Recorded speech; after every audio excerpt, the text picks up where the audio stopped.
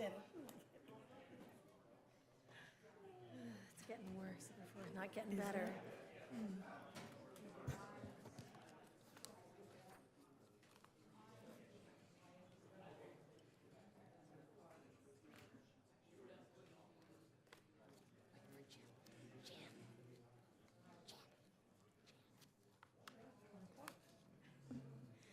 Good evening, everyone.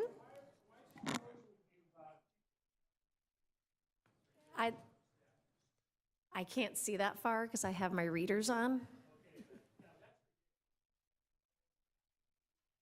Okay, well, thank you, Mark.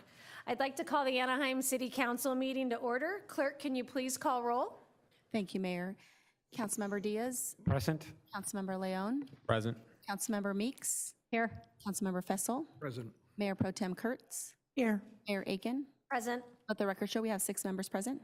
Are there any additions or deletions to our closed session agenda? Mayor, there are none. Do we have any speakers to call forward addressing our closed session agenda? Yes, Mayor, noting for the record, we didn't receive any electronic comments on the closed session agenda, but we did receive one in-person public comment from Mr. Mark Herbert to address the City Council at this time. Thank you. Mr. Herbert, please come forward.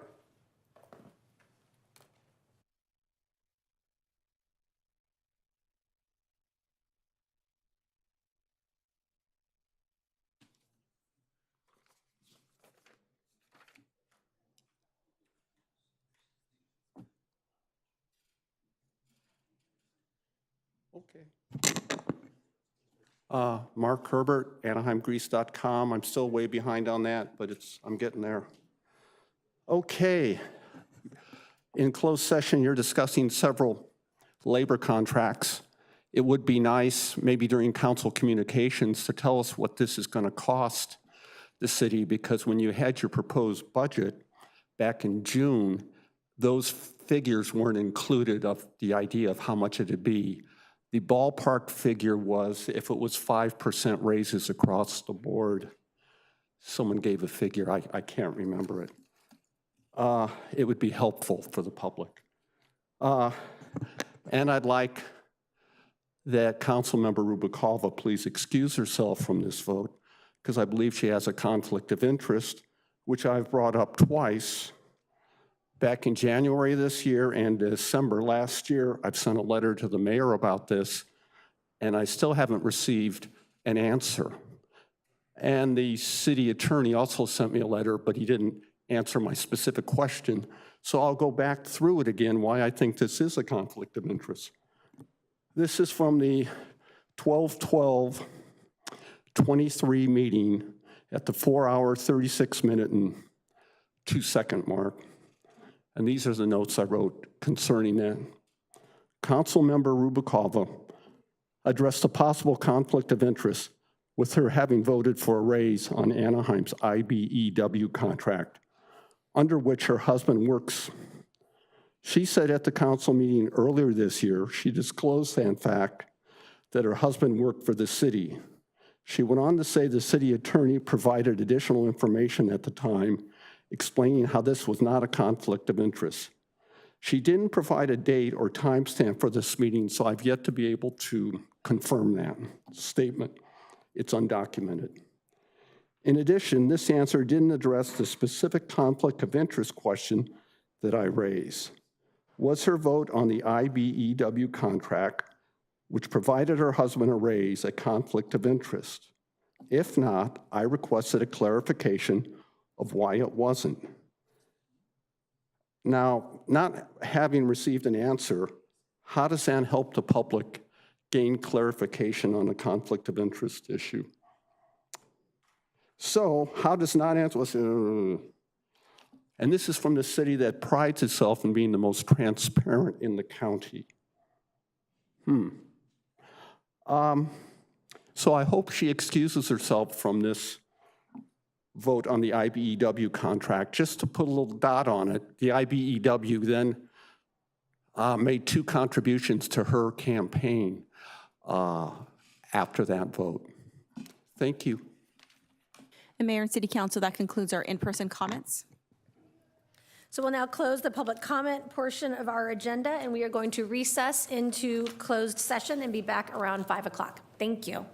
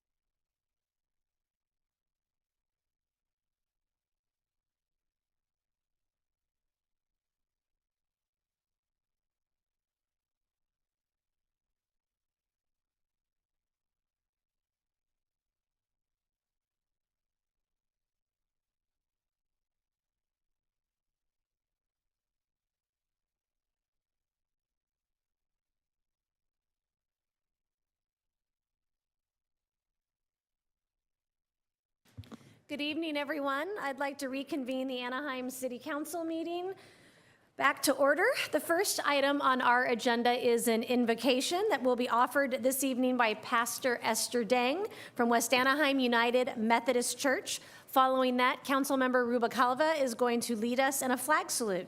Pastor Dang, please begin when you are ready.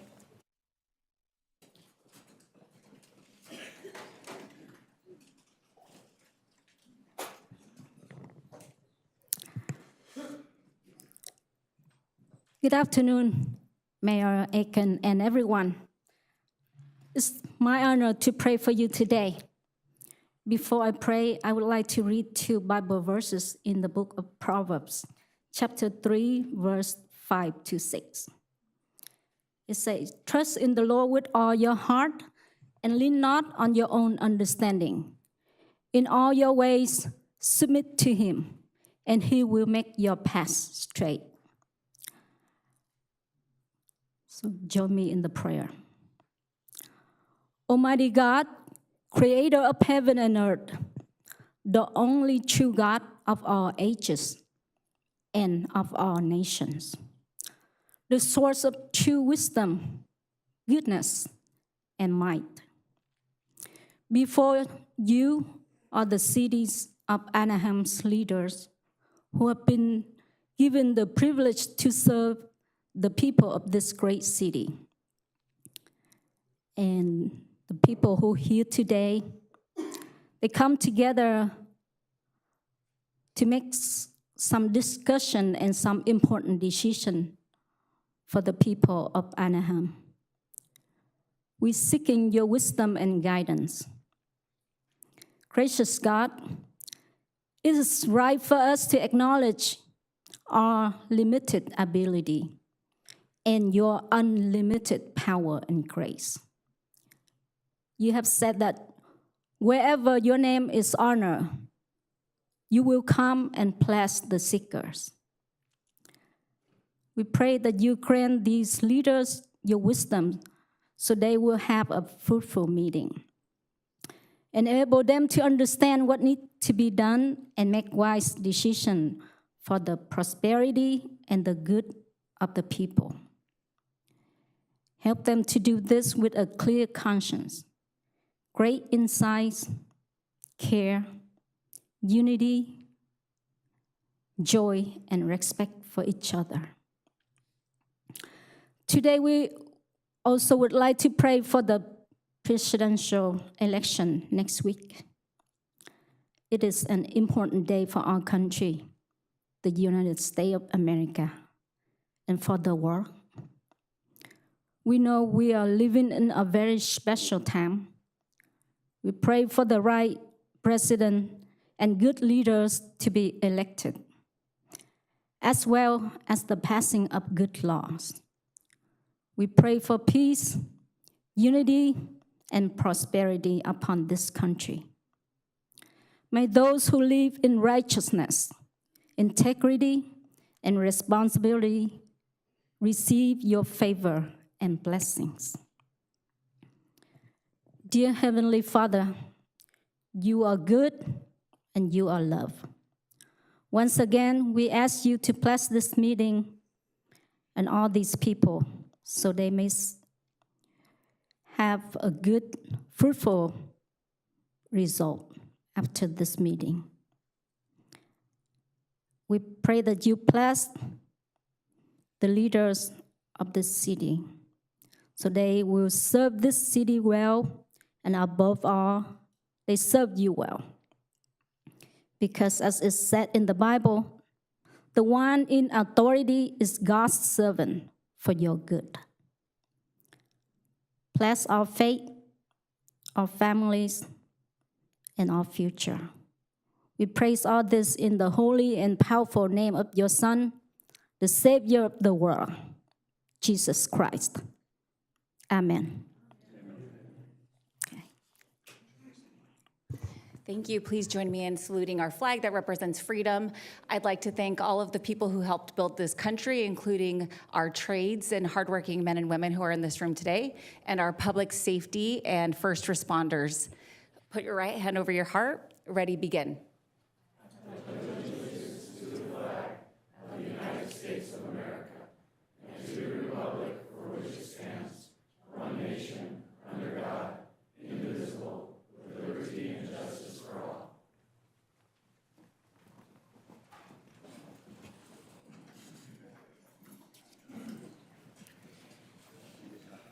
Thank you. So I'd like to give a special shout out to to our fire department for handing out a lot of the amazing shirts we are wearing tonight. It is Breast Cancer Awareness Month, so if it was not a fashion mistake, we did not all get together and decide what to wear. We are celebrating Breast Cancer Awareness Month, so thank you again this year to the Anaheim Fire and Rescue Department for championing this cause. So I'd now like to call to order the Anaheim Public Financing Authority, the Anaheim Housing and Public Improvements Authority, the Anaheim Housing Authority in joint session with our City Council. Clerk, are there any additions or deletions to tonight's agendas? Mayor and City Council, we do have two this evening. Item number 12, it is acceptance of bid to provide vehicle washing services for city vehicles. And item number 13 is approval of master agreements with 8 contractors for park facility maintenance, demolition, repair, replacement, and emergency response services. Staff has requested to remove those 2 items from tonight's agenda. Agenda item number 12 and agenda item number 13. Thank you. So we are now going to move on to the public comment portion of our meeting. I just want to, for those of you that are here for some of our public hearings, we do have 2 public hearings on the agenda tonight. Those will have separate times to speak. This is for other agenda items and or general comments. So if you are here to speak on one of our public hearings, there will be a separate time as those public hearings are individually called up. So Madam Clerk, can you please outline the public comment procedures and call forward the first speakers addressing our council agenda? Thank you, Mayor.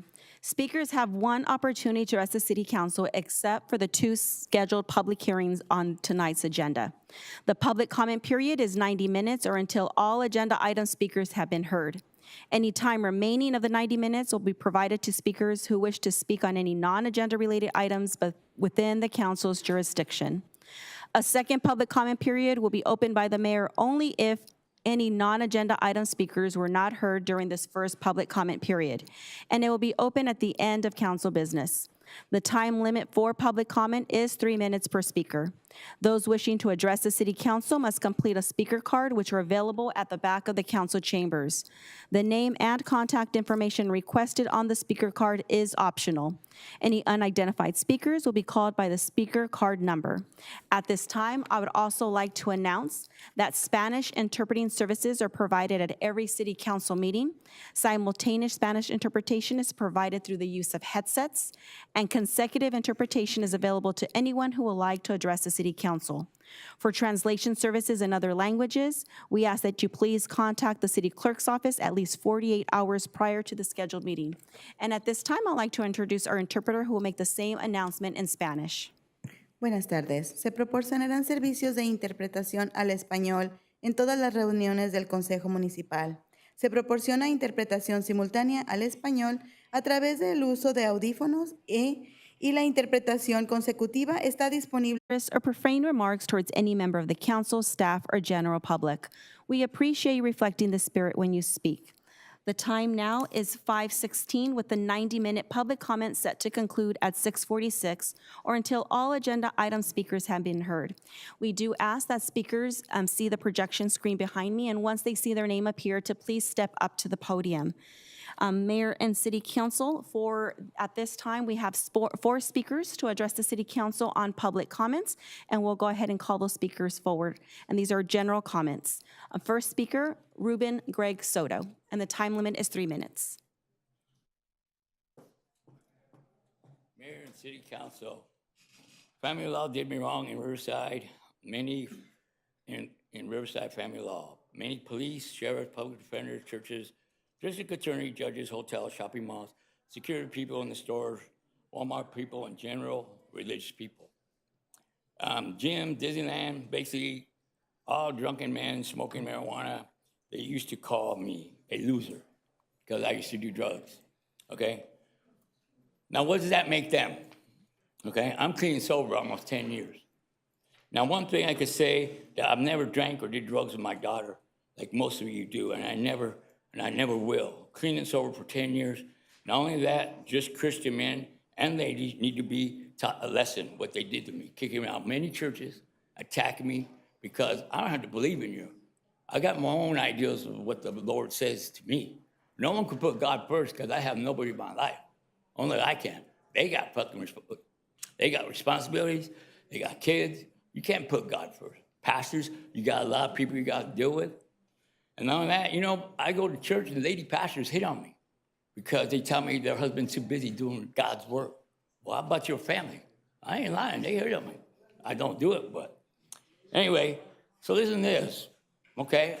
I got my own. Every pastor, priest, interpretation of the Bible is different. Mine is too. So they say God will never betray you, but he betrayed his son. Let him die on the cross for our sins. Okay. So now he says he'll never betray me. I've been doing this job, this work for God all alone for years. It's starting to work out because I got a lot of people under my wing that have appointments of authority. So I guess even his followers betrayed him.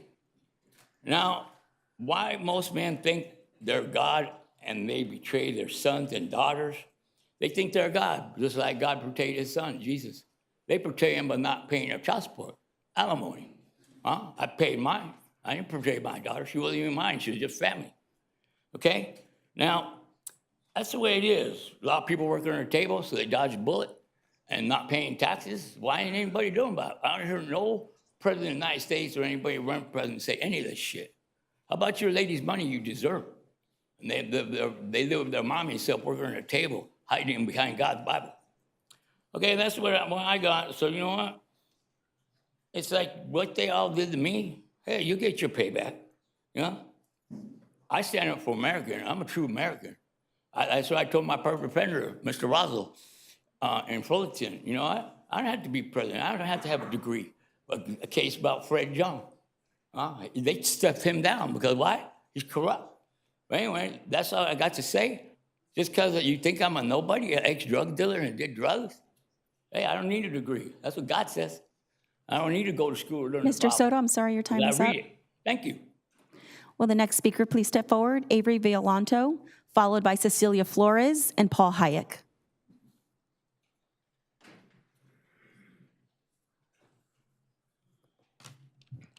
Hello, my name is Avery Violanto, and I'm a resident of Anaheim Hills. I am 12 years old and in 7th grade. I'm here today to show why I think Deer Canyon should stay the way it is. There are many reasons why I have my opinion, and I believe that every one of them is valid. To start, in Deer Canyon, there are a number of animals and wildlife beyond what you can imagine. When you build those huge buildings next to Deer Canyon, you take away hundreds of lives and homes to living things, plants and animals together. And to me, every single one of those lives matter. Deer Canyon isn't just a section of wildlife filled with dirt and shrubs, but amazing views and sights that everyone can look at in awe, from breathtaking sunsets to the exceptional animals going about their daily lives. With Deer Canyon gone, not only would it affect the lives of these critters, but also how we view that area from then on. In addition, I have numerous memories of going on walks with my family near and in Deer Canyon, getting to see wildlife like quails and rabbits, and taking in the beautiful sights that are walking distance from my house. I love getting to go on these walks and look at sights that astound me when I see them. However, if buildings are built all around Deer Canyon, not only will I not be able to cherish the park, but any future person won't be able to either. When I grow up, I want to be able to come back to Deer Canyon and remember all the memories I made walking there with my family, but without Deer Canyon there, that will never be able to happen. In conclusion, Deer Canyon means a lot to me, for there are many different things about it that make it unique and special in its own beautiful way. From the incredible views to phenomenal creatures living there.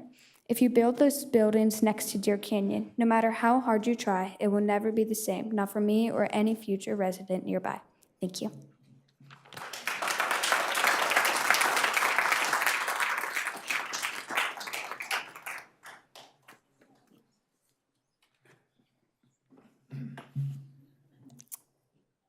No? Okay. Good evening, Mayor Atkins and council members. I am here tonight to make you aware of a serious traffic problem that exists in our neighborhood that recently took the life of Jessica Farino, a mother, wife, and resident of our community, by a vehicle that was going too fast. With your help, we can reduce the speed limit that vehicles are traveling east and southbound of Rio Vista and Wagner near the Cove Trail in District 5. Recently, I learned that the city had imposed a reduction of speed limits in several major streets that have similar problems with vehicles going over the speed limit of 40 or 45. A solution was implemented to reduce the speed limits to 35 to help reduce vehicle speeding. Why can't this change be implemented on Wagner? The change has already been implemented on Rio Vista. Presently, the speed limit in Wagner is posted at 40 miles per hour, and vehicles are supposed to reduce their speed to the posted 15 when coming to the curve where Wagner and Rio Vista meet. To have a vehicle reduce its speed to the posted 15 in such a short distance, especially driving down the overpass hill on Wagner where the curve is not visible until you come down the hill, is hard to do. Going southbound on Rio Vista, we need to post another 35-mile sign after South Street, reminding vehicles of the speed limit. Drivers tend to pick up momentum and when coming to the curve are going beyond 35 due to they cannot slow down to the posted 15. Instead, cars will take the turn at a high speed in both directions. I've seen vehicles do the turn so fast they either go over the middle lane or come close to the curve on Rio Vista where vehicles park to use the Cove Trail, almost causing collisions. One even collided with a tree at the curb. Also, I have not mentioned residents visiting the Cove on vehicles or walking, crossing the busy street to use the trail in the morning or afternoon.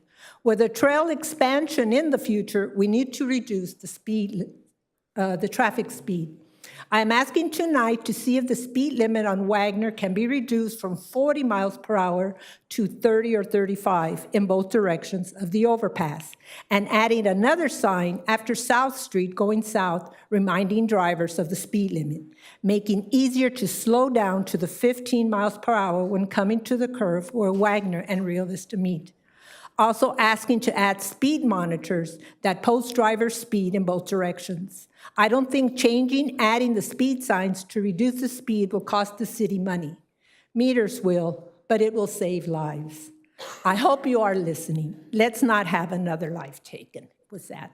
Also, this is the same location where the charter school wanted to be built. And I'm so grateful, and I want to say thank you for those who voted for the residents. Thank you. Mr. City Manager, I'm not sure if this is something that is on our list to be looked at, but if we could connect Ms. Flores with someone from Public Works. Oh, sorry, I can see Mr. Cobian in the back. Get you some more information on that. Thank you. Thank you.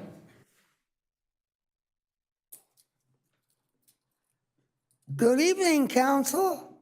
I've been an Anaheim resident as of the 8th of next month, 1 month. And I found at the Hazel Reed Apartments, as they try to come out of their driveways, cars are parked too tight on the driveway approaches. We need some red paint so we can see better coming off the side street that's not Santa Ana, but that other street. I forget the name of it. And it's not just me seeing it, but a friend of mine couldn't make a left. You have to make a right. And I've heard some other people talk about it too. So we need some red paint on the curbs, which I have pictures of. So if people want to see it, I'll show it to them.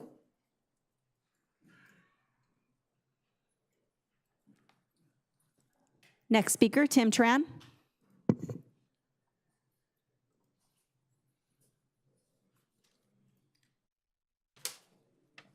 So good evening. My name is Tim Thuy Tran. I've been a resident in Anaheim for 20-something years. I live on 1667 West Blaze Road, and this is the first time I step into City Hall in front of you guys. This is very interesting stuff. So if I'm not, to the norms and I don't know all the kind of ritual, please forgive me. I don't have a prepared speech. But I thank you for giving me a chance to speak tonight in front of you and, of course, all the guests here. I came here tonight because I'm concerned about my wife's safety.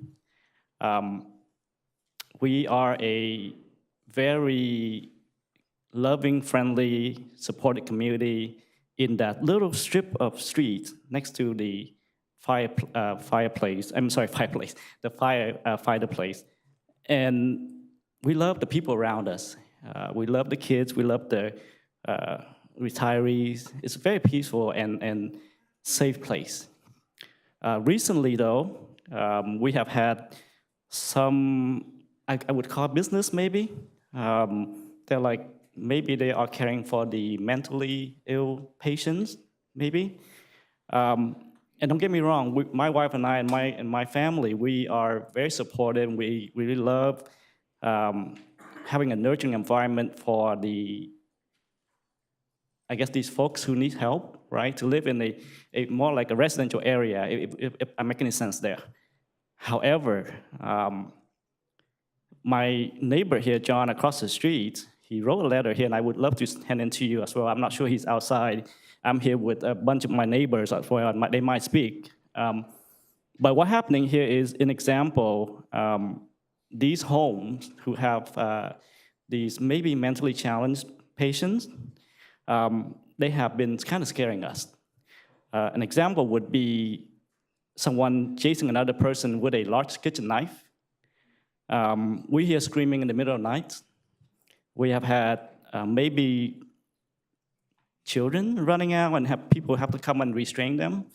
So there's a lot of pretty unsettling things that are happening there.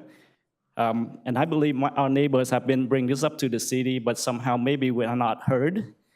So I'm really here to ask if someone in the city can look into the situation with these homes that becoming more an occurrence in our neighborhood. And as long as they are oversight, as long as they have structure and monitoring, and that the people in the homes are safe and well, and so are we, then we're okay with it. But I'm just here asking that somebody look into the situation and see if we get more information and some intervention for our peace and safety in our neighborhood. Thank you so much. Thank you. Sorry, Mr. City Manager, again, do we have someone, just so we can pinpoint which area you're in Anaheim? And we can have either housing, maybe, or code enforcement, just look into what's going on. Yeah, Sure, Ms. so Guerrero's in the back of the room. She can speak with the resident, Madam Mayor. Ms. Guerrero. Thank you so much. We have our next speaker. Please step forward.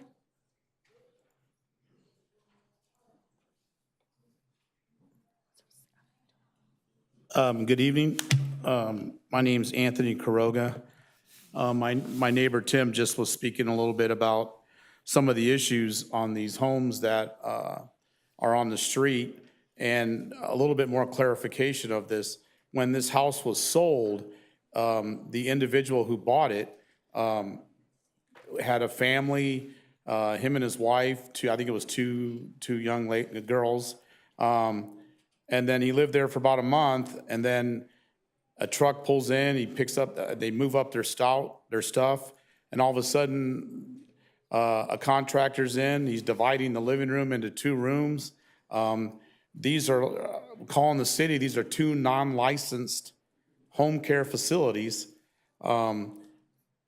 And it's like, how would you like to be woken up at 12:30 in the morning, like screaming from female screaming like it's an assault? And it just, I mean, we sleep with our windows open because it is believe it or not, is a safe neighborhood in Anaheim. It's right on Euclid and Ball next to engine number 6, fire station number 6, Lowera High School. We have a high school across the street.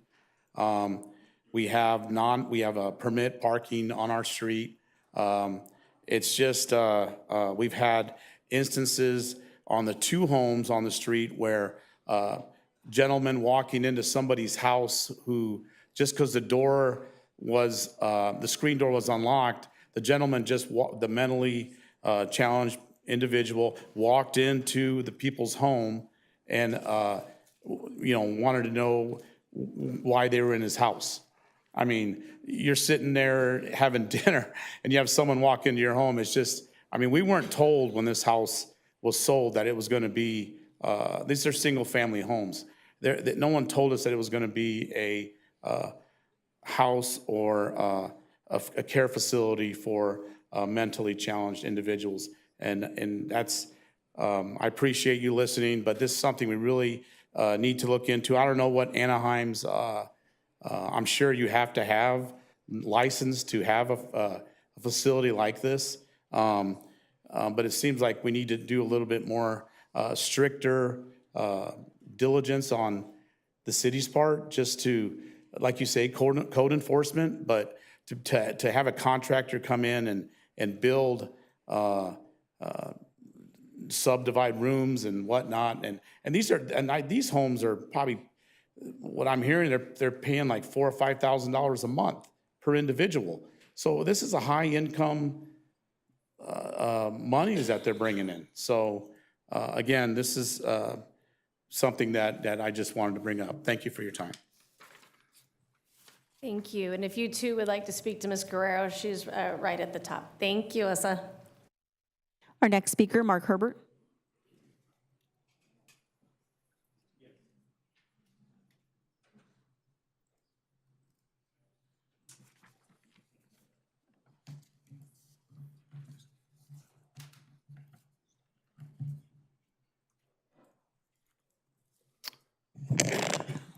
Mark Herbert, AnaheimGrease.com, a website where I note the meetings with timestamps. I'm about 6 months behind.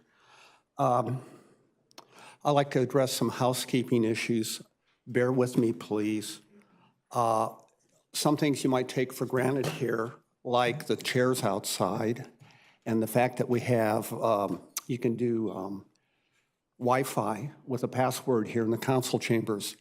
Those things took 6 months to accomplish, and the release of the JL report that looked into corruption in the city before those things were able to be followed through, and it has been a challenge to keep up with those.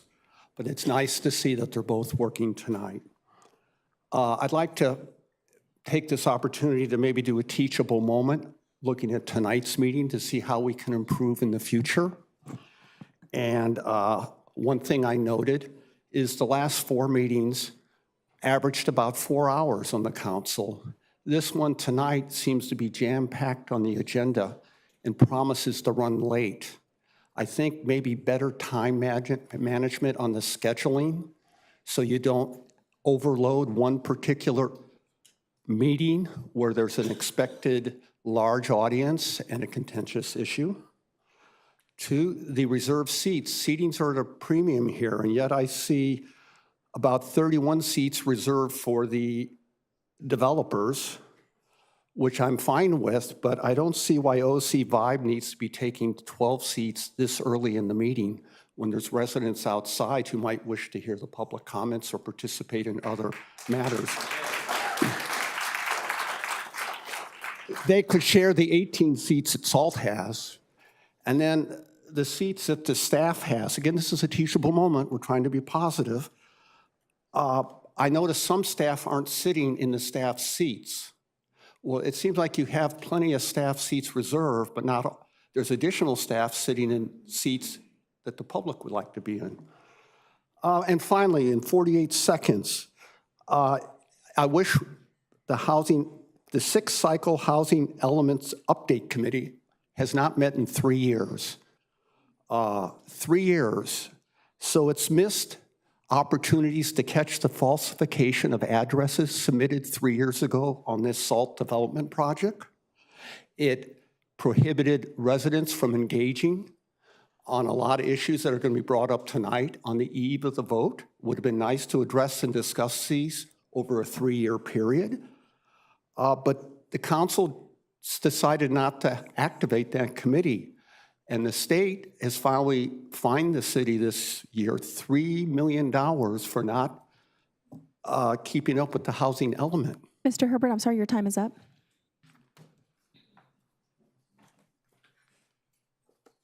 Will the next speaker please step forward?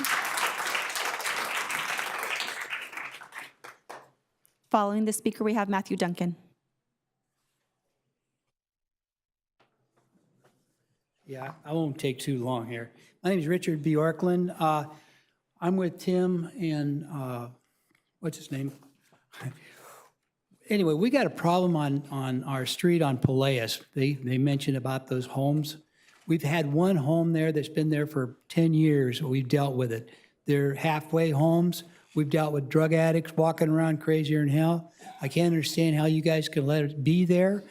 We've got grammar school down the street from Peleas, and there's a junior high school, and there's a high school right across from Euclid. Peleas, what's the name of high school? Anyway, but these guys are walking around with all these kids walking around. Now we've got a new one that just came in right across the street from our house. I'm at 1673 West Peleas Road, right across the street at 1678. Anyway, like Tim mentioned, that one of them, when they moved in, they were going to be a nice family. That's what they told us. And then we found out that the people that owned it, this couple, their mom and dad have a place in Buena Park. They have 60 different nursing people where they send nurses out to homes to take care of people. Well, he said that, we asked him, are you going to make this out a home? He's, oh, no, that's what we do. Well, guess what? Probably about 2 months later, here he packs up and leaves, and here these construction guys come in. They have a great big den. They put a wall in between the den and made 2 rooms. Now we have like 4 to 5 nurses there going in and out all day long. They're switching their hours and taking care of them. We had one girl that actually came out of there, racing out of there. They're mentally off, the kids that are in there. And they ran all the way down to Euclid. They chased them down there and drug her back. We've had police department there. We've had the fire department. You can check with the fire department, police department. There's records of them. And I called the city to find out if they had a license. They said they have, I think, a state license, but not a local license. They said to her, make sure you come to this meeting and let you guys know about it. But you guys should really look into both these homes. I've got copies of this stuff with all the addresses and stuff on it and what happened. But I appreciate it if you guys can look into it. Okay, thank you. Want me to leave these here? You let them know. Put them right here.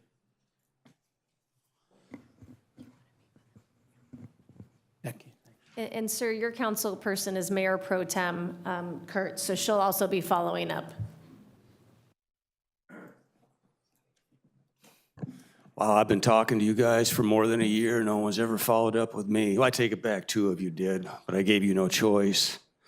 Matthew Duncan, Anaheim resident, coyote advocate since the 4th grade at James Madison Elementary School. I've got an update for you. The Poison-Free Wildlife Act was recently signed into law by Governor Gavin Newsom, and it is a ban, the 3rd ban since 2021 on rodent poison. And I bring this up to your attention because you guys use it, and I'm not being critical of you. I live in a neighborhood where the HOA's been using it for 12 years. I've been fighting them over it.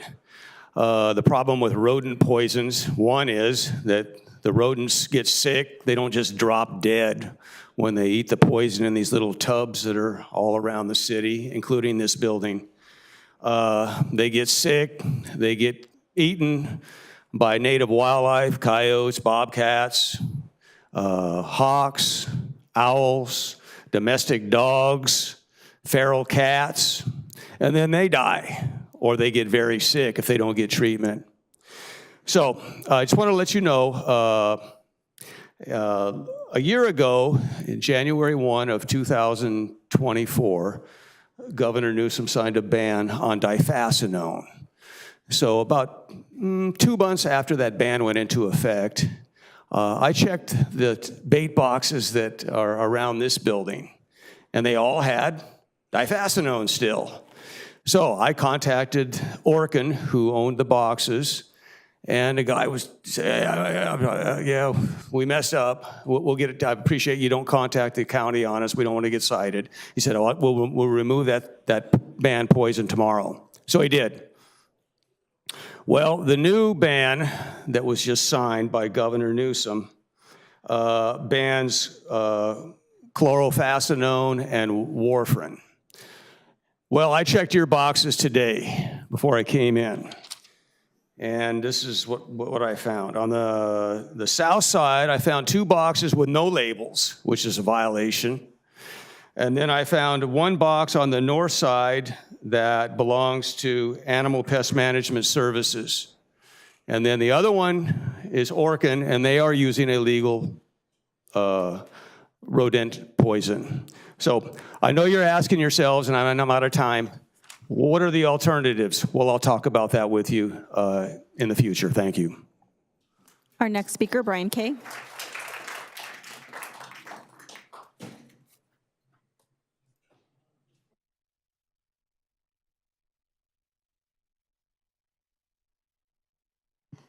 Happy day.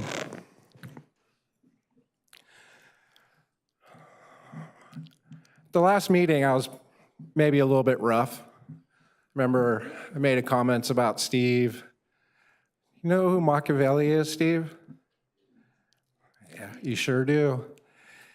He made it to number 2 in command.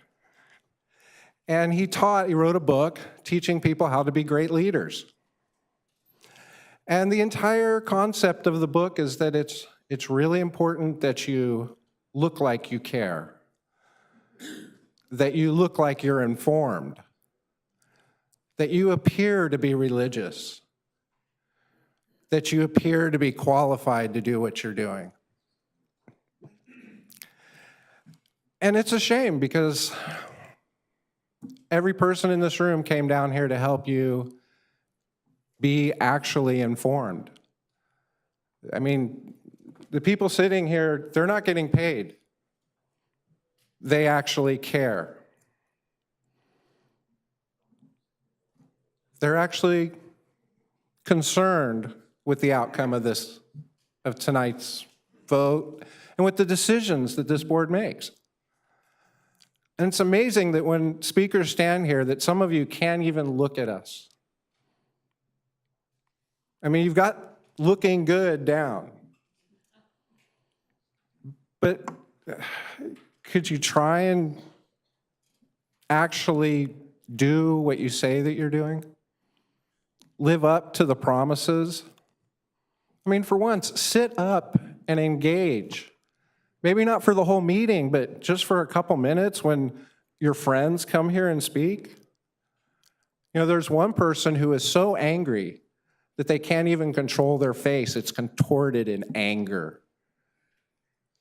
And they're angry because they're stupid. They did something so astronomically wrong that rather than say, hey, thank you for pointing that out, let me fix that. You know, this is what I wore for work today. I built a wall and framed a garage today. This is who I really am. I'm a contractor. I work hard, and I don't get paid until the work is actually done, is actually complete. And to see you all up there bragging about how you've done a great job, and you don't even care. Maybe take a little bit of time. Look at what you're doing.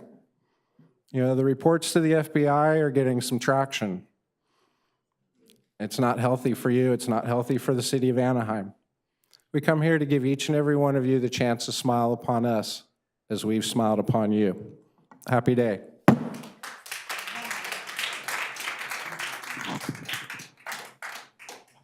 And Mayor and City Council, that concludes our public comments for in-person comments. And as you noted, Mayor, we will have the public comments separated for the public hearings for later this evening. Thank you. So we're now going to close the public comment portion of the meeting. We are going to move our council communications with no objection to the end of the meeting to move things along. And Mayor, if I may, my apologies. I wanted to announce our electronic comments that we have been receiving.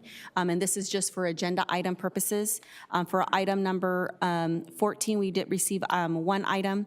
For item number 23, we received 2 public comments. And item number 24, we received 1 comment. Thank you very much. So we will now recess the City Council Housing and Public Improvements Authority, the Anaheim Housing Authority, to address the Anaheim Public Financing Authority agenda. Items 1 and 2 are before us. Is there a motion for approval? Second. We have a motion and a second. Please vote. The consent calendar includes a resolution of the Board of Directors of the Anaheim Public Financing Authority establishing the dates and times for regular meetings for the authority for the 2025 calendar year. We will now adjourn the Public Financing Authority and reconvene the Housing and I'm Public... sorry, Mayor, the vote is 7 ayes, no nays, motion carries. Thank you. Apologies, Madam Clerk. So we will now adjourn the Public Financing Authority and reconvene the Housing and Public Improvements Authority to address the authority agenda. Items 3 and 4 are before us. Is there a motion and a second? I'll move. Second. Motion and a second. Please vote. The consent calendar includes a resolution of the Governing Board of the Anaheim Housing and Public Improvements Authority establishing the dates and times for regular meetings of the authority for the 2025 calendar year. And the vote is 7 ayes, no nays, motion carries. We will then now adjourn the Housing and Public Improvements Authority and reconvene the Housing Authority to address the authority agenda. Items 5 and 6 are before us. Is there a motion and a second? So moved. Second. Thank you. Please vote. The Housing Authority consent calendar includes a resolution of the Governing Board of the Anaheim Housing Authority establishing the dates and times for the regular meetings of the authority for the 2025 calendar year. And the vote is 7 ayes, no nays, motion carries. Without objection, we will adjourn the Housing Authority and reconvene the City Council to address the City Council consent calendar. Items 7 through 28, with having items number 12 and 13 removed, are before us. Are there any members of council that wish to remove an item for further discussion? I will call first on Councilmember Fessel and then Councilmember Diaz. Yes, thank you, Madam Mayor. Items 16 and 19, although they'll be very brief. Thank you. Thank you. Councilmember Diaz? Thank you, Mayor. I don't need to remove item 25. I just want to express my no vote on the item. Thank you. Okay. So we are going to, if somebody could make a motion and a second to approve the remainder of the consent calendar absent those 3 items. I'll make a motion. I'll second. And Mayor, City Council, the consent calendar included ordinance number 6589, an ordinance of the City Council of City of Anaheim adding Chapter 11.11 obstruction of public right-of-ways and facilities to Title 11 public property of the Anaheim Municipal Code prohibiting interference with the public's right of access to public streets, sidewalks, and right-of-way and facilities. This ordinance includes determination that adding Chapter 11.11 to the Anaheim Municipal Code is not subject to CEQA pursuant to Sections 15060C2, 15060C3, and Section 15378 of Title 14 of the California Code of Regulations. Ordinance number 6590, an ordinance of the City Council of the City of Anaheim adding 11.13, prohibition or repair and sales of bicycles and bicycle parts in public areas to Title 11, public property of the Anaheim Municipal Code to prohibit bike sales and bike repairs on public property. The ordinance includes a determination that adding Chapter 11.13 to the Anaheim Municipal Code is not subject to CEQA pursuant to Sections 15062C2, 15063, and Section 15378 of Title 14 of the California Code of Regulations. Ordinance number 6591, an ordinance of the City Council of the City of Anaheim amending Chapter 6.30, smoking in public places of Title 6, Public Health and Safety of the Anaheim Municipal Code to prohibit smoking in public parks and within specified distances of school, daycare centers, and transit stops. The ordinance includes a determination that the amendments of Chapter 6.30 of the Anaheim Municipal Code are not subject to CEQA pursuant to Sections 15060C2, 15060C3, and Section 15378 of Title 14 of the California Code of Regulations. Ordinance number 6592, amending Chapter 1724 underground utilities of Anaheim Municipal Code to establish a timeline of removal of overhead facilities, declare a public nuisance, and authorize enforcement and penalties associated with the removal of overhead telecommunication facilities within the underground utility district. This ordinance includes determination that the amendments of Chapter 17.24 of the Anaheim Municipal Code are not subject to CEQA pursuant to Sections 15060C3, 15378, 15301, 15302, 15303, 15304 of Title 14 of the California Code of Regulations. Ordinance number 6593, an ordinance of the City Council adding Chapter 17.40, Title 17 of the Anaheim Municipal Code, establishing inclusionary housing requirements of new residential projects. The ordinance includes determination that this ordinance is exempt from CEQA pursuant to CEQA guidelines, Section 15061B3, General Rule, and is not considered a project as defined pursuant to Public Resources, Section 20165.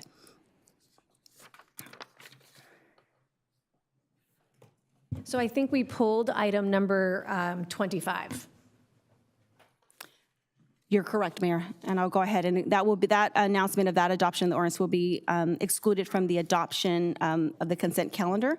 So item number, for the consent kind of items, is set, the vote is 7 ayes, 0 nays, with the abstention by Councilmember Diaz. I believe. Okay, but I believe Councilmember Meeks might also want to. Councilmember Meeks would also like to vote no on 25. Okay, so for recording for the consent calendar, item 25 will reflect the no vote by Councilmember Meeks and Councilmember Diaz. Correct, thank you. Okay, so the two items left to discuss are items number 16 and 19 pulled by Councilmember Fessel. Councilmember Fessel, on item 16, would you like a staff report? No, ma'am. Thank you, Madam Mayor. I just want to be very, very brief. Rudy, for many years, almost a decade, you've worked very, very hard on these Safe Routes to School projects, which for the audience are basically filling in sidewalk areas where there are no sidewalks.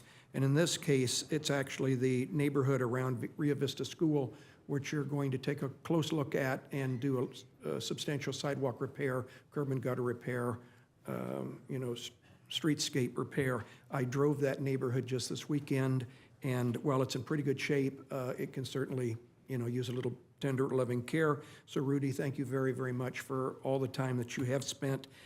You've worked very hard on getting those spots, those openings, I guess you'd call them, on Acacia as well as La Palma, which I think you're going to fulfill this next year. And good, the kids appreciate it, the neighbors appreciate it. So thank you.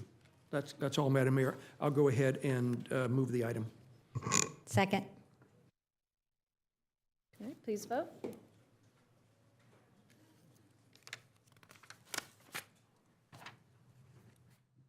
And the vote is 7 ayes, motion carries.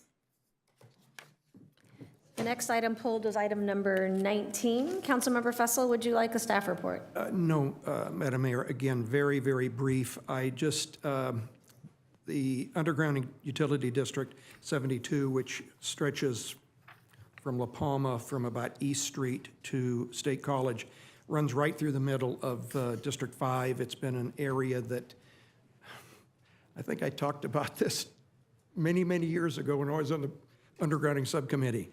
And finally, this will happen within the next year or two. Mr. General Manager, I want to thank you for moving this ahead. It's been an honor to be able to attach my name to this. It's going to really clean up that neighborhood, especially the area around Anna Drive and in front of St. Anthony Claret. I'm looking forward to seeing that in the future. Madam Mayor, I'll go ahead and make the motion. We have a motion and a second. Please vote. Mayor, if you could confirm, who is the second? Oh, Councilmember Leon. Thank you, Mayor.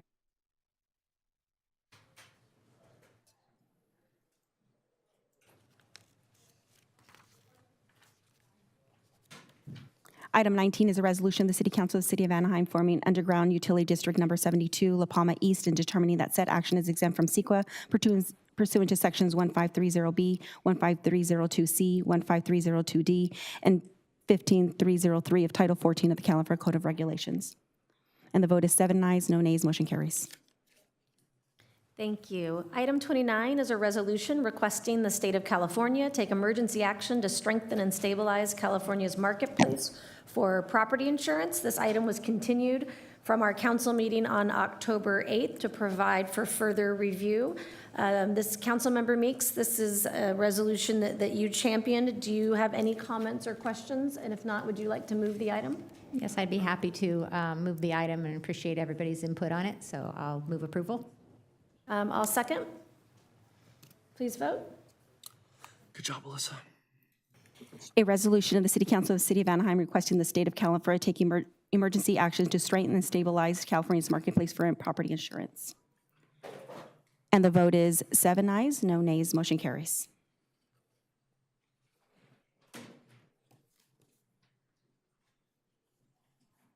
The next item, item number 30, is a public hearing. Clerk, can you please read?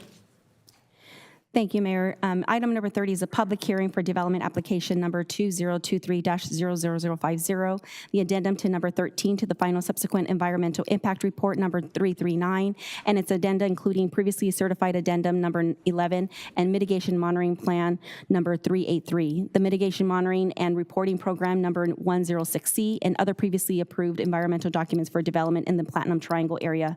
A general plan amendment, the Platinum Triangle Master Land Use Plan Amendment, a zoning code amendment for Chapter 18.38, as well as Chapter 18.20, amended and restated development agreement number 2020, that's 00004, including the amendment to the master site plan, and conditional use permit amendment, and minor conditional use permit. And this is for a project located at the 100-acre OC Vibe project site.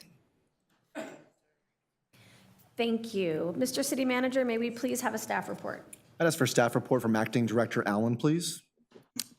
Thank you. Good evening, Mayor, members of council. Heather Alling, Acting Planning and Building Director. With me this evening are Judy Daydent, the project planner, and Steve Mattis, the city's outside counsel on the project.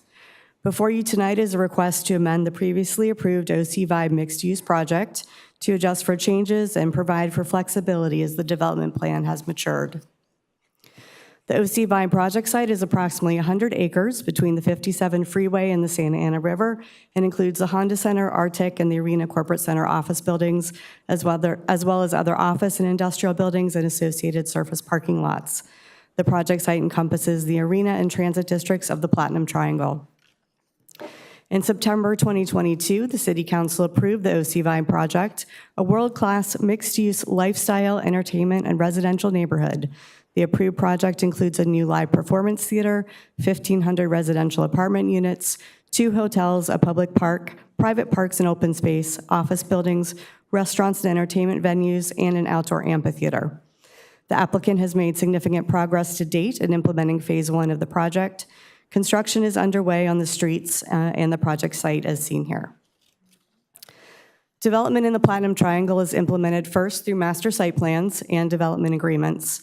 Therefore, the applicant proposes amendment number 1 to the OC Vibe master site plan in portions of the Arena District outlined in red to the right and the Transit District outlined in blue to the left within the existing OC Vibe project site. In the Arena District, north of Catella Avenue, the amendment proposes to demolish the Arena Corporate Center. The applicant has determined that these office buildings will outlive their useful life as the project progresses. This change will allow reconfiguration of Wellness Park, renamed Neighborhood Park, to be fully integrated into an expanded residential community. The amended plan proposes up to 750 additional residential units, including affordable units with the density bonus, 1,500 square feet of retail, and up to 325,000 square feet of office uses. The residential component of the project is expected to begin in 2026 and extend to 2032, occurring in phases 2 through 5 of the project. Given the phase development, the applicant proposes 3 different options for residential flexibility, as well as mixed-use development. The 3 options involve building 6 in each scenario circled in yellow, which is implemented during the last phase, 5A. These options vary in the number of residential units, and office development is shown here, but each option includes 15,000 square feet of retail use.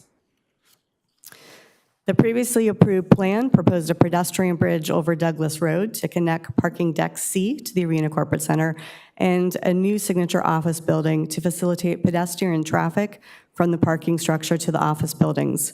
Since the amount of office has been greatly reduced, and with the amendment, if office uses are constructed, they would be in Building 6, closest to the intersection at Douglas Road and Stanley Cup Way. The applicant proposes removal of the bridge.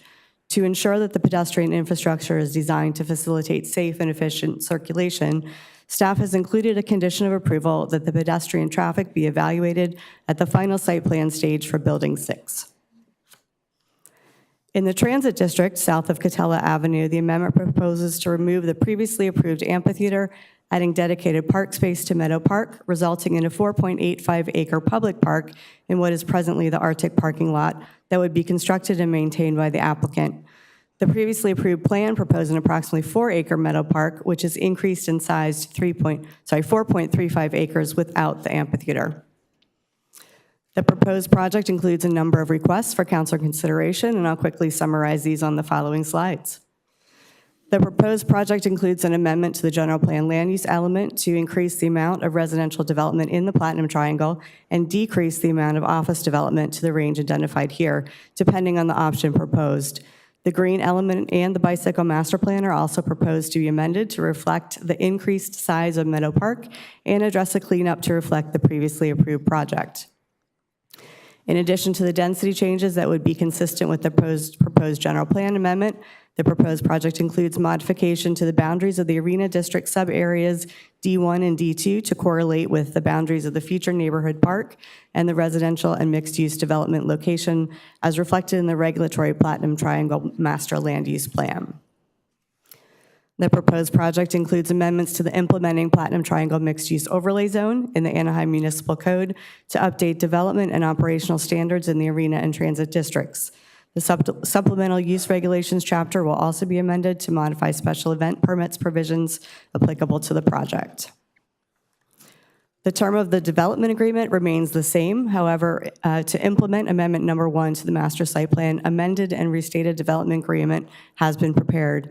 In addition to the changes previously discussed, the development agreement includes an additional off-site park contribution of $1.75 million, annexation of the Arena Corporate Center property into the existing Community Facilities District to increase funding available for public improvements and infrastructure in the Platinum Triangle, and the applicant agrees to support and consent to an amendment to the CFD to provide an additional $1 million from the revenue raised as a result of the additional area for fire station funding. The public benefits associated with the amended and restated development agreement have an estimated value of over $300 million, in addition to the economic impact of the development, construction, and operation of the project. The project continues to provide affordable housing consistent with the percentages approved under the original development agreement for very low, and moderate income units. The original approvals required 195 total affordable units on-site, or 225 if provided off-site within a quarter of a mile of the project boundary and within or adjacent to the Platinum Triangle. The current proposal provides 300 affordable units on-site or 340 affordable units, including an off-site option. The applicant and the city will execute a housing incentives memorandum that specifies the timing for the construction to ensure the affordable units are constructed throughout the project and in conjunction with each phase of residential development 2 through 5. The development agreement includes the changes in the Arena and Transit Districts previously discussed and updates the total development intensities for the Arena District, increasing residential, decreasing office, with commercial unchanged. The proposed project includes an amendment to the previously approved conditional use permit that conditionally permits various uses within the project to add a banquet facility within Restaurant Row, as well as an amendment to the minor conditional use permit for the OC Vibe coordinated sign program and mural plan to reflect the revised project. Lastly, an addendum to the previously certified final subsequent environmental impact report number 339 has been prepared pursuant to CEQA and state CEQA guidelines. Addendum number 13 concludes that the proposed project would not result in significant new or more severe impacts and/or additional mitigation measures. Mitigation monitoring reporting plan number 383 continues to remain valid to mitigate the impacts of the OC Vibe mixed-use project, including requested amendment number 1. Staff believes that the proposed amendment to the OC Vibe project continues to further the vision of the Platinum Triangle and implement the general plan. The Planning Commission at its September 23rd meeting unanimously recommended City Council approval of amendment number 1 to the master site plan and associated requests. The staff is available to answer any questions that you may have at this time. That concludes our presentation. Thank you. Are there any preliminary questions or comments by council before we move forward with the hearing? Okay, so before we move to comments from the applicant, are there any ex parte communications council needs to disclose?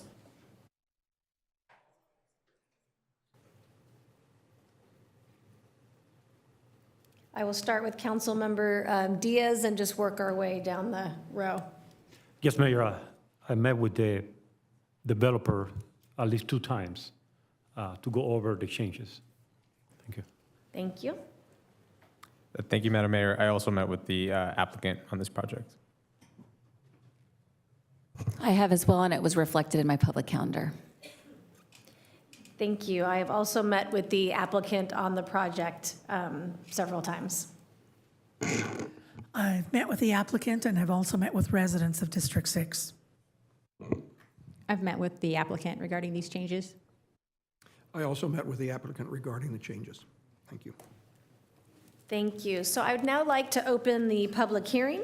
I will start the hearing with the applicant. Following that, the city clerk will announce any comments received electronically and invite any in-person speakers that would like to address city council. After receiving all public comments, the applicant will be given an opportunity to provide closing remarks.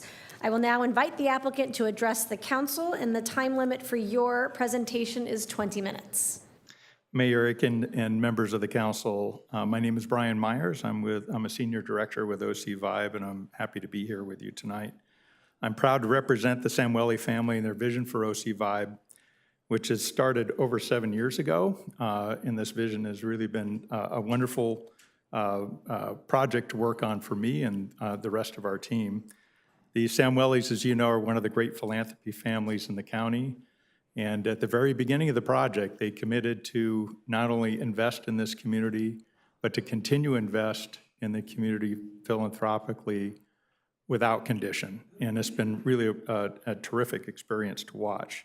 This is a celebration of the 20th anniversary of the initial general plan update, birthing the concept of the Platinum Triangle Master Land Use Plan. There have been approximately 20 projects built with about 6,000 residential units and a smattering of support retail projects. When we came before this body 2 years ago with the proposal for OC Vibe, we believed it to be not only the most comprehensive and ambitious mixed-use plan in the Platinum Triangle, but possibly in the country. Both the Planning Commission and the City Council approved the project at that time unanimously, and it came with broad community support. OC Vibe will be the future heart and soul of the Platinum Triangle, 20 years in the making, and we hope to be the catalyst for projects to come.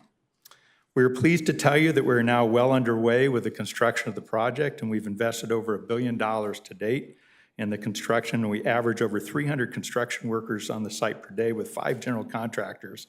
It's a very busy site. From the start, we committed to a project labor agreement where our simple request of the union was to show up with the labor, and boy, they did. For those that have seen the site, it's quite remarkable with the massive progress. We get comments about it all the time. It's really amazing to watch. And you can see that agreement in action.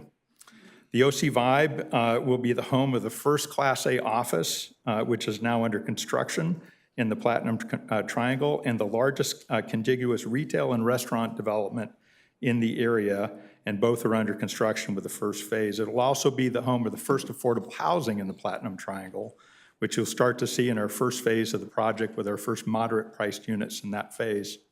And all of that, the residential will start in 2026. So if we could go to the next slide, thank you. So the focused areas that we're going to talk about tonight are really, as the staff mentioned already, are the areas of the existing Arena Corporate Center, which is the existing office, which we'd like to convert into residential and have a more complete neighborhood, and the amphitheater site to expand the Meadow Park.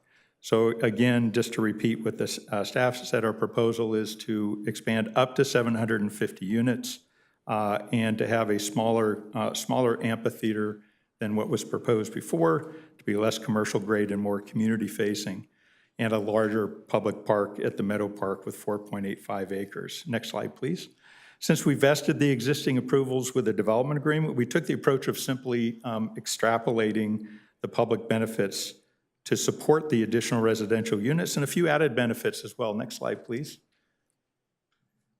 So the proposal, as I've already mentioned, is the conversion of the office into a residential neighborhood and to eliminate the commercial-grade amphitheater. But we really do believe this creates more complete residential neighborhoods, more complete public parks, and all of that with no additional traffic impacts.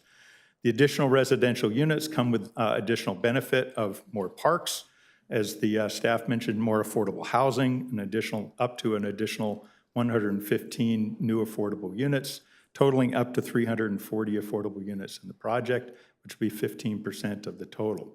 A $1 million contribution to the fire station, a $1.75 million offsite park contribution, which is an addition to our existing contribution for a total of $6.75 million. And another benefit that we worked through with the staff, which I really appreciated, is an integration of the public into our site with community events, city events, up to 5 events in our new venues. You already have the rights for 5 events at the Honda Center, and this would be an additional 5 events for the new venues at OC Vibe. And we would also, our proposal in the development agreement is to accelerate the neighborhood park improvements and with the first phase of the residential. Next slide, please. From the very beginning of our plan, we led with community benefits, parks, and affordable housing. Our regulated requirement of about 2.5 acres of park, we added to that and are now proposing 9.5 acres of park, a publicly accessible space. Parks are the lifeblood of the community, and our residential neighborhood will be more sustainable, and a meadow park that has been coordinated with the city's Riverwalk project plans to pretend the exciting future for all the residents of the city. In summary, combined public benefit of the amended plan of over $300 million. Beyond that, the Samueli family continues to generously, philanthropically invest in the community without condition, and we hope that you agree that these proposed amendments provide for an improved plan for OC Vibe and an amplified public benefits for all the citizens of the city to enjoy. I ask your support of the staff's recommendation and to approve the resolutions before you tonight. Thank you, and I'll be prepared to answer any questions for you. Thank you. Are there any council questions right now before I open it up to public comment? Okay. I will now, Madam Clerk, like to open it up for public comment. Are there any speakers to call forward or any electronic public comments? Mayor and City Council, we did not receive any electronic comments on this public hearing, and we do have 2 speakers to address City Council. These were outside the noticed area, so they would be given the 3 minutes to address council in this public hearing. And the first speaker, Brad Marlowe.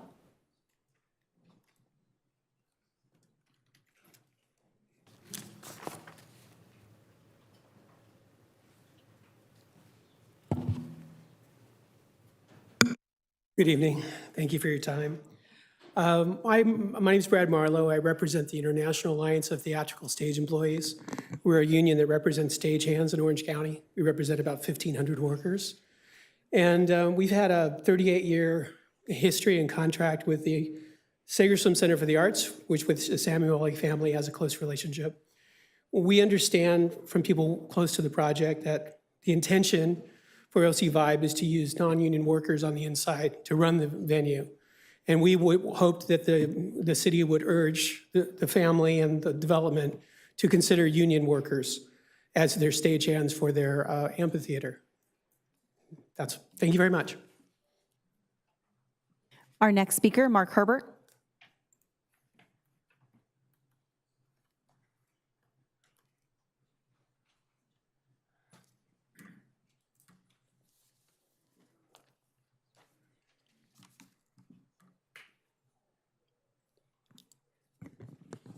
Mark Herbert, AnaheimGrease.com.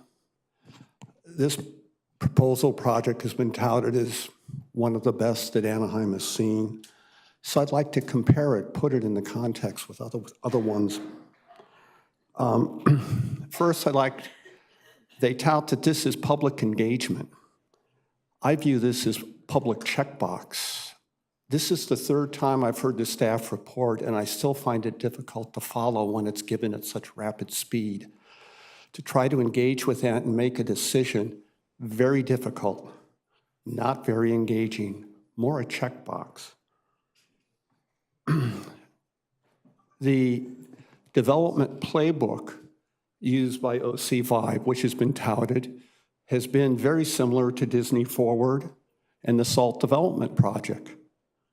In each instance, they submitted an environmental impact report. And the way it works in this planning system is the city does not wish or cannot afford to conduct those. So they provide a checklist of authorized companies that can provide that information.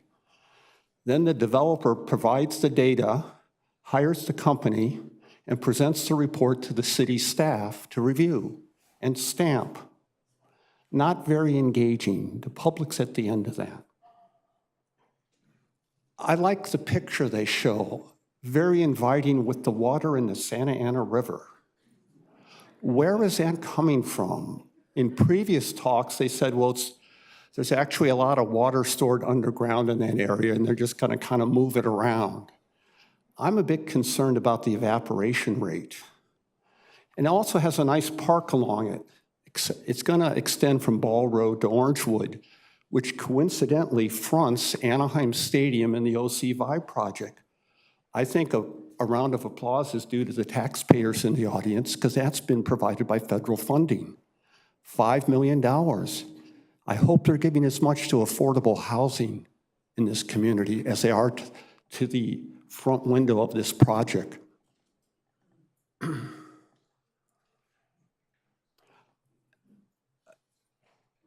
Things change, so be very careful in the next project of what you hear today may not be what you see in 2 years. The toughest part's getting the initial approval, which OC Vibe found. Once they get that, it can change. Suddenly, there's no promised high-tech company that's going to occupy the office center. It's now being replaced with residential units. Things change. They can go the other way too. So watch what you're looking for. Thank you. And Mayor and City Council, that concludes our speakers on this public hearing.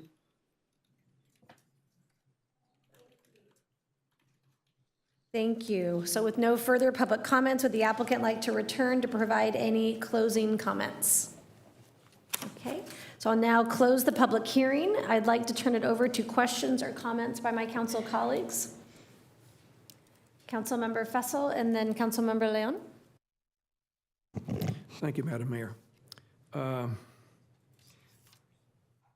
Thanks for the reminder that it's the 20th anniversary of the Platinum Triangle. I was on the General Plan Advisory Committee between 2000 and 2004. And when this had the gestation of that, God, it's been that long. I appreciate the changes that have been defined here. More affordable housing, very important. As some of us know, we just tackled that issue last meeting here. I supported the mayor's project on inclusionary affordable rental housing. The Samuelis did that voluntarily before we had anything on the books for that. The added CFD, adds additional funds to the city to help maintain the area.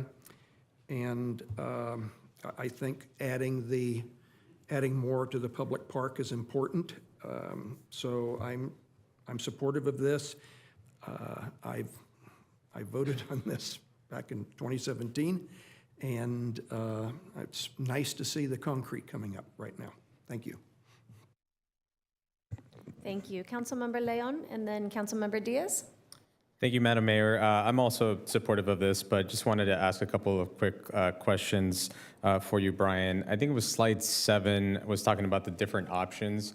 At what point in the process were you going to decide which option is the one that's going to be the one that you move forward with? Yes, thank you, Councilmember Leon. So as was pointed out, the only area of change is really on our corner of Stanley Cup Way and Douglas. And so by the time we get to the, what'll be the fourth phase of the residential, we'll have to select at that point what direction we'll go. Our intention was to leave open the possibility to do up to 325,000 square feet of office or to do the high-rise or low-rise residential in that area. So that'll affect the unit counts. That's why the variations. So that could be, somewhere in the order of magnitude of about 6 years out before, 5 to 6 years before we'd make that decision. So at that time, we would notify the staff what direction we're going through our submittal of a final site plan at that time. And then can you confirm, even with option 3, which I believe is the one that has the lower amount of residential units, what was the number of, what's the number of additional units that would still be built? I think it was 475, I want to say. Did I get that right, staff? The third option, number of residential units.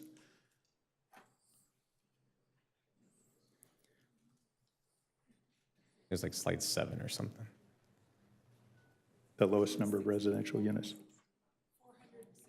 460 units, an additional 460 units. Additional 400? Versus the 750 units, correct. Got it. Okay. So even with option 3, which is the lowest of all of them, it's still 460 additional units that are being built. Correct.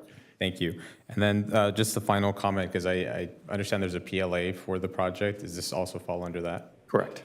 Okay. Thank you. Just with that, again, I'll be supportive, Madam Mayor. Appreciate OC Vibe and providing us with information, being proactive about reaching out and not doing all that, and looking forward to this project. Thank you. Thank you. Councilmember Diaz, and then Mayor Pro Tem.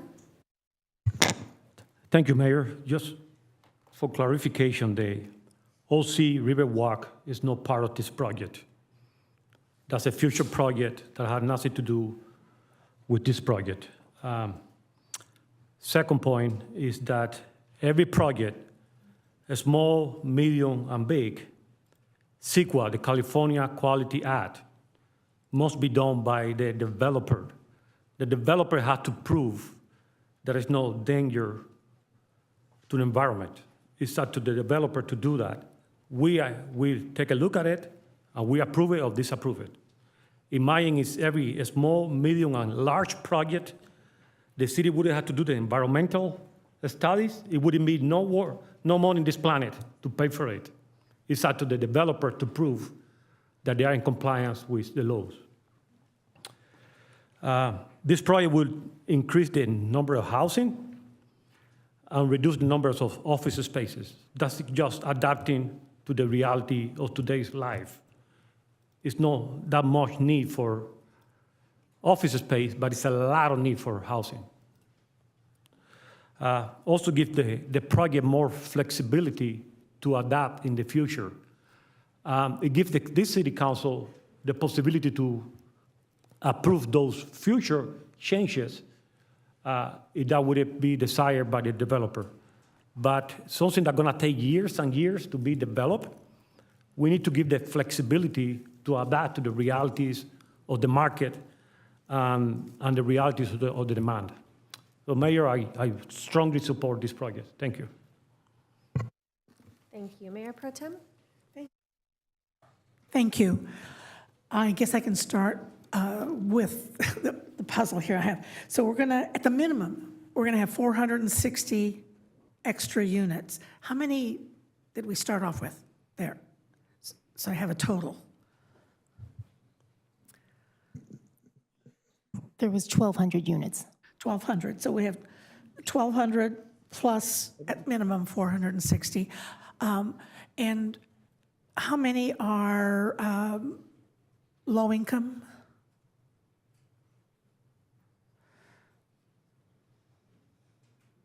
$300. Okay. A nice percentage. I thank the developer for including low income and including that to be part of the plan and access to the parks. It's real important for me, and I know our housing department works with this, and that is making sure that our low-income housing is as attractive as people are driving by, walking by, as the other housing is. And I've been assured that indeed will happen. I agree with Councilmember Diaz on the flexibility and allowing you the flexibility as things change. The need for all of the office space right now in today's world doesn't look too attractive. That you've decided not to leave it empty, but to include housing, I really appreciate. Also, I know there's a mobile home park right around the corner that really appreciates the fact that you're not going to have the outdoor amphitheater, and they will applaud that decision. They were quite worried about it, and so they will welcome the decision made tonight. As I mentioned, I too am supportive of the project and look forward to visiting OC Vibe very soon, I hope. Thank you. Councilmember Rubacalva? Thank you, Mayor Aiken.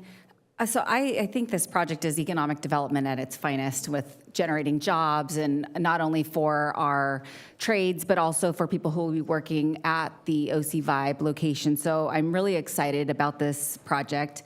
I also support the changes that have been requested. As many of my council colleagues mentioned, commercial landscape has significantly changed after COVID, with many people working remote. So to incorporate additional housing, 25% affordable is more than we've asked for in most cases. So I commend you guys for including housing where people who not only work at your OC Vibe project can also live. So that, you know, alleviates traffic on freeways, and it also helps quality of life. So that's something that I'm really happy to see.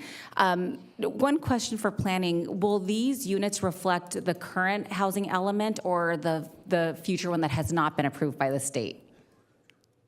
So we report units based on building permit issued date, so it depends on when we issue the building permits. So theoretically, some of these in the early phases may squeak in. Okay, perfect. Because that's helpful. As you know, we have a hefty number of housing units to build, so the fact that these will actually count towards our low-income housing, I think is wonderful.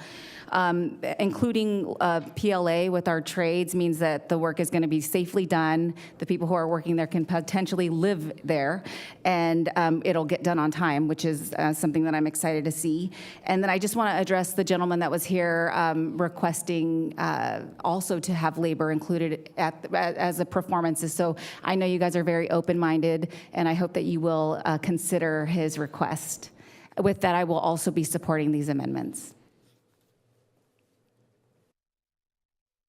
Thank you. I think Mayor Pro Tem had an additional comment.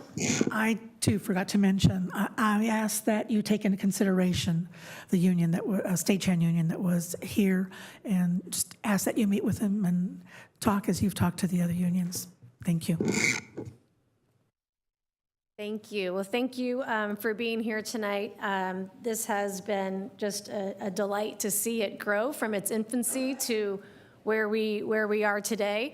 I think there's a lot of excitement in the city of Anaheim, even around parking structures. I often say the first time I drove down Catella and saw the crane up, it just made it so much more real. So it's an exciting thing for Anaheim to be a true destination for Orange County, to have people from all over Orange County, to have a place to come, to eat, to play, to be blessed with world-class entertainment, I think is going to be an economic boon for the city of Anaheim. And so I am excited to see it all come to fruition. Also, you know, tonight we had the second reading and now have an official affordable housing ordinance going forward. So lost a little bit on consent calendar, but something that I've championed for a long time. And we didn't have to with this project. You did it because it was the right thing to do. And so I really appreciate your partnership in that. Just wanted to echo my council colleagues' comments. It is so important on a project like this to have it under a PLA, but do want to make sure that not only are we respecting good jobs and good pay for those that are building the project, but we are taking into consideration those that are going to be showing up day in and day out for the next few decades, to make sure that we're bringing them to the table and we're including them so that they can be able to have not only a wonderful, good paying job with benefits at OC Vibe, but hopefully be able to live quite close and cut down on that commute. So I don't believe there's any other further comments. Would someone like to make a motion and a second? I'll make the motion. Second. Okay, please vote. A resolution of the City Council of City of Anaheim approving and adopting addendum number 13 to the previously certified final subsequent environmental impact report number 339 and confirming that the mitigation monitoring plan number 383 remains valid for OC Vibe mixed use project inclusive of amendment number 1 to the OC Vibe master site plan. A resolution of the City Council of the City of Anaheim amending the general plan, land use and green elements in the city's bicycle master plan. A resolution of the City Council of the City of Anaheim amending the Platinum Triangle master land use plan and making findings in connection therewith. A resolution of the City Council of the City of Anaheim approving an amendment to the previously approved conditional use permit to add banquet facility to the list of conditionally permitted uses within the OC Vibe project and making certain findings in connection therewith. A resolution of the City Council of the City of Anaheim approving an amendment to the previously approved minor conditional use permit for the OC Vibe coordinated sign program and murals, making certain findings in connection therewith. And the action also includes introduction of 2 ordinances amending Chapter 18.20 and approving and adopting the amended and restated development agreement number 20200004. And the vote is 7 ayes, no nays, motion carries. So for those of you that do not attend a lot of city council meetings, that is why she's California's City Clerk of the Year. That was a mouthful.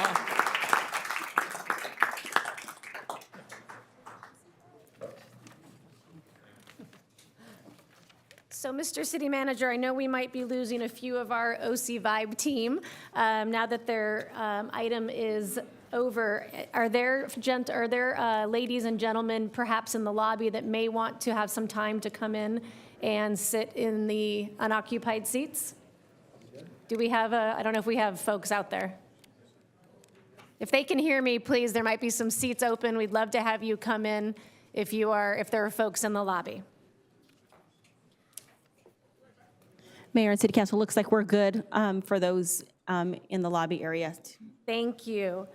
So, Madam Clerk, can you just let us know right now before we move on to item 31, what are the public comments that we have right now?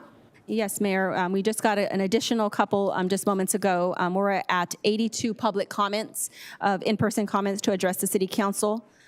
15 of those are within the noticed area and 67 are outside the noticed area. Okay. So we are looking, so just for the folks that are here on the Deer Canyon project, we are looking at over about 6 hours of public comments. And I never like to shorten time periods because I know this is a very passionate subject and you guys have been waiting very long to speak with us. But I just would like to, before we get started, I'm going to ask our development team first because you have 20 minutes and 10 minutes. If you could consider doing 15 minutes and 5 minutes going forward, as well as those that are in the noticed area. If you could keep your comments, if somebody has said something, feel free to just echo their comments, not use your full allotted time. I just want to make sure that for those of you that are here, we are getting you an answer and getting you a decision that's not too far into tomorrow, because right now we are going to be going into the early hours of tomorrow. So if we could just keep that in the back of mind, that would really help make sure that the residents of Anaheim that are here today waiting for a decision are getting that decision tonight. So item 31, as I said, is also a public hearing. Will the clerk please read? Thank you, Mayor. Item number 31 is a public hearing for development application number 2021-00137, final environmental impact report number 33355, and mitigation monitoring program number 390, general plan amendment, Hills Preserve Specific Plan, zoning reclassification, zoning code amendment for chapter 18.124, tentative track map number 19228, a final plan, discretionary tree removal permit, and development agreement. And this is for a project that is located 76 acres property along the south side of the Santa Ana Canyon Road, generally between Eucalyptus Drive and to the west and Festival Drive to the east. Mr. City Manager, may we please have a staff report? I'd ask for a staff report from Deputy City Manager White, please. That'll actually be me. Acting Planning and Building Director Heather Allen. Good evening, Mayor, With me this evening are the aforementioned Deputy City Manager White, Nick Taylor, the project planner to my left, and Assistant City Attorney Leonie Mavahill. Behind me are a number of our colleagues involved in the technical review of the project who will also be available at the conclusion to answer any questions you may have. So this item, as mentioned, is the consideration of the Hills Preserve project. The project site is 76 acres and is located on the south side of Santa Ana Canyon Road, generally between Eucalyptus Drive to the west and Festival Drive to the east.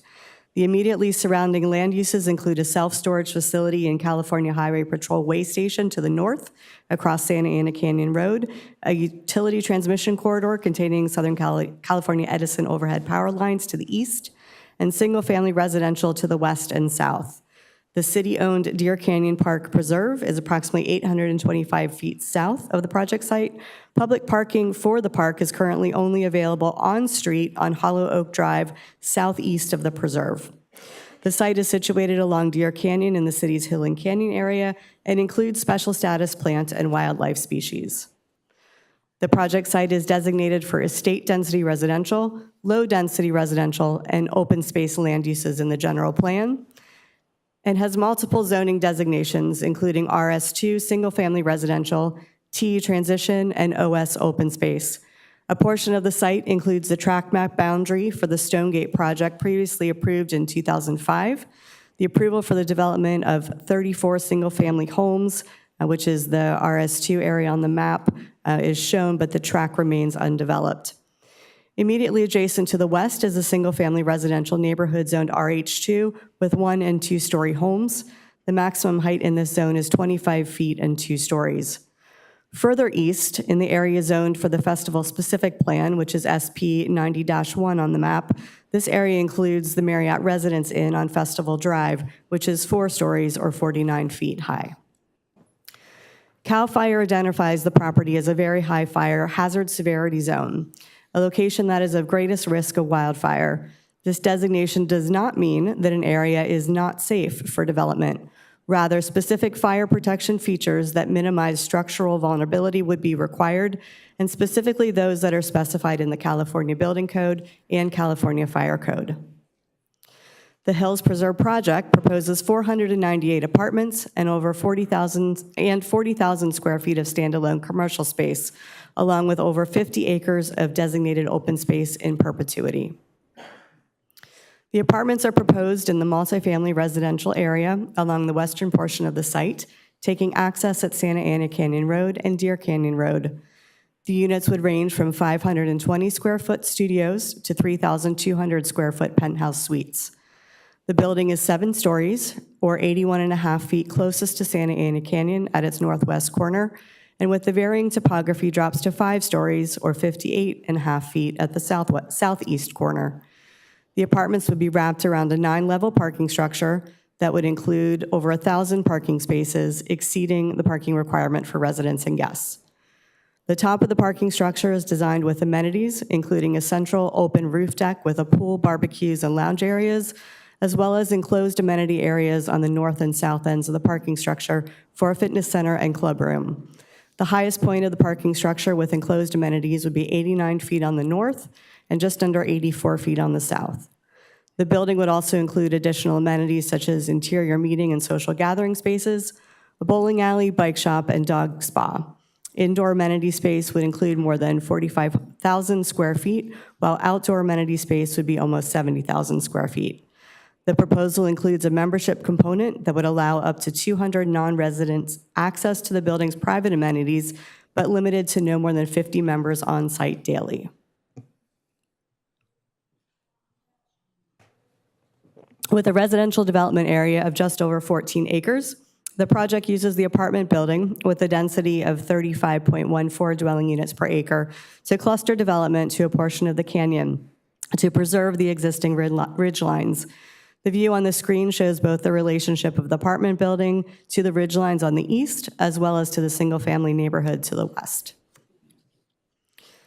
The apartment building would require excavation and soil export of approximately 5,114 cubic yards, as well as construction of terraced retaining walls on the western and eastern sides of the building.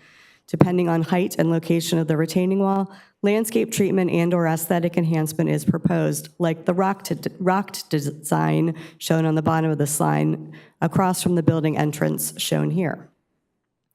The project proposes to deviate from the multifamily development standards, most notably with respect to building and retaining wall height. The RM4 multifamily zoning, which is the typical multifamily zoning for this density, allows a building up to 40 feet in height, while the project proposes up to 95 feet structural height. Retaining walls are also proposed at a cumulative maximum heights of 65 to 85 feet, depending on location, with maximum heights of any single wall between 14, 30, or 50 feet, well in excess of city standards.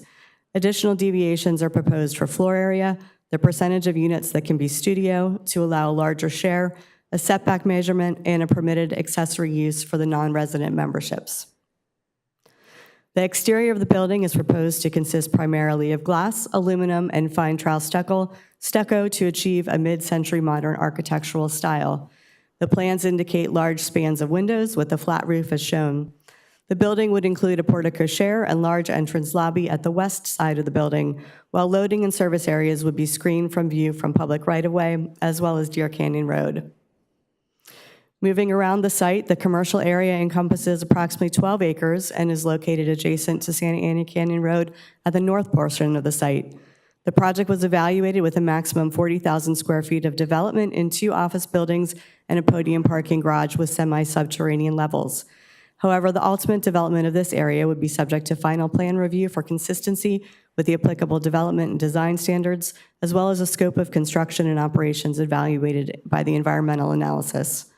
The commercial area would provide opportunities for a wide range of commercial uses and would allow for development up to a maximum 0.5 floor area ratio and comply with a maximum height of 35 feet, consistent with the scenic corridor requirement for commercial zones. Like with the multifamily area, the project proposes to deviate from city retaining wall standards with a maximum cumulative height proposed of 60 feet at the rear of the building, with a maximum height of 10 feet for any single wall visible from Santa Ana Canyon Road and 20 feet for any single wall not visible from the public street. The code allows a maximum height of 6 feet for retaining walls publicly visible or 10 feet in a hillside area that are not visible to the public. An additional deviation is proposed for setback measurement. The conceptual buildings would require an excavation and soil expert of approximately 330,000 cubic yards, as well as construction of terraced retaining walls to the rear of the buildings to accommodate the proposed street, office buildings, parking, and related improvements. The multifamily building would be classified as high-rise pursuant to the California Fire Code. Given the high-rise classification and the overall project being located within the very high fire hazard severity zone, the project would incorporate design features to enhance wildfire resilience. The project would include a fuel modification plan where zones would be established and maintained to provide buffer areas, minimize the risk of fire spread. Risk of structure damage from fire is reduced when such fuel modification zones and defensible space are implemented, providing fuel breaks in the event of a wildfire. Additionally, all structures would be designed with enhanced ignition-resistant construction standards required by the building code. These requirements would address roofs, eaves, exterior walls, vents, windows, doors, etc., which would result in hardened structures that have been proven to perform at high levels to resist ignition during the typical short duration and exposure to burning vegetation. Similar to the multifamily area, the commercial area would also include a fuel modification plan where zones would be established and maintained to provide buffer areas, minimizing the risk of fire spread. The buildings would be designed with enhanced ignition-resistant construction standards required by the building code.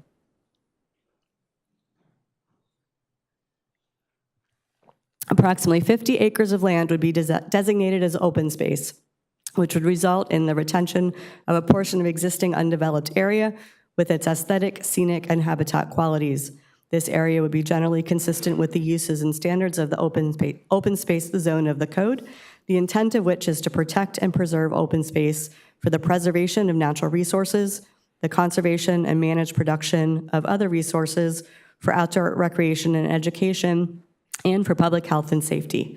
The project anticipates that use of the open space area could be further limited by a conservation easement or similar as imposed by the biological resource agencies in furtherance of applicable state or federal laws and regulations involving the presence of special status species on the property.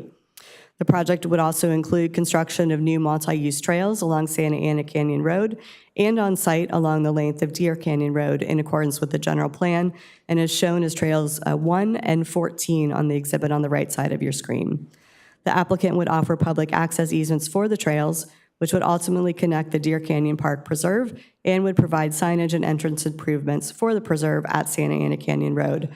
Sidewalk improvements would also be constructed along both sides of Santa Ana Canyon Road and one side of Deer Canyon Road.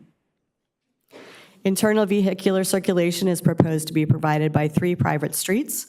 A north-south street proposed as Deer Canyon Road from Santa Ana Canyon Road to the property's southern boundary along the west side of the property. An east-west frontage road called A Street near Santa Ana Canyon Road, and a service road, currently B Street, on the east side of the apartment building. Access to the project would be provided by 2 new private streets intersecting at Santa Ana Canyon Road. Primary access would be provided by Deer Canyon Road, located approximately 500 feet east of Eucalyptus Drive, and would include a new traffic signal. Secondary access would be provided by the proposed A Street, located approximately 1,000 feet west of Festival Drive, and restricted to right turn in and right turn out. The proposed raised median on Santa Ana Canyon Road will be designed to allow for full access for emergency vehicles off the secondary access. The applicant provided a preliminary construction schedule indicating that the project would be built in phases with the multifamily residential use along Deer Canyon Road, multifamily residential use along with Deer Canyon Road A and B streets to be developed first and anticipated to take approximately 3 years. The commercial use would be developed in the second phase. Total construction time is anticipated to take approximately 5 years.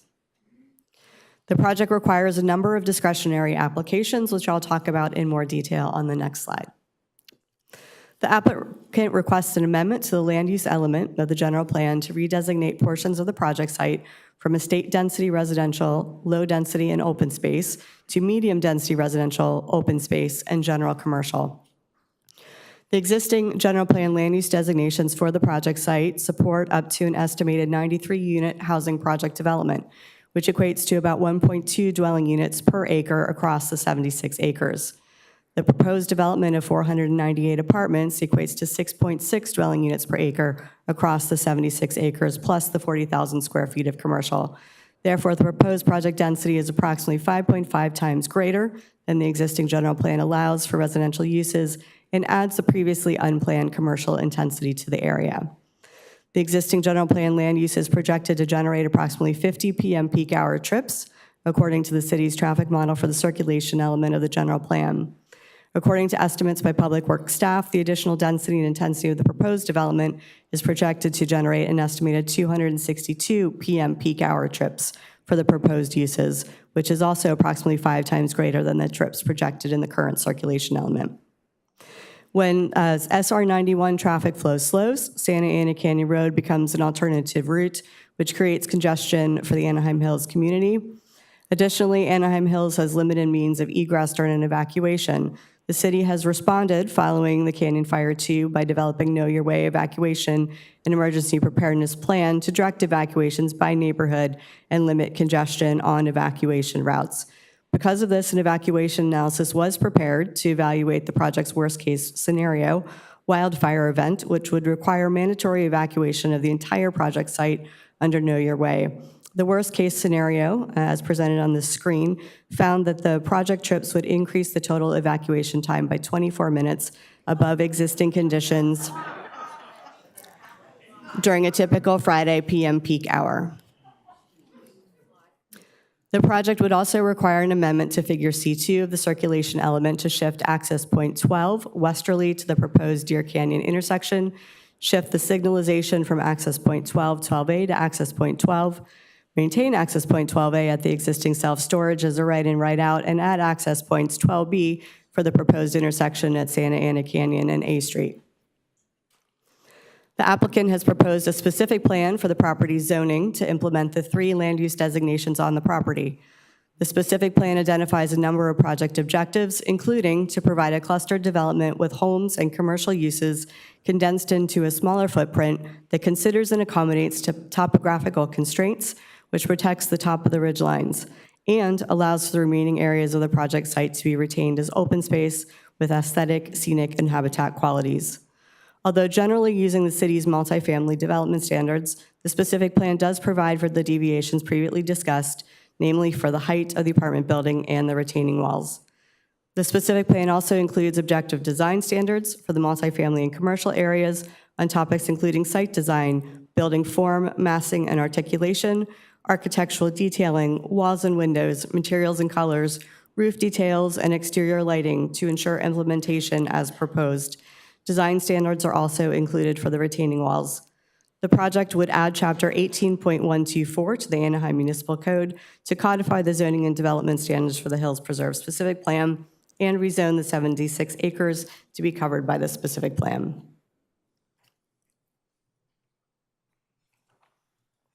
The project includes a tentative tract map to subdivide the property generally into the 3 development acres in accordance with the specific plan and to provide for internal circulation with the private streets. Recordation of this map would eliminate the single 4-family lots approved in 2005 for the Stonegate project. The project includes the final plan for the multifamily development area to permit the construction of the apartments and associated improvements. The final plan includes items such as a site plan, floor plan, elevations, and landscape plan to demonstrate compliance with the guiding principles and standards proposed in the specific plan and in the municipal code. Approval of the discretionary tree removal permit is required to remove 68 trees on the project site within the scenic corridor, which the code defines as specimen trees which are not dead, diseased, weakened, or otherwise posing a threat to persons or property. These trees would be replaced with a minimum of 322 trees, or 4 times the number of specimen trees removed, whichever is greater, with a minimum 24-inch box size. The applicant requests approval of a development agreement, which is a contract between the city and the property owner and provides certain certainty to the developer for the approved project. In exchange for that certainty, the city is eligible to receive additional benefits beyond what would otherwise be required through existing regulations and ordinances. The initial term is proposed as a period of 5 years. If the vertical construction of the apartments has commenced subject to a building permit by October 1, 2029, the term would be extended for an additional 10 years. Community benefits associated with the project include a $500,000 contribution to the city's Affordable Housing Trust Fund, the construction and maintenance of Deer Canyon Road and Trail, providing a public connection from Santa Ana Canyon to Deer Canyon Park Preserve, the construction and maintenance of improvements to Santa Ana Canyon Road, including a trail on the south side of the street terminating west of the Festival Shopping Center, a sidewalk on the north side of the street from Eucalyptus Drive to the new traffic light, and a new crosswalk and signalization at the traffic light. The developer will also enter in an operations and maintenance agreement for the Deer Canyon Road and Santa Ana Canyon Road signalized intersection, provide over 50 acres of land designated as open space in perpetuity, maintained by the developer. Developer will provide a one-time fire protection enhancement and payment in the amount of $2.2 million to be used by Anaheim Fire and Rescue for the purchase of firefighting equipment, personnel, training, and similar resources intended to support and enhance the city's fire protection and response capacities to protect the project site and surrounding neighborhoods. Staff has prepared an EIR in accordance with CEQA and the CEQA guidelines. The draft EIR was presented to the Public and Planning Commission at the July 15th workshop. During the 45-day public review, the city received comments from 5 agencies, 332 individuals, and 57 commenters at the workshop. The city received 2 additional letters outside of the comment period and provided responses, though not required. All comments and responses have been included in the final EIR provided as part of the staff report. None of the information contained in the final EIR constitutes significant new information, changes to the analysis or conclusions of the draft EIR, or otherwise raises any issues that triggered a requirement for recirculation of the document under CEQA. I would also note that we've received numerous comments in the last few days. Staff has reviewed them following the publication of the staff report, and these letters do not raise similarly any new issues or any requirement for recirculation of the EIR. Of the 20 topics evaluated, the draft DIR found 2 topics with no impacts and 6 with less than significant impacts.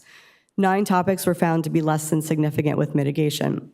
However, even with the implementation of comprehensive mitigation measures, impacts related to the 3 topics would remain significant and unavoidable. These are construction and operation air quality, operation greenhouse gas emissions, and transportation. To reduce impacts, feasible mitigation measures have been included in the EIR. Some of the measures have been summarized on the screen and include developer obligations for habitat preservation and restoration for the special status species, providing closed-circuit TV cameras at various locations throughout the public right-of-way, maintenance of fuel modification zones along the entire western boundary of the project site, payment to assist the fire efforts to educate and conduct community evacuation exercises, and construction of trails and sidewalks.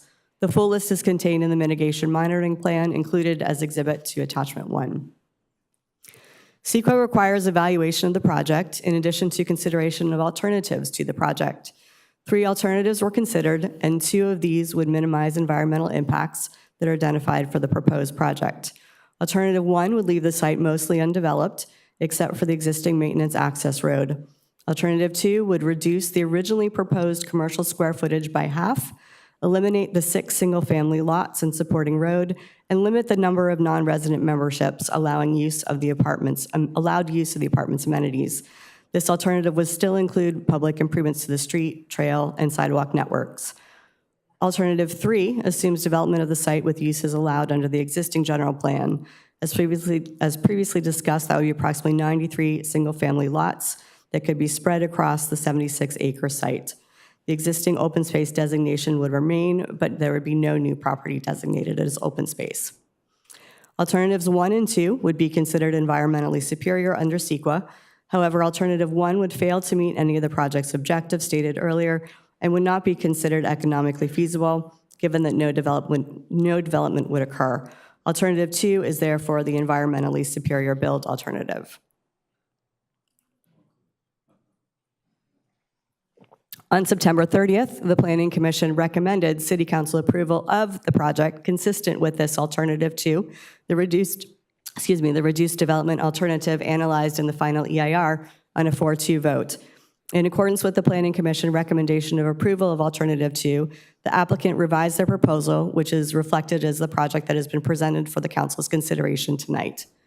The Planning Commission also recommended that the City Council certify final EIR number 355 and adopt findings of fact, a statement of overriding considerations, and mitigation monitoring plan number 390 on a 5-1 vote. The Planning Commission also recommended adding the following conditions of approval to the project approvals, both of which have been incorporated into the project as presented. First, that the owner-developer provide a covenant requiring preservation and maintenance of the open space area to ensure that future development is restricted in perpetuity. And 2, that the owner-developer evaluate the tree removal plan to determine if any additional trees could be preserved or replanted on the site. When a project has significant and unavoidable environmental impacts, as has been identified in final EIR number 355, a public agency must balance the benefits of a project against these impacts in determining whether to approve the project. This is done through the adoption of a statement of overriding considerations. The following project benefits are presented on the screen and are identified for council consideration and are also included in the final EIR. Construction of 498 new units classified as above moderate income to help achieve RHNA requirements, and a contribution of $500,000 to the city's Affordable Housing Trust Fund. A rezoning of approximately 50 acres to open space to be preserved and maintained in perpetuity. Enhancement of bicycle, pedestrian, and equestrian connectivity with new and/or improved streets, sidewalks, and multi-use trails, facilitating access to residential trail systems, park and recreational amenities, as well as nearby residential and commercial developments. Development with high-quality architecture ensured through objective design standards, protection of ridge lines, clustering of units, and open space preservation. Payment of impact fees, estimated approximately $7.5 million, plus the aforementioned $500,000 housing trust contribution. Improvement of wildfire resilience with construction methods and fuel modification, plus over $2.2 million paid towards fire equipment, personnel, and community training. Enhancement of traffic safety with a new signalized intersection at a new public entrance to Deer Canyon Park Preserve. and new public access to Deer Canyon Park Preserve, in addition to new employment opportunities from the initial construction and long-term operation of the commercial and multifamily facilities, and further support of the long-term viability of commercial uses in the vicinity at the Festival Center. Before I conclude, a common theme throughout the public dialogue on this project revolves around the existing condition with respect to evacuation. We wanted to share several projects in the short, near, and long term already underway that will help continue to evolve the Know Your Way evacuation and emergency preparedness plan to direct evacuations by neighborhood and limit congestion with some additional evacuation routes. The access road to the 91 way station along Santa Ana Canyon Road was recently paved and has been identified as a direct emergency route to the freeway for the Deer Canyon area. Our public safety and public works teams have been in contact with our partners at California Highway Patrol and Caltrans and received concurrence on the use of the access road during an emergency evacuation. This was previously a dirt road, which prior to paving was not a viable emergency route.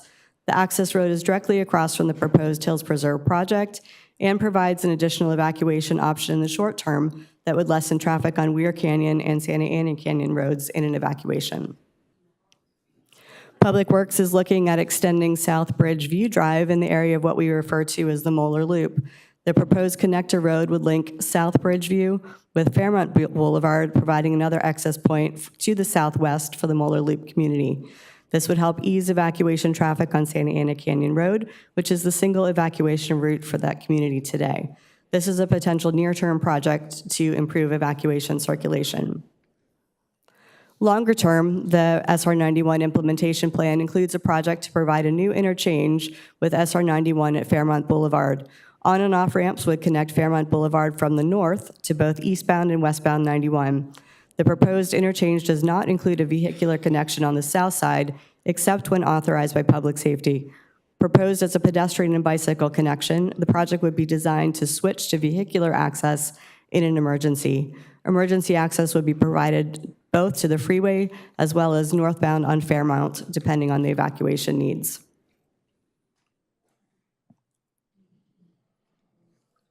The staff report provided to the Planning Commission recommended that the Planning Commission deny the request to amend the city's general plan based on staff's belief that the required findings for the general plan amendment with respect to public interest, health, safety, convenience, or welfare, and site suitability have not been established, thereby denying the project.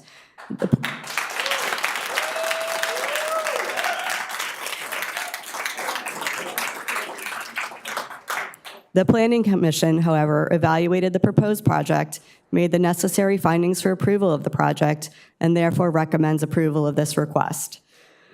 This concludes staff's presentation. We are available to answer any questions that you have at this time.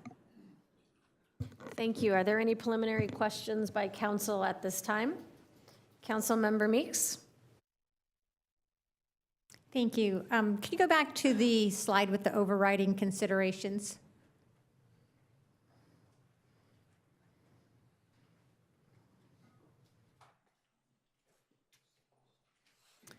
So they've listed the payment of impact fees as an overriding consideration, but aren't the impact fees really offsets for the impact of the project?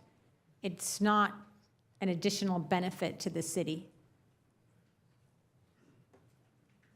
Certainly, and these are items for council consideration, so ultimately that you could add or remove from this list should you wish to go that But that's route. what they are, right? I mean, Correct. They are the impact they fees. are offset for the impacts of the project. Project. So if there wasn't a project, there wouldn't be $7.5 million in impacts. Okay, just wanted to clarify that. Thank you. Thank you. Councilmember Rubacalva? So I just have a question about the proposed interchange. I think it was the last proposed interchange that you mentioned. Can you put that slide back up? Is it Fairmont? Yeah. And it goes over the freeway. So that would work. I mean, I'm just looking at, I drive that 91 freeway, and I noticed that the 241 connector to the 91 is still incomplete and has been for several years. So what is the likelihood that this connector would even occur? Sure, I'll invite our colleagues from Public Works who can come and answer that.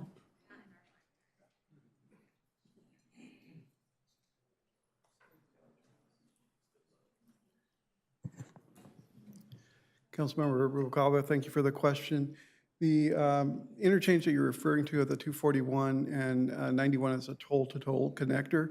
And what's holding that project up right now is basically agreements between the Toll Road Agency, OCTA, and Riverside Transportation Authority. So, but that project has the environmental completed. As soon as they get their agreements worked out, the funding's in place to move that project forward. This would be a separate project. This project is identified in the 91 implementation plan. It's a long-range planning document for improvements on the 91 and would be funded from the toll road excess toll revenues. But it would still require us to work with TCA and OCTA. So that's 3 separate agencies, including the city of Anaheim. I mean, because I just anticipate it'll be the similar red tape to get it complete. Definitely a lot of red tape. Not TCA, wouldn't impact TCA, but it would require coordination with Caltrans, the Flood Control District, and Army Corps of Engineers, because the bridge would also go over the Santa Ana River. Okay, and would the city of Anaheim have to pay any of the fees to develop that bridge or whatever it is? Our proposal now is because it's an interchange with the 91 freeway, that it benefits traffic on the 91 freeway, qualifying it for the toll road excess revenues. And the toll road is Caltrans toll road or TCA's toll road? It's OCTA owned. Okay, thank you. You're welcome. Thank you. Seeing no other comments, before we move to the applicant, are there any ex-parte communications that council needs to disclose?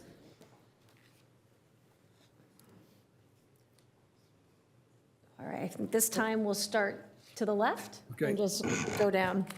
Thank you, Madam Mayor. Yes, over the last 3 years or more, I've met with the applicant a number of times. Thank you.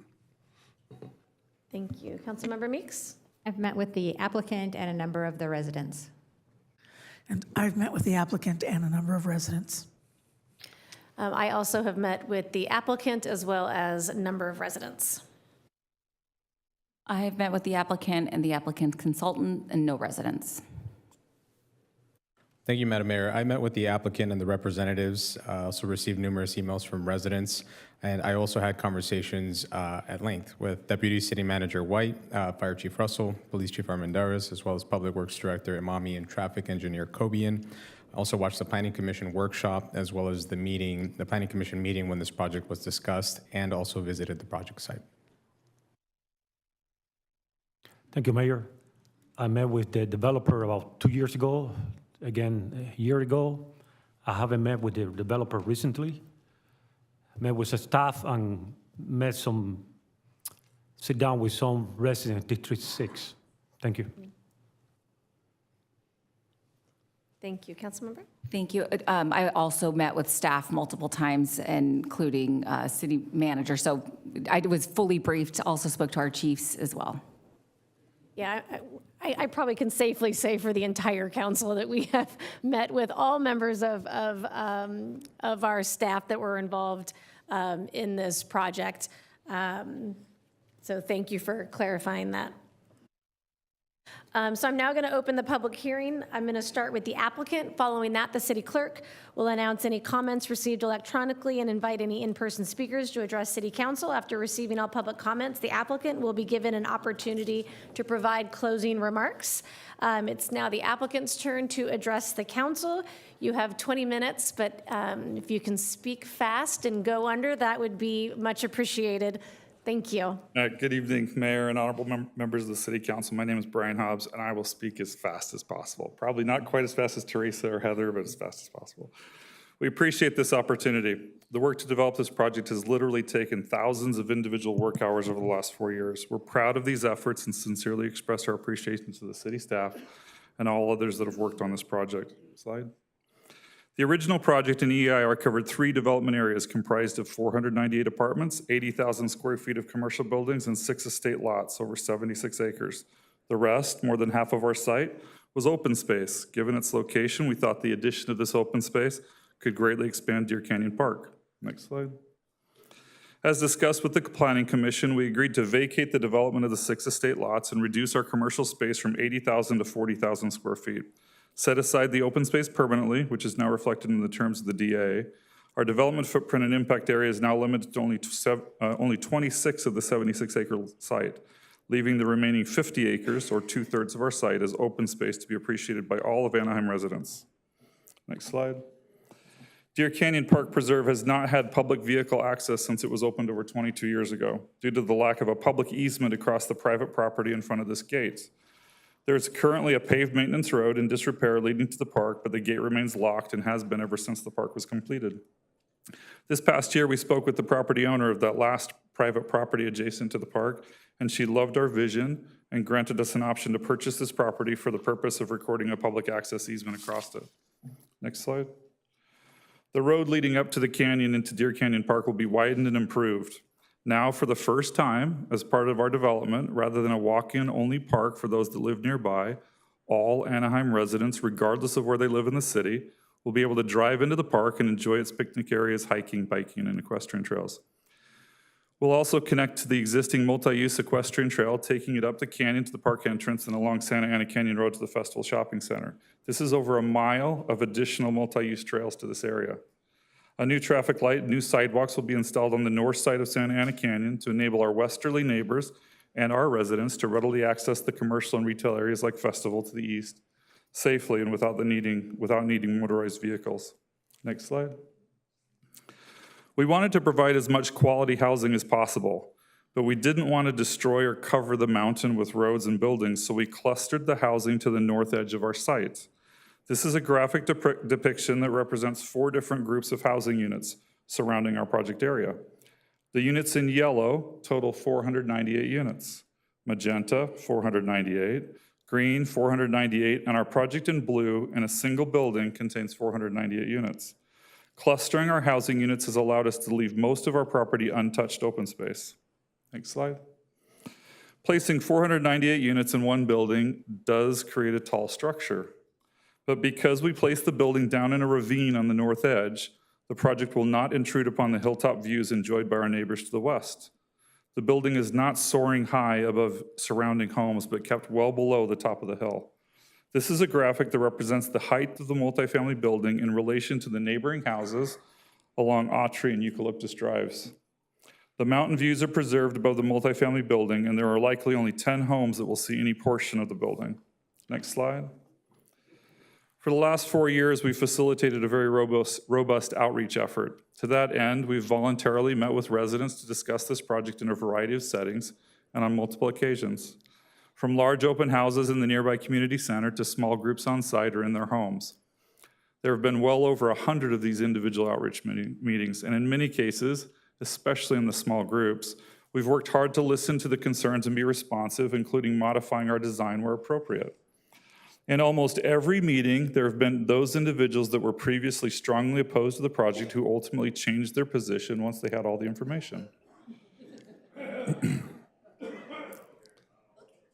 Our social media outreach and request for support has been well received. In that outreach effort to date, we've contacted over 150,000 Anaheim residents and received thousands of support letters from residents in all 6 districts. And Sorry, just a second. Folks, I know that there's a lot of passion around this project, but I'm going to be really respectful that nobody interrupts you when it's your time to turn. And so I would please ask that we give that same respect to the person presenting right now. Thank you. In that outreach effort today, we've contacted over 150,000 Anaheim residents and received thousands of support letters from residents in all 6 districts, as I'm sure you've seen in your inboxes. We voluntarily chose to enter into a project labor agreement with a preference to support employment for union members that are Anaheim residents, and excited to have the most qualified and capable tradesmen build our project. We also appreciate the support we've received from a variety of groups, including the Anaheim Police Association, LAOC Building Trades, Apartment Association of Orange County, California Apartment Association, Pacific West Association of Realtors. Next slide. Tonight, as you will be determining whether you agree that the EIR reflects a thoughtful, accurate analysis for the project's impacts, and determining whether the Hills Preserve project is beneficial to the public interest, we wanted to run through the renderings of our design to show you how special the Hills Club and Resort will be for the city of Anaheim, and particularly to Anaheim Hills, and what it will be like for our residents to call this place their home.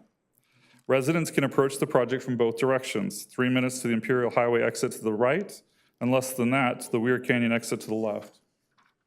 Next slide. Hikers, bikers, and horse riders can use the new trails both to the park and to the shopping center. Next slide.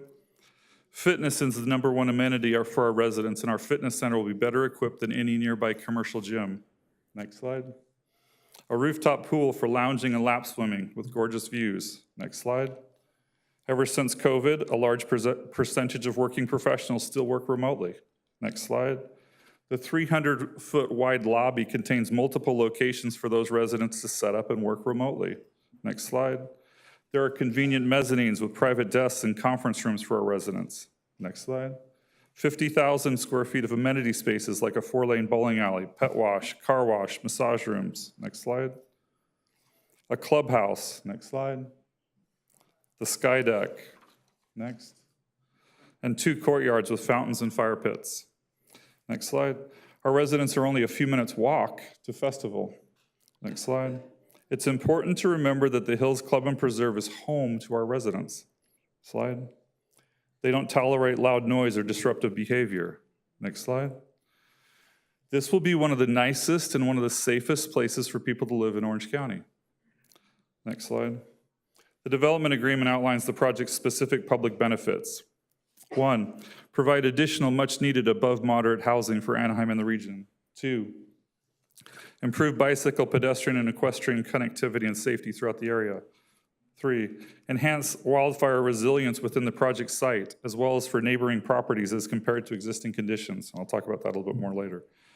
4, protect existing hilltop vistas and land contours that contain natural habitat for special status species and minimizing, to the extent feasible, environmental impacts. Next slide.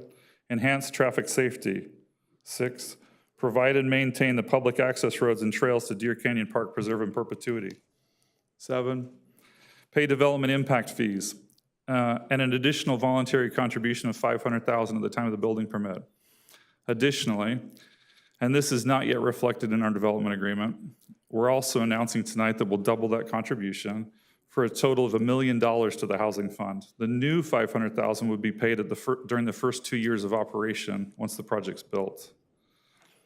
8, create employment through a signed project labor agreement, long-term operation and management of the commercial and multi-use, multi-family facilities, and additional customer base for the retail areas. 9, 50 of our apartment homes will be discounted for Anaheim's first responders to enable those who protect and serve our community to live in that same community. Next. The EIR, DA, and other materials before you were prepared over the course of the last 2 years. The findings within the EIR were prepared by city staff, its CEQA consultant, and many, many other experts, including traffic engineers, wildfire technicians, environmental biologists, urban planners, legal consultants, etc., and then back-checked by additional experts and all city departments. We agree with the informed findings documented in the EIR. Next slide. This is a project that requires a nuanced consideration of complicated issues.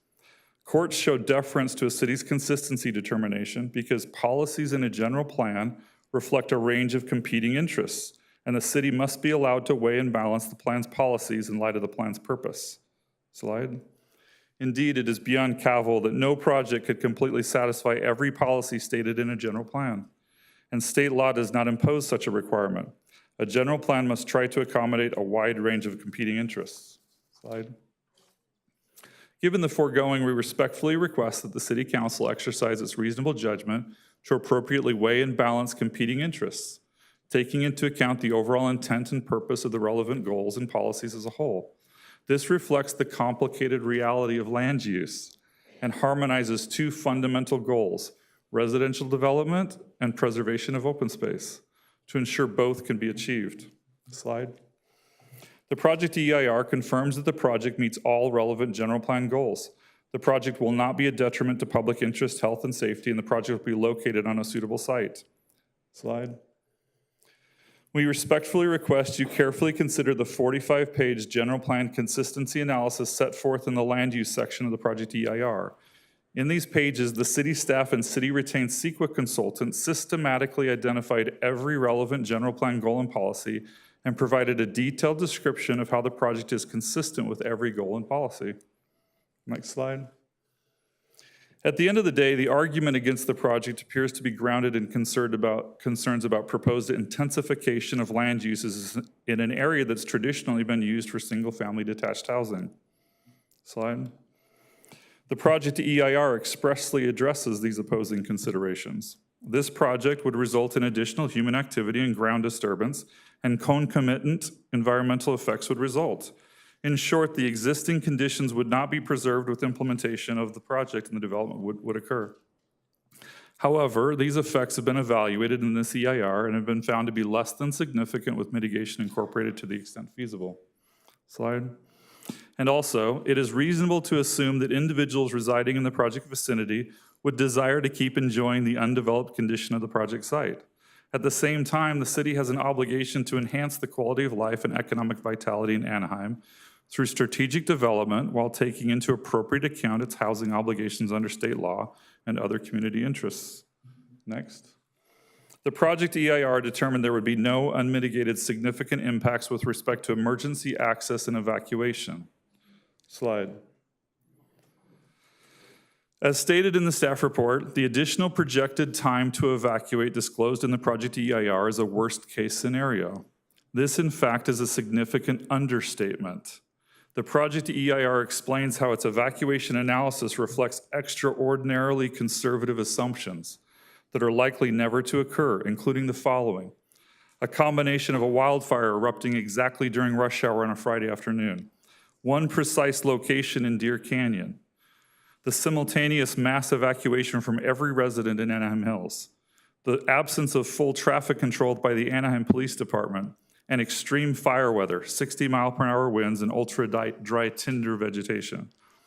Under these extremely unlikely circumstances, the modeled total evacuation time, which was predictably high with these assumptions, was over 3 hours as the baseline without the project, and then reflected a projected increase of 21 minutes, accounting for alternative 2, after the project is built.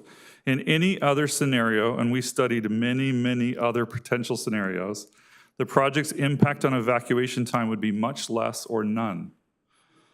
Next slide. The project EIR notes the following, for example. Under actual emergency circumstances, evacuation events are typically more strategic, surgical, and phased than mass evacuation scenarios that were conservatively modeled for the project. Next slide.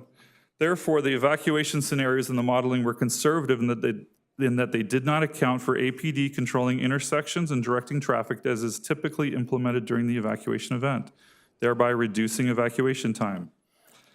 Slide. A focus solely on evacuation misses the point and is contrary to the city's own wildfire strategy. Intrinsic elements of the project substantially enhance the wildfire resiliency of the entire area as compared to existing conditions, thereby reducing the need for evacuation at all. Next slide. While additional congestion would occur during an evacuation event, as discussed above, various project design features actually enhance emergency access and wildfire resilience for the project site and surrounding neighborhoods, thereby decreasing the need for evacuation in the first instance. Again from the EIR. Next. Therefore, the project has been designed to generally develop buildings on lower elevations of the project site, working with the topography of the project site to minimize wildfire risks related to these physical phenomena. In addition, the project would result in several benefits that relate to nearby communities' overall wildfire resilience. That would reduce the risk of loss, injury, and death for future project visitors, residents, visitors, and employees, as well as the overall surrounding community. Next slide. The project's design features clearly improve the area's wildfire resiliency. The project enhances the existing street network and enables better site access in the event of a fire. It provides active fuel modification zones around the building, removing fire-prone vegetation that currently exists and creating buffers against a fire. It adds numerous new fire hydrants and access roads for actually fighting the potential fire. Currently, there are no hydrants on the existing site. It removes highly combustible vegetation from the site and replaces these with non-combustible or fire-resistive buildings, hardscapes, and landscaping. The project consists of buildings that are fire-hardened. The multifamily building is a combination of a Type 1A and a Type 3A design, highly fire resistive or altogether non-combustible, enabling our residents to shelter in place in most instances. It employs many additional fire protection features such as a fire command center, smoke evacuation systems, full coverage fire sprinkler systems throughout the structure, areas of refuge, emergency water storage on site for firefighting, etc. It provides an effective fire break for the homes to the west. It contributes $2.3 million to Anaheim Fire, as they requested, for equipment and personnel costs, including training, to help the city detect and fight future fires. Next slide.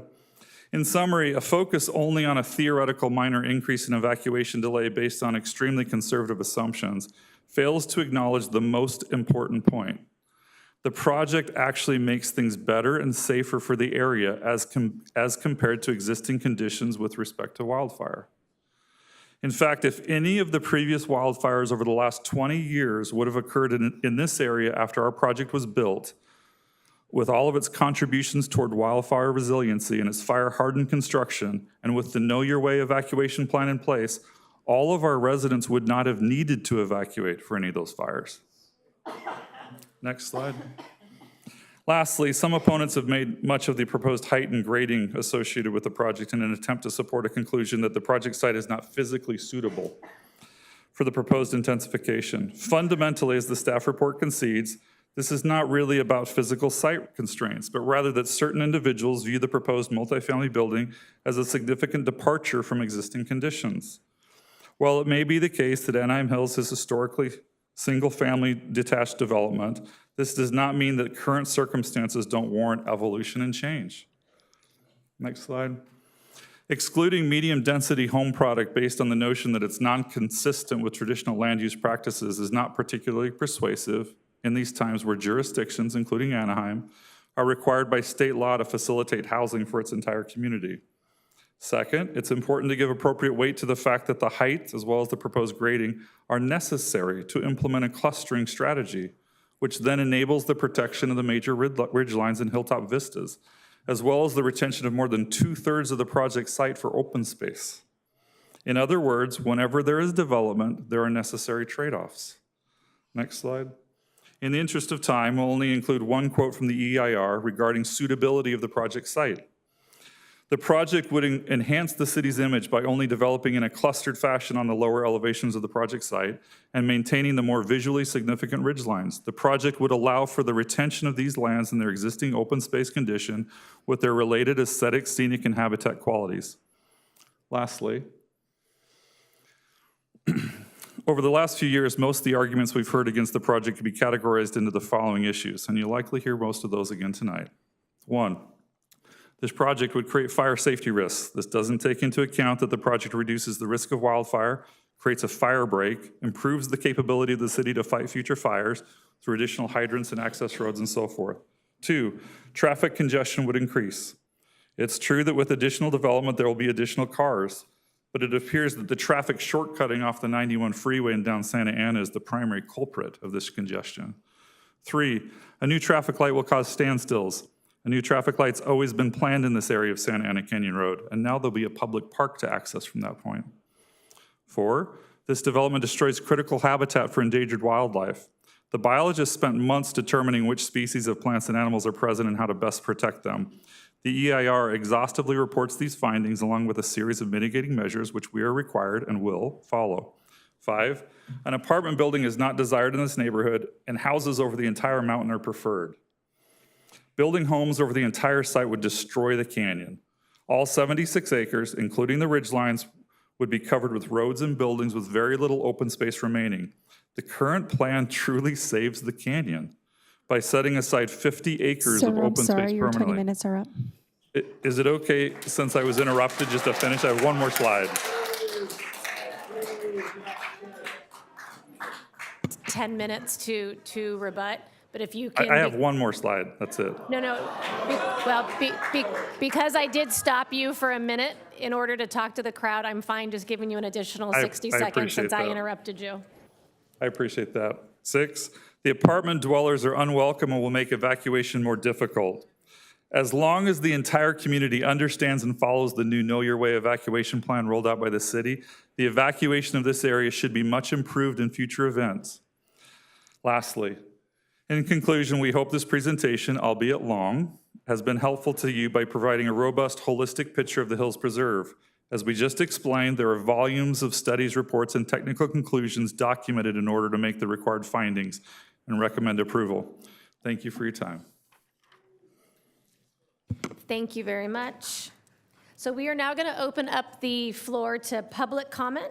So clerk, can you please call forward the speakers and announce any electronic public comments? Yes, Mayor, noting for the record, we did receive 476 electronic comments on the public hearing. And in the noticed area, we have a total of 17 speakers in the noticed area that are addressing City Council, Mayor. And we'll call those members first, and then we'll call those outside the noticed area once we conclude that. Thank you. And those in the noticed area do have 10 minutes per speaker to address the City Council, with the first speaker being Rick Clark. So just to make sure, so I don't know if everybody can see the slide up there. Could you just keep calling maybe the 2 or 3 speakers so people can get in line when they're next? I'm not sure if everybody can see that slide. So we have Rick Clark, Doug Hill, and Tammy Hill. And I'll be calling the speakers by 3. If they can please step forward when I call their name and they see their name here at the projection screen behind me. Hi, I've lived in the city and my wife for virtually all of our lives in 4 of the 6 districts. We've been in Anaheim Hills a long time. We didn't get there because it was some enclave, but because it was cheaper than everywhere else. And there was nothing there. There were no developments on Santa Ana Canyon when we moved there, no Fairmont. That came later. So did the festival, so did the storage unit, so did everything on Weir Canyon, and no one ever complained about those projects because they fit the general plan and the scenic corridor that was put in place by a brilliant, prescient council many, many years ago that determined that this area should stay and remain special. And it is. It doesn't have anything like this. This is a monstrosity being put in our backyard. And to be honest, if they want to build the 34 or plus houses, we're all for it. Because it's not a multi-unit kind of thing like this going up 6 stories. There's nothing like it in Anaheim Hills. They said 4 stories for the hotel. That's because it's on a hill also. It doesn't belong. And I want to commend the professionals at the city, Mr. Taylor and all the people that work with him, because they took a nonpartisan, unbiased, unlobbied version of this and concluded that it's not good for us. It's going to change our lives, it's going to ruin our lives, and no matter how nice he makes it sound, it's not better for us. Only one fire in 1982 burned as far as this property. It burned right onto that property. But there was nothing between us and Corona in those days. There's so much infrastructure now, his building that won't burn. It's specious. Nobody cares. The fire's not going to get there, but the 1,500 cars that we'll have to evacuate from there will change our lives. We've evacuated ourselves, packed up our cars. Our son had a condo up on Weir Canyon. We evacuated him when he lived there because the fire's coming. And people panic, and this know your way, we know our way, but we can't get to our way. And we can't get out of the way. It's just so not right. Commissioner Kring also showed great disdain for us when in the Planning Commission meeting, like we were snobby. We didn't want development of any kind. We got ours. We don't care about single-family developments. We'd love to have that. We just don't want this one. The city is also, shouldn't be ashamed. I mean, they've got this OC Vibe, which obviously has lots of low-income housing. You've got big projects at Anaheim Boulevard and La Palma. You know there's low income included. Projects at the former Cornelia Connolly, There's one on Orange Avenue. There's the one at Lincoln and Sunkist that's going up, and one that's already done on South Street that's leasing, plus everything in the Platinum Triangle. So you got lots of low-income housing. You don't need these guys threatening you and extorting you to build this building because you're not meeting some other criteria. You got lots of this stuff going on, lots and lots. So we shouldn't have to feel like that. I saw a lot of smug faces over here as I saw them come in tonight, like they feel like they've got this in their pocket. And a lot of scared people over here that hope they don't. They really hope they don't. That you listen to the city, the people, the experts that are paid to tell you this is not good for us. They put in a lot of money. Well, that's on them, but they can still build houses. They can build all the low-income houses there they want. And if they want to make contributions, we're still okay with that. And if they really are these philanthropists that they claim they are, then they would be willing to do that. They're trying to intimidate a city with 2 professional sports teams and the most famous theme park in the world, and bully us or you into building this project that will hurt Anaheim citizens. And when you're looking at this, I'd like you to think of the Hippocratic Oath for doctors.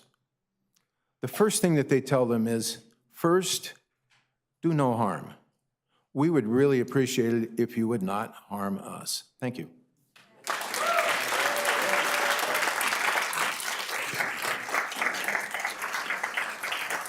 Doug Hill, Tammy Hill.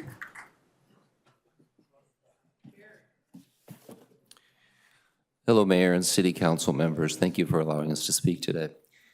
Our community has prepared some binders for each of you to make some very strong and valid points, a lot of which contradict the EIR reports. We'd like to pass these out to them as well as one to the city attorney, please. My name is Doug Hill. I've been a resident of Anaheim Hills since 1996. Our home resides on South Eucalyptus Drive and is one of the homes that will be looking out over this project, but one of a lot of homes that will hear this project day after day. When we bought our home back in '96, we asked the real estate agent, what was this vacant land here zoned for? And they told us R2, the type of area home that we were moving into, which we accepted as true in fact, and indeed, up to this point, it has been that. Since we've lived there, we've had to evacuate twice, once in 2008, once in 2017. For those of you who have never had to evacuate in a fire, it is probably one of the most stressful things that you can possibly live through. From the minute the wind starts to blow and the smoke comes in and the police come up the street and tell us to evacuate, it is a very intense and emotional time. In 2017, when it came time to evacuate, it took me 30 minutes just to get off of South Eucalyptus Drive and on to Santa Ana Canyon Road. And then from there, it took another hour to get from South Eucalyptus Drive to Imperial. Know your way. We all know the way. It's to go away from the fire. The Santa Ana winds always come from the east. Everybody evacuates to the west. That's the way we all go. 3 years ago, a representative from SALT came knocking on our door and telling us about this exciting new project that they were going to build, a 500-unit apartment complex, basically increasing the population in that immediate area by 20%. We were immediately concerned. After living through evacuations, we recognized the critical nature of this development and how it would impact the safety of our community. So we rallied up the community, let everyone know what was going on. SALT had scheduled 5 meetings to address community concerns. After 2 of those meetings, they canceled the other 3 because of the pure outrage and concern that the community presented. Basically retreated.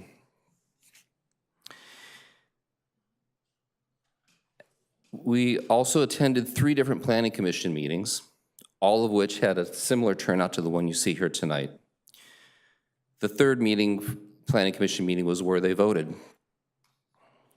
To our surprise, to our pleasure, I should say, the planning department, after spending hundreds or maybe even thousands of hours, recommended not to go through with the project for obvious safety concerns. The fire chief even recommended against this project, and so did the police captain. Then it came time for the vote. 2 of the planning commissioners voted against it, which we are very grateful for. 4 voted for it. Lucille Kring, Christopher Walker, Luis Perez, and Janine Tran Martin. After they voted, I reached out to each of these people to find out exactly why, because there was so much chaos and confusion going on in that meeting. I wanted to find out why they would vote for such a project. Lucille Kring said, District 6 needs to do its part, and we agree. We do need to do our part for housing, but it needs to be in the appropriate area. This is a very high fire hazard severity zone. That's the way that it is classified. That must mean something. When you put dense population in that type of a zone, you create issues. Lucille Kring then said, well, I'll pray for you. I think we should all pray for Lucille. Christopher Walker, had a conversation with him. Why did you vote this way? He was overcome by the threat of builder's remedy. He said that having 500 apartments, luxury apartments is one thing, but 1,200 more would be incomprehensible. And I said to Chris, I said, if the planning department says it's a bad idea, if the fire department says it's a bad idea, if the police department says it's a bad idea, if the planning commission says it's a bad idea, if the city council says it's a bad idea, why would the state of California say, okay, you can go ahead and build 1,200 units? It wouldn't happen.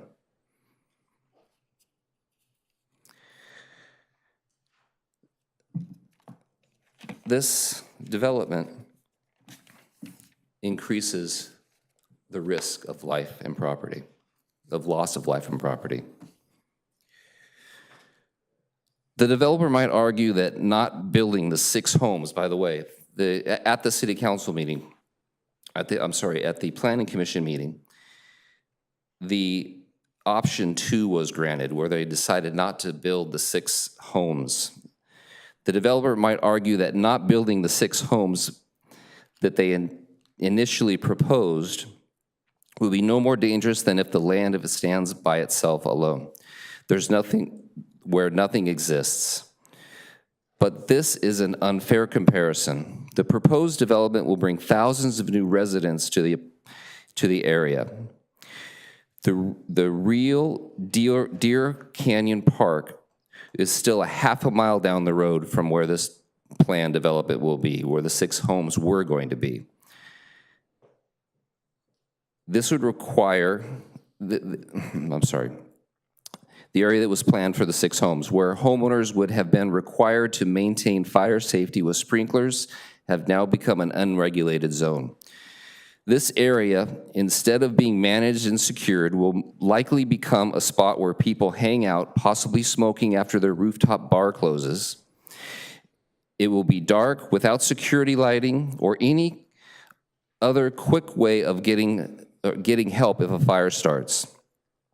Basic probability tells us that when you bring more people into an area, the chances of something going wrong, like a fire, dramatically increase.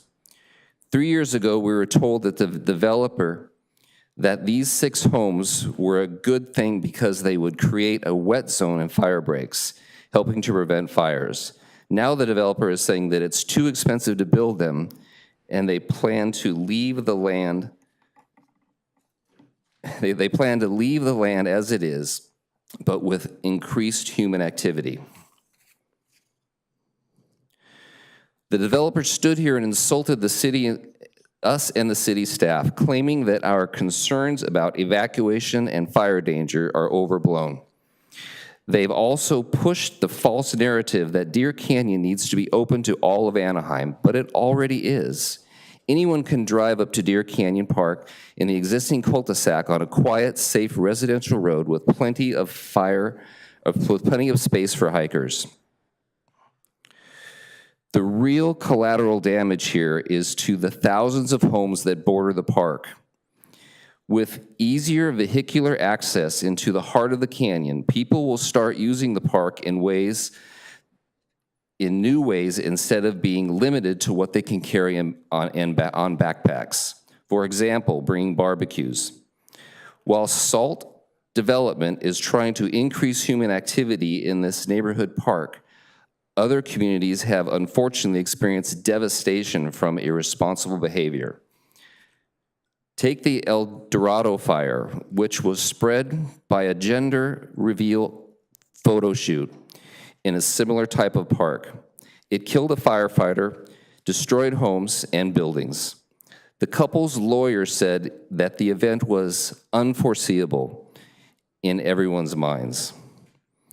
Other beautiful parks have strict rules of constant authoritative presence, like Oak Canyon Nature Reserve and Irvine Park.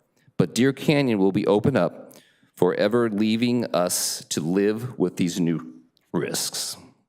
Losing a home is devastating and hard to recover from. Yet this developer is pushing to increase human activity while openly admitting that any impact from this activity will be the responsibility of the city.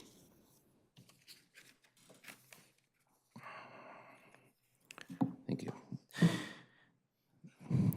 There is a distinct pattern of authorities ignoring residential concerns regarding evacuation plans. The situation in Maui serves as a stark example, where after the fires of 2018, residents warned about clogged evacuation routes. Before the fires of 2018, residents warned about clogged evacuation routes and the failure to sound emergency sirens. Mr. Hill, I'm sorry, your 10 minutes are up. I believe I have 10 minutes, don't I? That was my 10 minutes. All right, in closing then, I'd like to say that in 2019, after the Paradise Fire, the state passed unanimously SB 99, which clearly states to deny developments in high fire hazard severe areas with less than 2 exits. Your time is up. This one has only 1 exit. Please save us. You are all. Thank you. Can we call the next speaker, please? Tammy Hill, followed by Joni Gaynor and John Erb. If you do see your name appear on the projection screen behind me, if you can please step forward. Yes, please. Okay. Good evening, Mayor Akins, City Council. Thank you for your time and attention this evening. As you know, this is a very hot topic for everybody. I'd also like to thank Nick Taylor and the City Planning Department for putting in all of your time and hours reviewing the various documents that were submitted for this project. And I'd also like to thank SALT for putting in thousands of hours into their project. Even though they have put in so much time, I feel that they were unable to put together a plan that would provide a safe space for incoming residents as well as existing residents. Per the recommendation of all the experts that weighed on this project, the City Planning Department, the Fire Chief, the Police Chief, all don't think this is good for our city. Yet 4 people on the Planning Commission and SALT feel that it is. So there have been many things said about this project, and I would just like to address the most important things for me. Fire and evacuation danger. I know that it was already presented that it's safe for the environment and it's safe for the people by SALT, but I have a different point of view. SALT purchased the property that's designated in a very high hazard severity zone. It's shown in Figure 3, page 5 of the Fire Protection Plan. Putting dense housing in a known very high fire hazard zone is irresponsible. SALT Development has been quick to say that they have a solution to all problems and that current residents are over-exaggerating. Also in the Fire Protection Plan, they conducted an analysis on radiant heat and the effects it would have on structures. Unlike heat transfer, which requires a moving fluid medium, radiant can travel relatively undetected until impeded with a solid object. This analysis is also used for assessments of safe separation between distance, structures, and potential fuels. The calculations within this report are about the apartment structure and not the people. In the report, it states, it cannot be understated that this applies to structures only and not people. You will find that in this report. While structures could take radiant heat of 20 kilowatts and not ignite for 5 minutes, at 18, 50% of people exposed would die in 30 seconds. That's quite a difference. So while they have a fabulous structure that will be sound and not burn for 5 minutes, if there's anybody outside, they could burn in 30 seconds. Take this into consideration. Some other statistics I'd like to share. The burn time in Lahaina was 60 minutes. It's 3.5 miles wide and it's 10 miles deep. The campfire burned in the city of Concow, 3 miles away from Paradise, and Paradise burned in 6 hours, losing 95% of their buildings and 85 people died. The normal 20-minute drive out of town took them 4.5 hours. My commute on South Eucalyptus Drive to Imperial takes me about 10 to 15 minutes on a good day. Their EIR says it would be 3 hours and 6 minutes. So imagine that. We could almost burn at the same amount of time. The campfire resulted in $13.5 billion settlement with victims, insurance companies, and state and local agencies. The concerns of the community were also ignored. Let's not repeat someone else's mistake. The LA Times reported that due to the disaster, local and state agencies got together and drafted SB 99. You can see that on page 4 and 5 in the book that was passed out. The bill states that developments within a very high fire hazard zone must have 2 evacuation routes. The bill was passed overwhelmingly for people's safety, 76-0, and was signed into law by the governor on August 30th of 2019. This development violates that law. We have one. It's Santa Ana Canyon Road. Also in the EIR in Appendix S is a report from LLG, and it covers the evacuation travel time for the Hills Preserve project. Page 2 of the LLG report states, it should be noted that multiple fire modeling runs were prepared as part of the project's fire protection solution plan. Based on an evacuation of fire scenarios, fire-safe planning solutions determined the worst-case fire scenario to be evaluated for the evacuation analysis in which the proposed project site would need to be evacuated. It should be further noted that most of the other fire modeling scenarios would not necessitate, that the project site be evacuated and instead would result in a proposed project to shelter in place for fire-safe planning solutions, and as such, the project would have no impact on evacuation times. Here's some real statistics. 70% of all fire deaths are due to smoke inhalation. The human body cannot withstand heat the way materials can, and the residents of the apartment building would shelter in place while the rest of the community evacuates. Therefore, the project residents will not hinder or add to evacuation time. Does this make any sense to any of you? That we would all evacuate and they're all going to sit in place because their building is so amazing.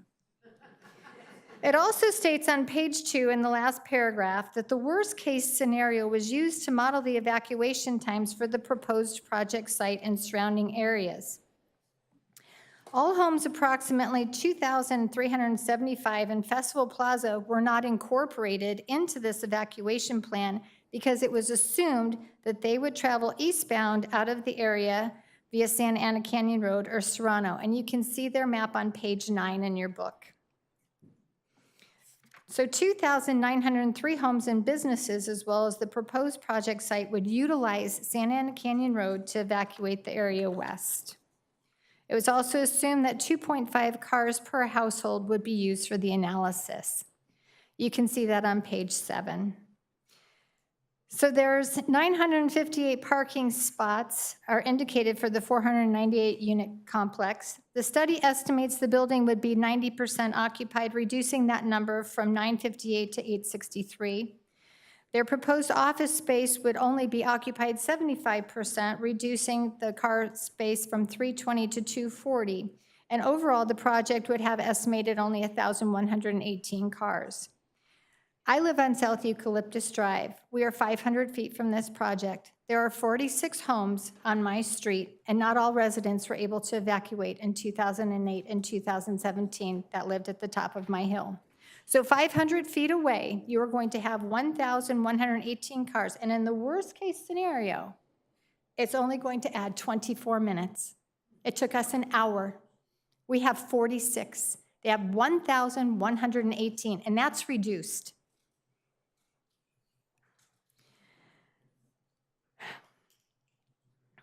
On page 6, third paragraph, it says, given Santa Ana Canyon Road has 3 westbound through lanes as it approaches Imperial, the evaluation assumes 3 westbound lanes. See LLG Table 1 of the travel time analysis. I'm here to tell you Santa Ana Canyon has 2 lanes. From Festival to Solomon. It turns into 3 lanes from Solomon to Imperial. That's maybe 2 blocks.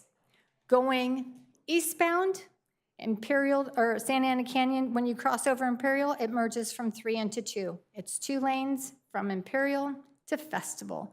So they did an analysis based on 3 lanes, and that is their time for our evacuation of 3 hours and 6 minutes. If you redo the analysis and make it 2 lanes, which it actually is, I would bet my bottom dollar that this hour would increase. Do you want that on your conscience? I'm asking. The development would pose a danger to future and current residents. So I'm not just speaking for us, I'm speaking for people that would move into this complex. While the structure itself may be able to withstand some fire exposure, the surrounding community and their residents that are not in the building would not withstand this fire, the smoke, or the heat. It's irresponsible to suggest that dense housing should be built in a very high fire hazard severity zone. The law states anything within a severe fire danger zone needs to have 2 evacuation routes, and I don't think they mean the same route, one going east and one going west. With so many inconsistencies and misleading information, I ask you not to approve this project and save lives. Let's not repeat mistakes from the past. It may not happen today, but when it does, you will all remember how you voted. Thank you.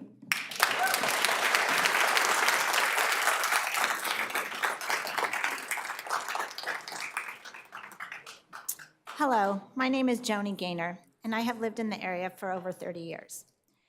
The findings of fact document provides no clear evidence or official conclusion that the Anaheim Police Department can enforce any sort of shelter in place as a form of traffic control.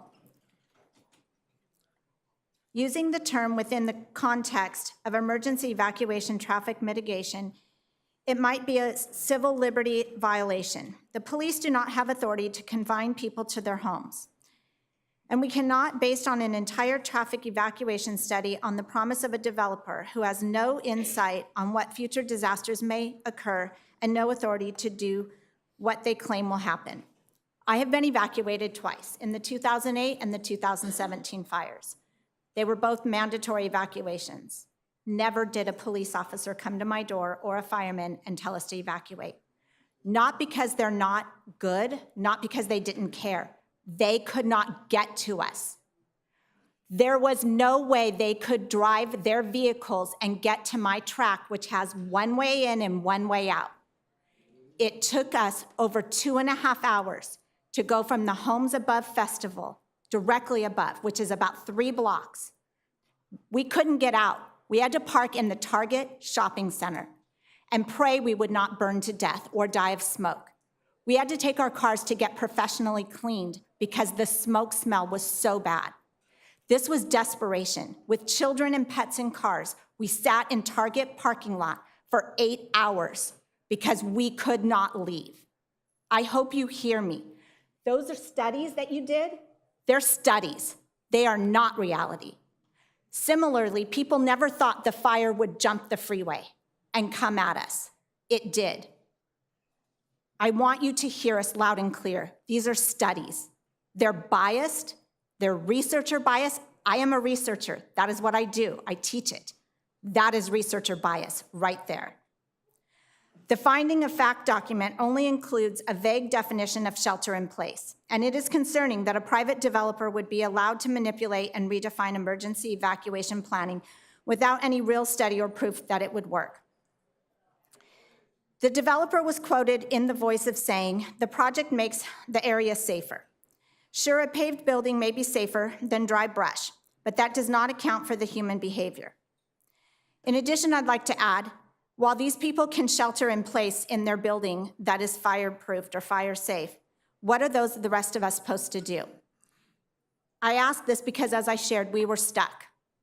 My next thought is maybe it needs to be in their lease that they have to shelter in place so that those of us who don't have fireproof homes can leave. First responders unanimously disagree with the idea to stay put and use terms like ready, set, go, and the city's wildfire guidance, know your way. As it has been said over and over, we do know our way, but we can't get there. We can't get out. There was no control at all of leaving. We had no choice but to hide in the festival shopping center. If you've seen the pictures, there's pictures of the parking lot completely full of people who couldn't go. We had to jump the curb, not in a 4x4, in a little Ford Edge to try to get my children safe and leave. We ended up jumping sidewalks to get into the Target parking lot. The developer argues that with improved wildfire resiliency, there will be no need to evacuate at all. Really? Because I will say this, every time the wind blows, we are fearful that we will have to evacuate. Most of us have a to-go box ready to evacuate. My children from a very young age, they knew the plan. They knew what to do and where to go. Why? Because the first time they evacuated, they sat in that Target parking lot, breathing in smoke and had to go to the doctors afterwards. This was before a project went in with an expectant of over 1,000 vehicles added. And while that might be true, that under the context of just a physical building and the fact that it is not going to burn to the ground, it doesn't take into account the dirty, bad air and challenging environmental challenges that take place during a wildfire, which would push people out for reasons other than immediate harm. There are countless studies showing that leaving quickly in wildfire situations is best practice. The developers claim that the shelter in place being used out of context and that they're describing a martial law lock 'em in place that's unfounded and irresponsible. In addition to the evacuations that I have been a part of, I was in Maui during the Lahaina fires. People were in their cars with nowhere to go because it was bumper to bumper on Front Street. I am telling you, they had the ocean to jump into. We don't have that. We have a hill on fire or a freeway. We have 2 lanes of Santa Ana Canyon. We will be just like Front Street. It is not okay to add this project and put more lives at risk. And it's not a matter of, as he was saying, this unexpected fire. It's every 10 years. It's going to happen, and we are pretty much on target to have it happen while they're building this project. The developer has tried to frame Anaheim Hills residents as being against housing, but that's simply not true. The Link OC project, which opened recently, provides over 400 units in District 6 and includes most of the same amenities, even a bowling alley. Unlike the Hills Preserve project, Link OC has direct access to multiple freeway on-ramps and evacuation routes, as well as nearby train and bus access. The project was built responsibly and reduces the effective traffic mitigation strategies based on its location. We saw that. We sat here today and we saw how many people came and protested, how many people spoke. We saw the unanimous votes compared to this. I hope that you see that. This project also has a nice business center, but it does not claim that the work from home reduction credit because of an apartment building, not an office building. But Salt is claiming that their business center will result in everyone working from home. It's one small example of showing how the developer is trying to force a square peg into a round hole. We're not against housing, but we are against overdevelopment in the canyon that can not responsibly support it. I urge you to vote no on this zoning change and allow the builder to proceed with what was already approved. The police and fire oppose this, and so should you. Lastly, in the beginning, I sat through the beginning of your meetings, and I noticed that it was unanimously yes on all of the votes. I urge you to be unanimously vote no on this project.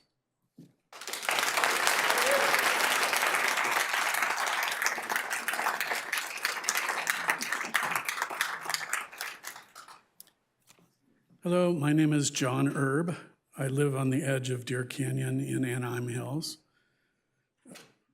I believe the land is already properly zoned, although it would be nice if it could be kept as open space, but if it needs to be developed, then let it get developed the way that it is zoned. Zoning changes should never be made when it would endanger current residents. The fire chief, the police chief, and the Planning Commission staff have all opposed this zoning change because it would make fire evacuations, which are already a major problem, as you just heard, much worse. Voting for this zoning change will put existing residents in greater danger from fires.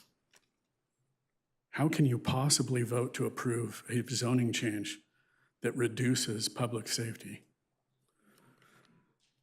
Shouldn't resident safety be the prime consideration for how you vote on this before making any kind of zoning change? Thank you.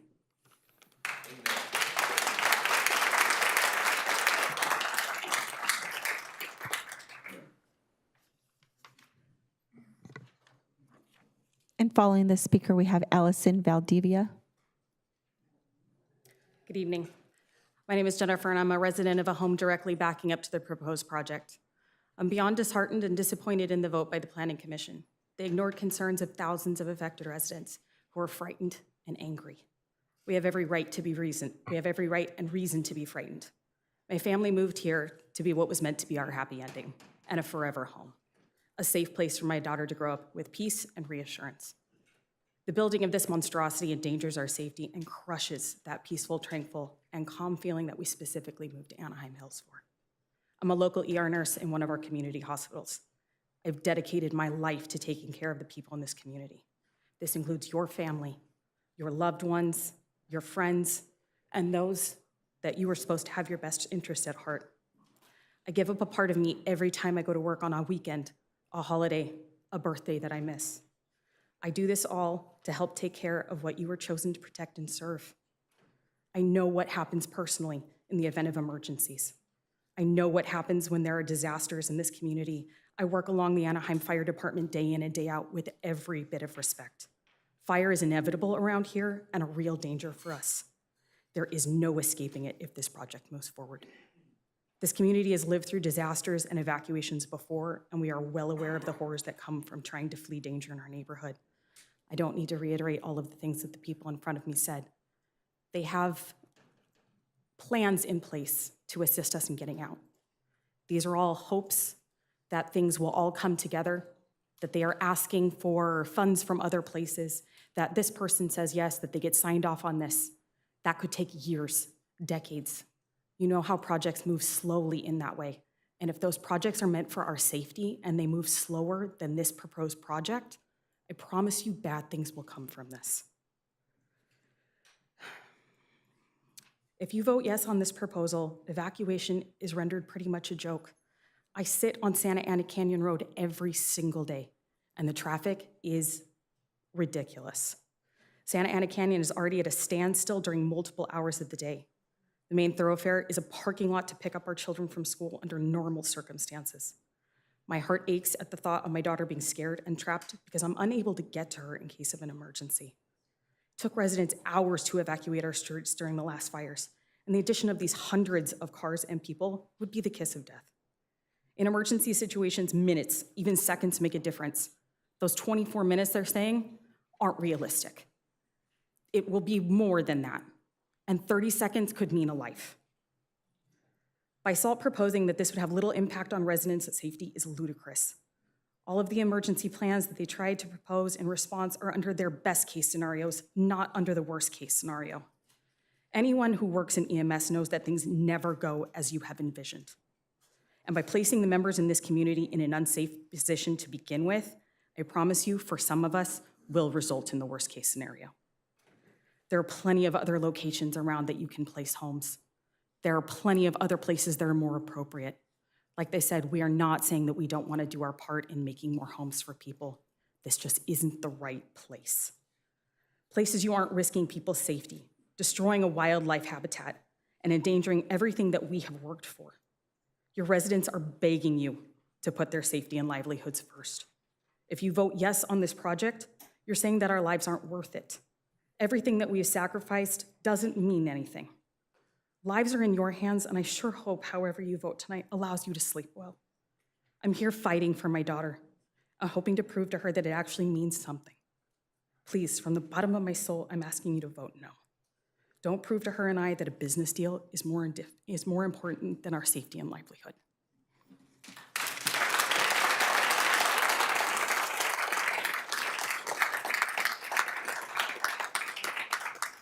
After Allison, we have Betty Farnsworth. Good evening. My name's Allison Valdivia, and I've lived up in Anaheim Hills for almost 30 years. My property backs directly up on the north to the southeast end of the property. I'll be able to hear the noise, but that's not my concern. And I'm not going to go on and on about all the concerns because you're going to hear it, but it is a safety thing. Years ago, before I moved up to Anaheim, I lived in Orange Hills. I had to evacuate twice. I had livestock to get out also, and I did that. And I never was as afraid as I am now. My bag is already packed since the wind started trickling down a few days ago. My bag's by the door to go.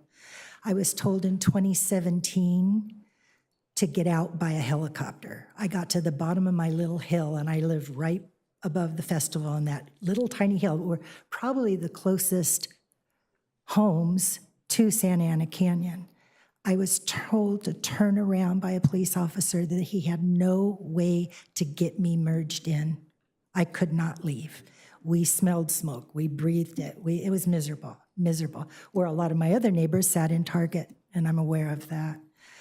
The only difference of Anaheim and Orange when I lived there was Orange, I had multiple exits. We only have one way out here. So I'm not going to go on and on about that, but I hope, truly hope you all really listen. This is serious. It's serious. I don't know if any of you have been watching the planning meetings and the workshops, but I was really glad to hear that you've all talked to all the staff and you kind of may know, but you're going to hear it tonight, and it scares me that might be your first time of really hearing how scared we all are. If you haven't watched them, do so. It's disheartening. It's sad. We've gotten up and we've begged and we've pleaded and we've done facts and we've cried. And we still watch the planning committee just railroad just right through. And it was after he threatened the city. I don't know that much about builder's remedy, but what I heard someone say, one of the assistant lawyers, that safety can be something that overrules a builder's remedy.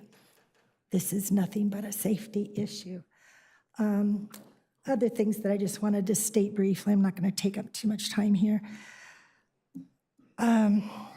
According to Brian at the last meeting, right out of his mouth, he said that whether it was the planning department or council, I'm not sure, but he said years and years ago, you guys were also happy to have this project. You were excited. You were encouraging you to go forth. And that's why we've spent so much money on this project. Well, how could anybody encourage it without coming out, sitting on Santa Ana Canyon at any time of the afternoon? Now it's not just work hours. So that's basically, I just really hope and pray that you will not allow this to happen to our community. It's our lives, and we're all scared, and none of us are sleeping well at night, and if the winds hit, none of us are okay. We're not okay physically, mentally. It's not good, you guys. Thank you. For our next speaker, and following Betty is Jason Gerald and Bill Erickson. Hi. First off, thank you very much for listening to all of us, and most of us probably being very repetitive. I'd like to thank Nick and the planning staff. They really went above and beyond. And I'd like to say a few choice words to the Planning Commission, but it wouldn't be very appropriate. My husband and I have been residents of Anaheim since 1957 for him and 1966 for me. And to quote Ms. Kring, yeah, we were Flatlanders and we're Hills residents. And I thought that was a very inappropriate comment to divide our city. We are all city residents. We're not Flatlanders. We're not Hills people. We are Anaheim residents, and we need to be proud of our city. Yeah, we had some stuff going on with Harry and all that other stuff, but we're moving past that. We're getting on to reality.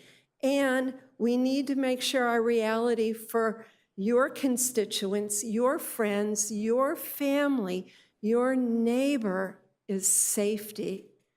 And the SALT development proposal totally slaps that in the face. If we listen to what the planning staff recommended, what our very well-respected fire chief recommended, the police, was to deny this project. But the commission, in whatever mindset they had, decided to approve it because, as one of them said, I'd really like to have a glass of wine on that rooftop. A little bit inappropriate, but listen to the tape. This is really a project that can threaten lives. And to me, the Planning Commission, they didn't really care about people's lives, our lives, your friends, your family. Let's see, I'm totally going off script, but that's pretty typical. Their recommendation to approve the project was a total dereliction of duty in providing safety for the general public. I can go on and on about wildlife. I think the little 12-year-old who, oh my God, am I proud of that young woman? She said it best about the wildlife and the beauty of the area. Listen to her words, not mine, because she's our next generation, and she sees through all this malarkey. That's not the word I wanted to use, but I believe if this project goes through, your friends, your family will become the endangered species.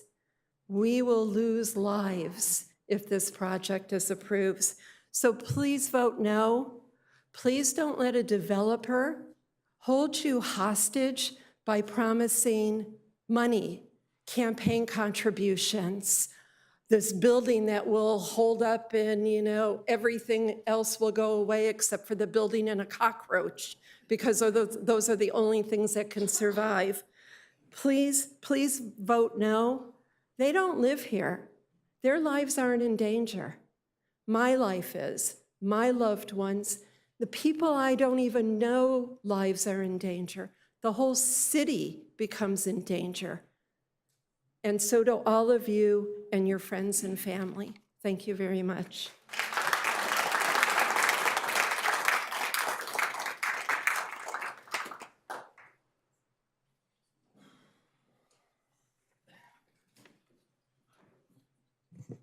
I'd like to start by saying thank you to the City Council. You have a difficult job. I hope you make the right decision tonight. And as a sidebar, I've been an attorney for about 20 years now, and I have the unfortunate problem of having a conscience, which means I would never represent some of the people we've heard from tonight and the twisting of facts and spin doctoring and lies they've told you. Anyway, I'm getting sidetracked. A little over 2 years ago, the residents of Anaheim Hills learned that a developer wanted to build an apartment building in Deer Canyon. If built, it would be the largest building in Anaheim Hills. As my house is one of the homes that directly touches the project site, this was of great concern to me. Soon it would become a great concern to all residents of Anaheim Hills and to anyone who travels St. Ana Canyon Road. As we learned more, it quickly became evident this project that if this project moved forward, it would have a dramatic and negative impact on our lives. Home renovations stopped and dreams were put on hold. I moved here for a quiet life next to a nature preserve. That this project would destroy that. However, I don't know if the city cares about any of that. Over the last 2 years, personnel representing the developer have attempted to trespass on private property. Their representatives have twisted facts and manipulated data, and their owner, Thomas Vey, has antagonized the public, calling the residents whiny, and has bragged about how he has won these fights before and how he will win this one as well. The developer had planned 5 public meetings to showcase the project. However, by the 3rd meeting, the opposition had grown so large that the developer canceled the last 2. When the community set up a website and petition opposing the project, SaveDeerCanyon.org, the developers set up their own website and petition using SaveDeerCanyon.com and SaveDeerCanyon.net to confuse the public. When asked of Thomas Vey, why this land, why this location, his only answer was, because it's the land we bought. We shouldn't be harmed for their mistake. The developer has spent a lot of time and money attempting to influence the vote here tonight through free trips, dinners, and questionable donations of various kinds. However, I don't know if the city cares about any of that. Deer Canyon is home to an extensive variety of wildlife: eagles, hawks, gnatcatchers, flycatchers, mountain lions, bobcats, foxes, coyotes, and a great many other species call Deer Canyon home. The community has pictures to prove it, despite any claims the developer may have made that these animals aren't there. The developer wants to give some land back to the city as open space. The land they offer is unusable for most purposes due to the steepness of the terrain and proximity to power lines. They never wanted that portion anyway. And with the developer's towering apartment building, the dozens of speakers that will be blasting sound from their rooftop pool deck, the hundreds of cars that will travel to and from the project site each day, and the 24-hour lighting around the structure that will be required by law, the land will be worthless to wildlife as well. However, again, I don't know if the city cares about any of that either. So, let's talk about what hopefully the city does care about: lives, fire, and evacuation. The Anaheim's Planning Commission staff issued a report recommending against this project. 2 planning commissioners voted against this project. The Anaheim Fire Chief and Police Chief both recommend against this project. Every fire expert you have heard from or may hear from tonight who was not hired by the developer opposes this project. Please listen to the experts. This project is a fire risk to our community and will make our already unmanageable evacuation time of 3 hours and 4 minutes significantly worse by adding at least another 24 minutes to the time to get out. Time is important. If you don't trust the experts, please listen to the people who've already been through this. I quote, "If we needed like 10 minutes, we could have saved a lot of kids if we just had like 10 or 15 minute warning," said Nate Baird in the Lahaina fire, which was caused by wind and power lines. "It was 8 minutes we did not have," said Rick Perro, the campfire in Paradise, which was caused by wind and power lines. You're fight or flight, you're trying to get out to escape, and it's bumper to bumper LA traffic. You can't move and the flames are all around you. Lynn Pittman as part of the campfire. 4 people were found dead in their cars in a neighborhood of Paradise with steep terrain. It's dense brush, dense trees, and one way in, one way out, so it's very possible that the fire was just so intense that there was no way of avoiding that when trying to leave, said Fire Chief Reinbold of the Paradise Fire. Anaheim Hills is filled with hills and narrow streets with one way in and one way out. Our road system was not designed to accommodate this many people. It is no better and perhaps worse than the road systems that were available in Lahaina and Paradise. And Deer Canyon is routinely subject to 60 to 80 mile an hour winds. We already don't have enough time to get out. The residents of Lahaina had between 10 and 30 minutes depending on where they were located. Adding another 1,000 to 2,000 residents in a small canyon doesn't make sense. And with the developer's project having its primary exit onto Santa Ana Canyon Road where everyone will be, and the planned emergency exit onto the exact same road, it makes even less sense. The fact is, we cannot sustain another major development on this part of Santa Ana Canyon Road. But just beyond the power lines, east of the project site, is the Festival Shopping Center. And some of the people here might get mad at me for saying what I have to say here. There's another project under review at that location. And that project will likely go forward no matter what, as it has numerous exits onto multiple roadways. It will not impact wildlife, and it is already commercially developed zone that will not catch fire. Are we going to be asked to sustain both this project and that one as it comes up for vote in next year? We understand the need for housing, but this location is a death trap. Nothing should be built there. But if you must build something there, build the houses that were approved to be built there decades ago. Yes, it will add more activity to an evacuation, but only a minimal amount compared to the thousands who would need to evacuate under the developer's plan. Please listen to the experts and the survivors. If you won't listen to them, please listen to the community. Virtually everyone in support of this project will either receive or has received a financial benefit from the developer through a land deal or whatever it may be, or labor deal. And if anyone else who's in support of it doesn't live here, all those signatures they got, those are almost entirely from people who do not live in Anaheim Hills. The people who live here and those who travel Santa Ana Canyon Road don't want this, and thousands have signed our petitions opposing the project. This project is dangerous, and until we get a much better infrastructure for evacuating Anaheim Hills, such as that big bridge crossing the 91 that may never actually get built, projects like this should not move forward. Thank you for your time. Next speaker, Bill Erickson, Lydia Erickson, Shana Feshi, and Laura Gutierrez.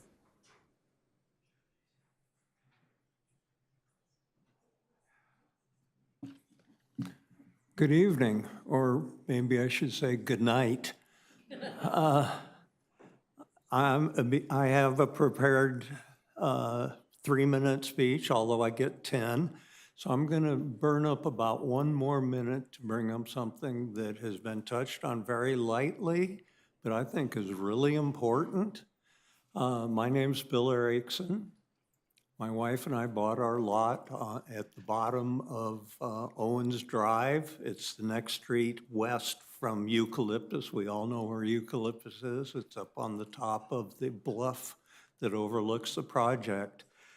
While we were looking around for property at the time, I observed a dirt ramp that was created down at the bottom of Fairmont. And somebody that was really a good thinking person realized that there should be a bridge across the river and the freeway over to La Palma if you could possibly induce somebody to make that happen. This was in 1978, and it still hasn't happened yet. That would be a wonderful escape route for us in the Moeller Drive area and the rest of tract Anaheim Hills. So I would like to encourage you to at least look into that. Now, to the issue that I came here about, because I'm concerned about this development that they're having. During the Planning Commission hearing, the developer admitted that the 6 homes planned for the project were not going to be built. They realized early on that the cost of grading this land wasn't worth it, yet they chose not to update their planning documents, claiming it would save everyone a lot of work. They're trying to paint lipstick on their pig of a project. They're trying to deceive you. They talked about those 6 homes for the following reason. They allowed Fire Sale Planning Solutions to base all their fire models on Deer Canyon on the assumption that these 6 homes would act as a fire break from the nature preserve. These models show the homes breaking the wind and providing a shield. They also assume the area is a wet zone with sprinkler systems, gardeners, a full homeowners association setup, but now none of that is happening, and yet they're trying to push it through as if they want credit for that fire reduction thing. Outside this so-called wet zone is a vegetation clearance zone, which, according to the study, is the responsibility of the HOA. But with no HOA, who will maintain this critical area? The developer has mentioned that materials and roads will prevent fire spread, but now there will be less road, less flame retardant material, and no wet zone. How can you approve such a dangerous project when all the fire models and evacuation plans were knowingly based on false information? Fire study published in April of 24 is barely 6 months old. The developer knew throughout the process that over 6 acres of the study would turn from a protected wet zone to dry, open brush, yet said nothing. After hearing other examples of this developer's disregard for safety, I'm deeply concerned. I don't believe that these homes in the plan just to save work. They were specifically asked about the homes during the Planning Commission workshop in July and avoided the question. They had every opportunity to admit this, and it would have given you more time to responsibly assess the fire model. Assumptions have impacted, yet they withheld that information. I would like to ask everyone from Fire Safe Solutions, Anaheim Fire and Rescue, or any other consultant was aware that their data was inaccurate and published anyway. This is critical for documentation, as it will be a key factor in any future class action lawsuit against those who put our lives and property at risk. And thank you to the Planning Commission. You guys did a great job. I'm an engineer. You're technical. You thought this thing through. You made the right decision to deny this thing, and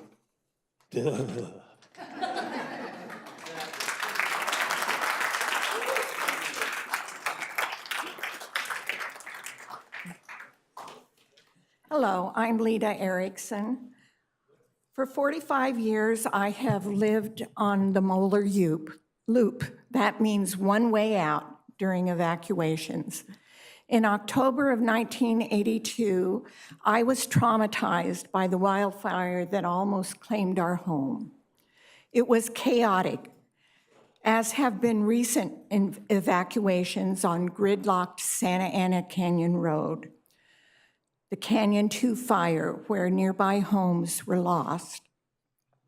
Similarly, almost 6 years ago, the 2-lane road leaving Paradise, California, became a horror scene. The city underestimated the power of wildfire because the road had been 4 lanes, but car lanes were reduced to add bike lanes and boost commerce. These changes came amid safety and business concerns from residents, according to the California Department of Transportation records and the LA Times, which stated, and I quote, up to 27,000 residents trying to escape the flames instead were stuck in traffic. The buildings around them burning, some died in their cars. The destruction, at least 81 people dead and 870 missing, has placed intense scrutiny on the efforts to evacuate residents and raised questions about whether there was more that could have been done to get people out. All lanes were used for outbound traffic to evacuate. I am quoting Butte County Sheriff Corey Honea, who said, quote, "There were thousands and thousands of cars coming down. The gusts of winds that were coming your way, the smoke and the debris. I got there at like 7 or 8 a.m. and it's pitch black. It's like the middle of the night. Ash and embers are raining down upon you, and you're trying to get people going." Honea said officers tried to direct the chaos using radios to identify blockages. Will we be the next Paradise? I ask you to adhere to the adopted general plan calling for low-density housing in this very high fire risk area. Allow the developer to build large estate homes that comply, and follow the recommendations of the planning department staff, the fire chief, and police chief. Vote no. I would also like to share with you my observations about the Planning Commission meeting. Each of you appoints a member to the Planning Commission. The planning staff advised against the project. The police chief spoke against it. The fire chief was against it. When Commissioner Perez made a motion to approve, the commissioners were advised they'd need to provide facts and substantial evidence to support 4 points brought up by the staff's research. Only 2 of the 6 people on the commission attempted to give some half-hearted facts. Listen to the hearing yourselves. His first reason was that 23 minutes extra to evacuate isn't that bad. We were all told evacuation currently takes about 3 hours, and the traffic situation is already a problem, even during normal use, let alone a wildfire evacuation with panic and chaos, much like Paradise. The other fact he used to support his decision was that the city would get more housing units, yet he didn't explain why that was relevant to any of the 4 points raised by the planning staff. The only other person who tried to give facts to support their vote was Commissioner Walker. He asked the planning staff to give him some reasons to vote yes. I quote Commissioner Walker, "Any staff who could provide additional support on either items 2 or 4, step forward." Consider that Commissioner Walker asked the people who spent thousands of hours putting together a report that advised voting against it to give him some reasons to vote for it. When asked about item 3, Commissioner Walker asked, "Could I use the EIR for this too?" Please consider continuing item 31. Watch the video of the Planning Commission meeting. I ask you again, adhere to the adopted general plan calling for low-density housing in this area, this very high fire risk area. Allow the developer to build large estate homes that comply and follow the recommendations of the planning department, fire chief, and police chief. Vote no. I'd like to give my remaining time to my daughter, Dania.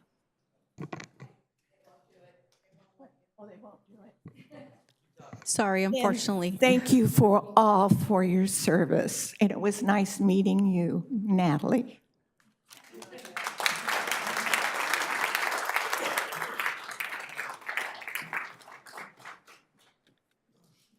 Hello, Mayor Aiken and City Council members.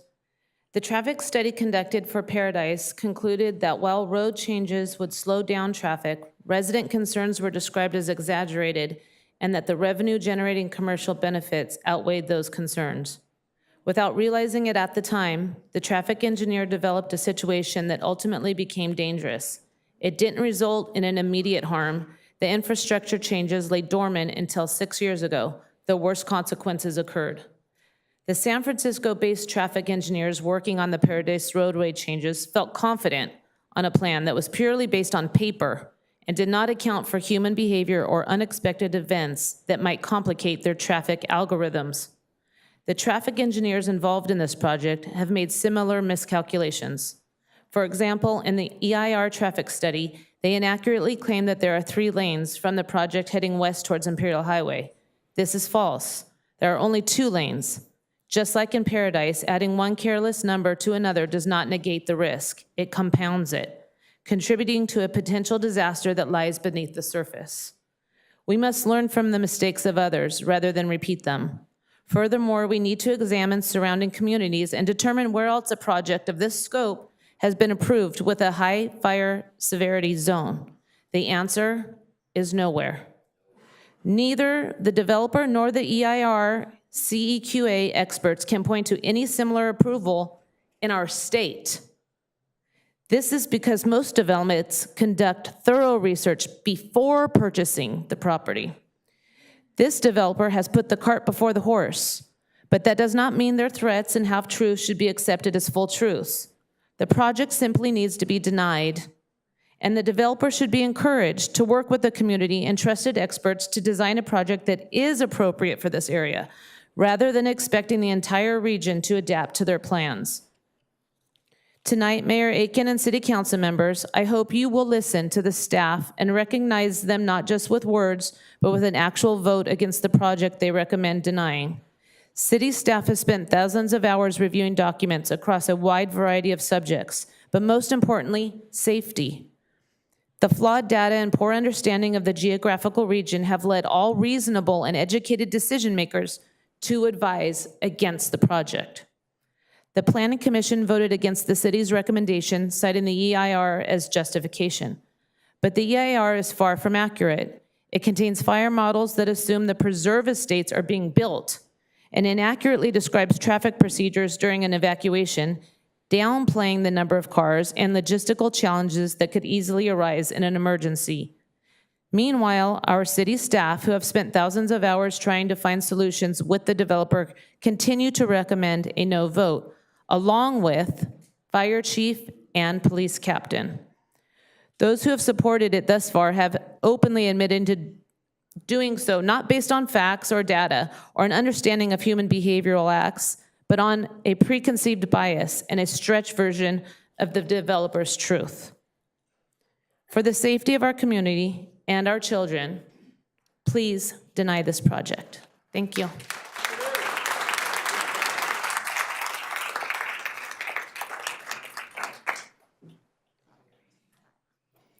Hello, my name is Lori Gutierrez.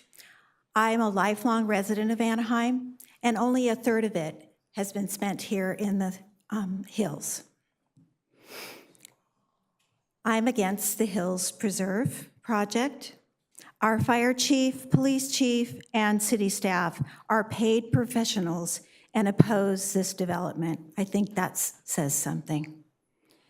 Here are some of the facts that the Planning Commission ignored, which speak to the increased risks the Hills Preserve contributes to our present fire danger. And these are not assumptions, but data from the OCFA's after-action report for the freeway complex fire. The Santa Ana Canyon's steep topography and east and west alignment serve as wind funnels. The geography increases the wind speed and magnifies the effects of the fire, contributing to the rapid rate of fire speed. And luckily, my husband, who is a retired Anaheim fire captain, will elaborate a little bit more on that later. Residents cannot evacuate. Thus, reasons the developer proposes is to shelter in place. Interesting. SALT states that focusing solely on an evacuation misses the point and is contrary to the city's own wildfire strategy. Not sure what strategy that might be in light of the fact that the fire chief, the police chief, and the city staff oppose the project. I would think they would come up with the fire strategy or have something to do with it. I really do feel it would be malpractice for our city council to agree to increase the danger to residents living in Anaheim Hills. You are responsible to the residents of this city and our safety, not to a developer who lives safely 10+ hours away. Please do not pass this. It's putting our lives, our homes, our families, our friends in danger. Thank you so much for hearing me.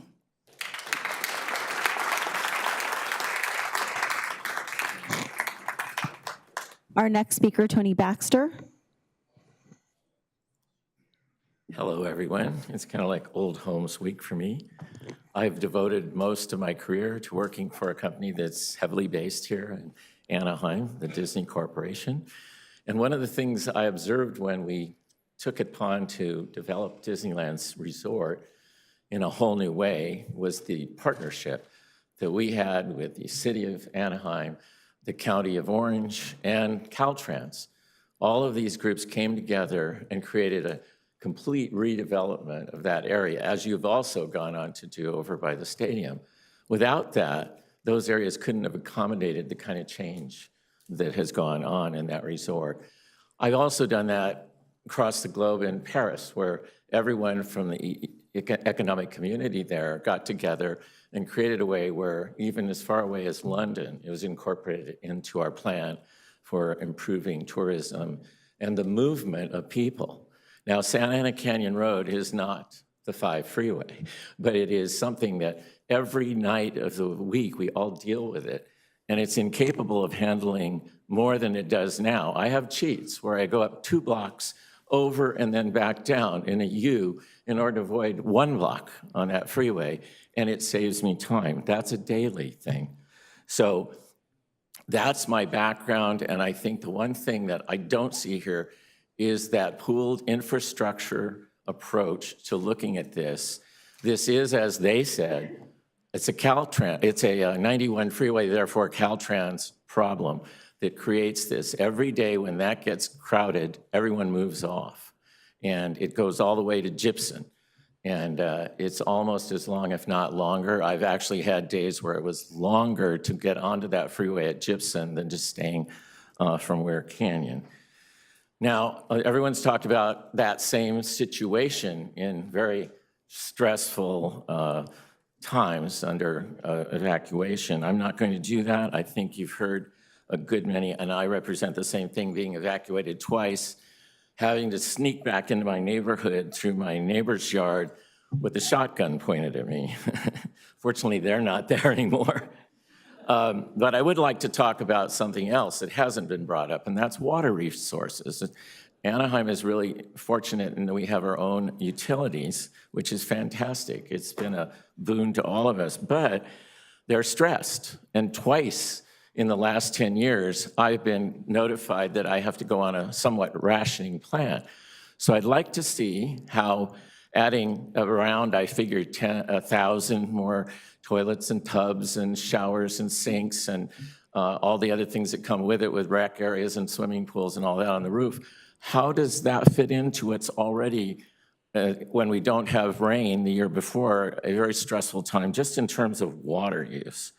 So I put that out there. I haven't seen it talked at all, and yet that's a real thing that's happened twice in a few years prior to the 2 non-drought seasons we've had.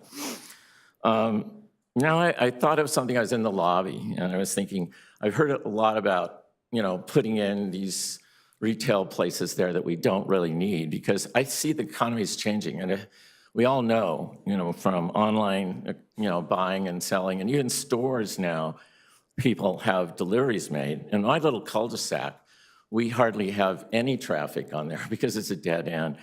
And I've noticed it's now quite a bit more. And while I was waiting out in the lobby, we didn't get seats here.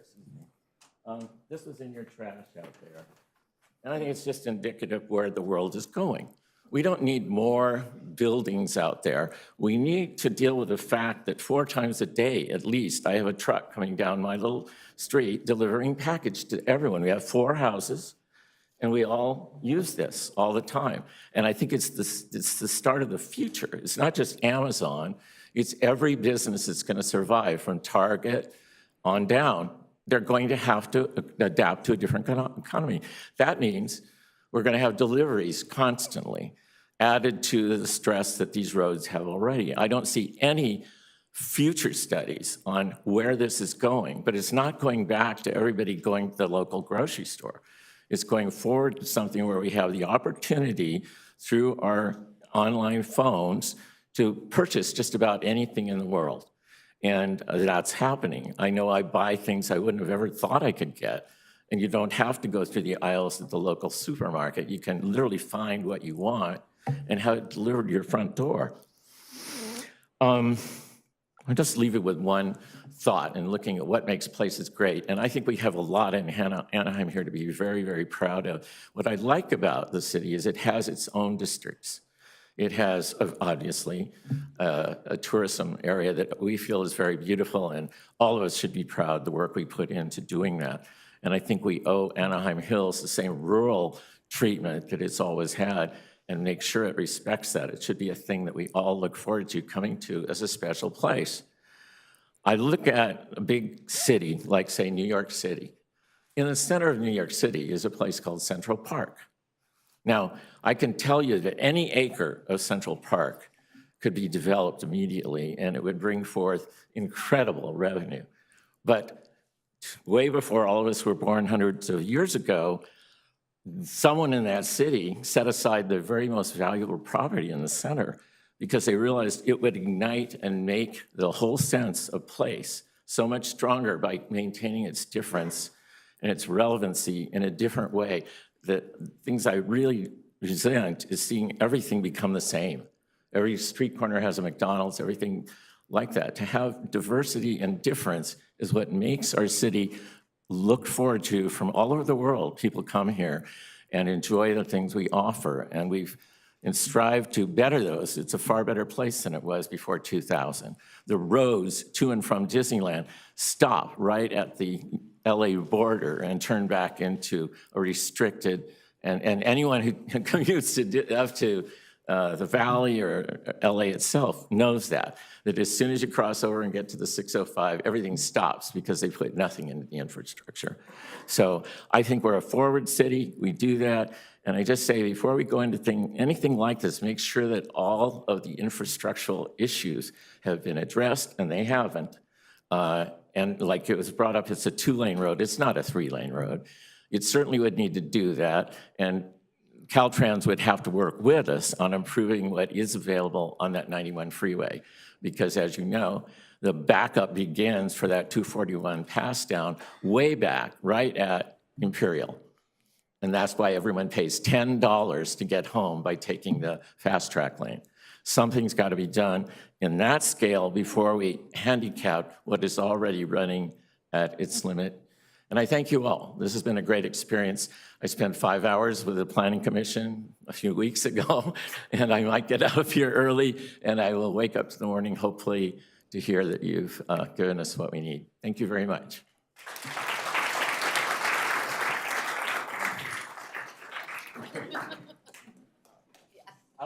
And our next speaker, Pilar Mata, and then Robert Chavez. Thank you. I'll be brief.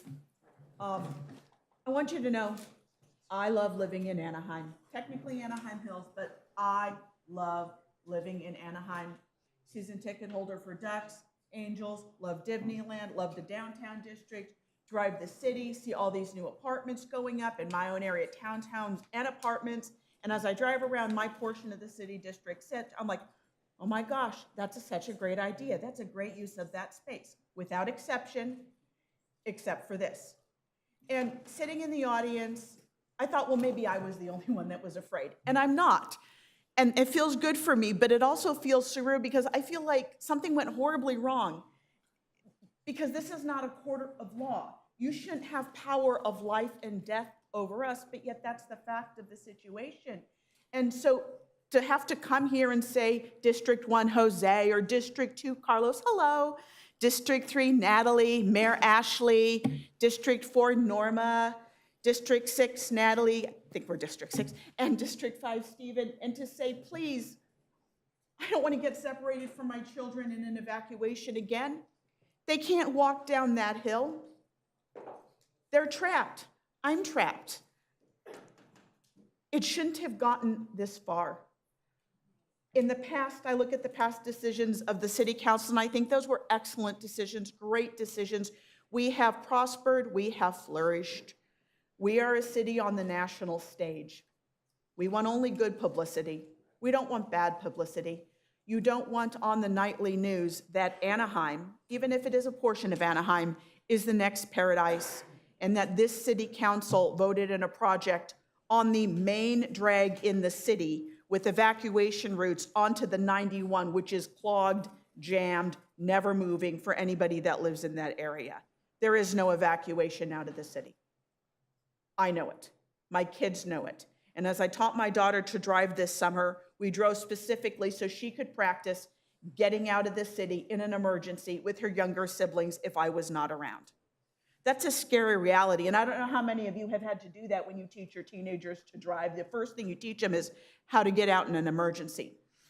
So simply, it shouldn't be, but it's true, that our life is in your hands.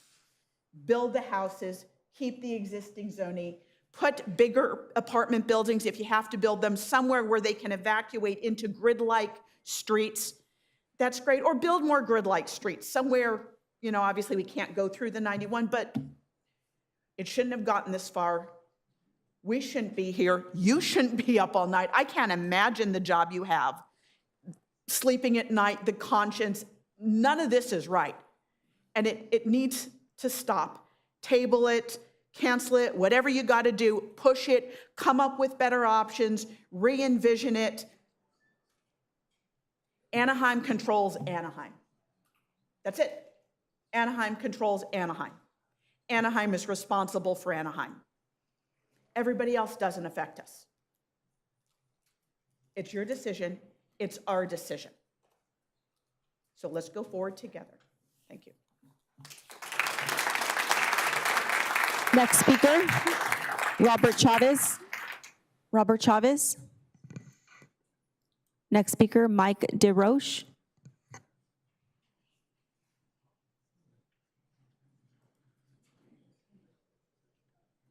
Kudos to who's announcing those, by the way? You nailed it. Congrats, thank you. Thank you all here for your time and attention. And also thank you all for coming here, because unless you guys don't know, there's a World Series game going on. So I got to assume the attendance would be even better if it were not. But my name is Mike DeRoche. I identify as an Anaheim resident. Now, Pilar kind of took my thunder a little bit, because the reality is I live in Anaheim Hills, and I say that I live in Anaheim because I'm proud of the fact that I've lived there for 40 of my 52 years. But it also sounds a little less pretentious. So I say, hey, I live in Anaheim, great. I travel a lot for work, and one of the things that really allows me to kind of clear my head when I'm having one of these moments of disdain with how quickly the common sense is eroding from society on a daily basis is I take a 5-minute walk around the hill from my house, and I make my way up the hill and then down into Deer Canyon. And now I'm in a whole different area. And even though I'm literally a 5-minute run from my home, I'm elsewhere. I'm at peace. I can clear my head. I don't have to think about the nonsense that's going on and festering in today's society on a daily basis. And this puts that at risk, okay? And I'm so proud of my residents and my community, to the fact that Joni, who is a dear neighbor of mine, spoke powerfully, as you guys heard from her today. Lori, who was just speaking not that long ago, also a neighbor down the hill from mine. We are a very tight-knit community. I'm very proud of our community, to the point that when I do these hikes, I've been known to bring a Costco trash bag by myself and just pick up the litter that the asshats that kind of walk around that don't live in the area will just drop their little airplane bottles of booze, picked up pants, a bunch of trash. I fill them up on a regular basis. I'm proud of the community, and it's a proud community that I live in. Now, let me speak of the prepared section that I'm on here. So as that Anaheim resident for the 40 of my 52 years, including the last 20 in the East Hills community, I thank you for you guys' time to hear my statement and questioning the sensibility of this development. At the Planning Commissioning hearing, Fire Chief Russell stated the city's Know Your Way plan has not been fully tested and is based on current urban development and not additional development. He said they've run several chalkboard scenarios, but a large-scale drill would be too complicated, right? Did you know, and you've heard it numerous times today, referencing the unfortunate events of Paradise, California, but did you know that Paradise, California did run a large evacuation drill prior to their tragedy? And unfortunately, real life proved to be not much different despite the rehearsal, or to be much different despite the rehearsals, right? The same meeting, our fire chief provided his concerns based on real life. The city traffic engineer described how the traffic study used a worst-case scenario, quote, which was not experienced during the Canyon 2 fire. But why is Canyon 2 considered the worst case for this region when California agencies keep warning that climate change is making fire danger worse? The Canyon 2 fire was relatively small, with only 80 structures damaged or destroyed. Now, that's 80 structures in our community, right? Extended region, that's painful to witness. But at the end of the day, it was relatively small, with only 80 structures damaged or destroyed. And since then, California studies have highlighted that fires are getting worse and not staying the same. Again, more of us getting put at risk. But the traffic study assumes we've already experienced the worst.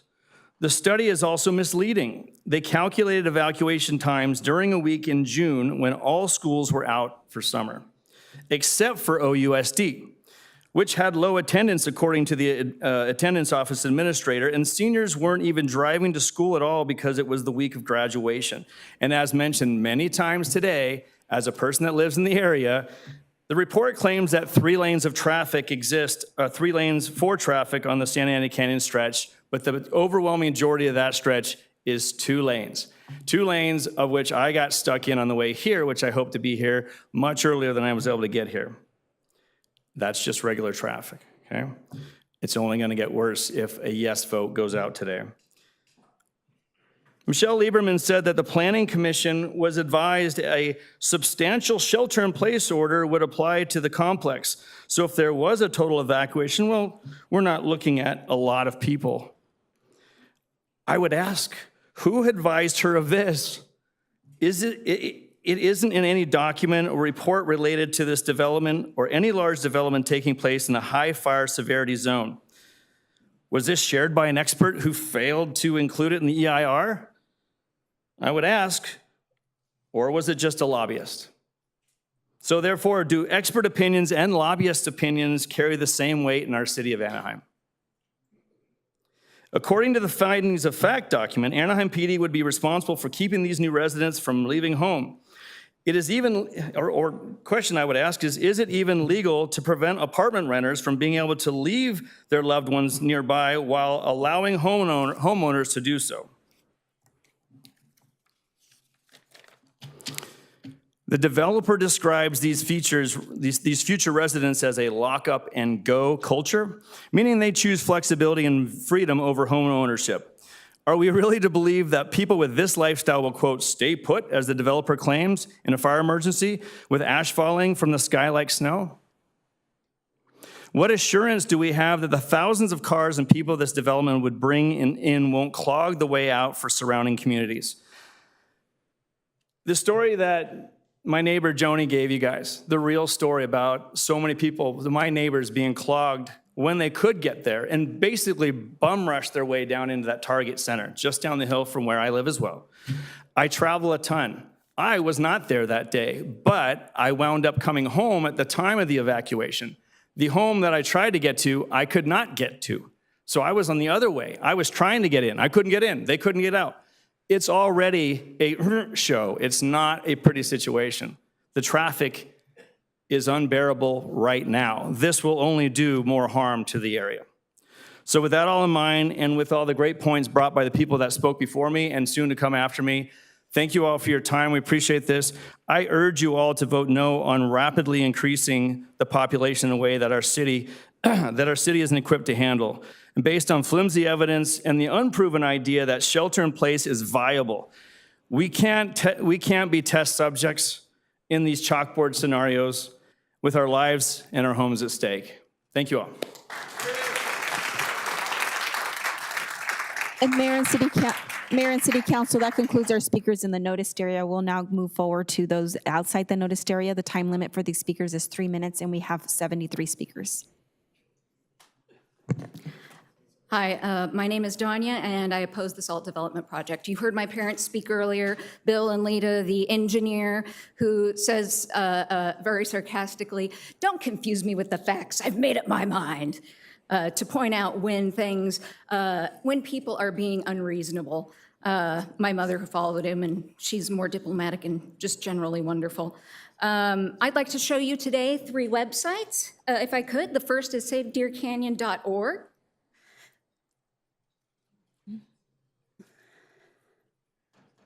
And this was made by residents.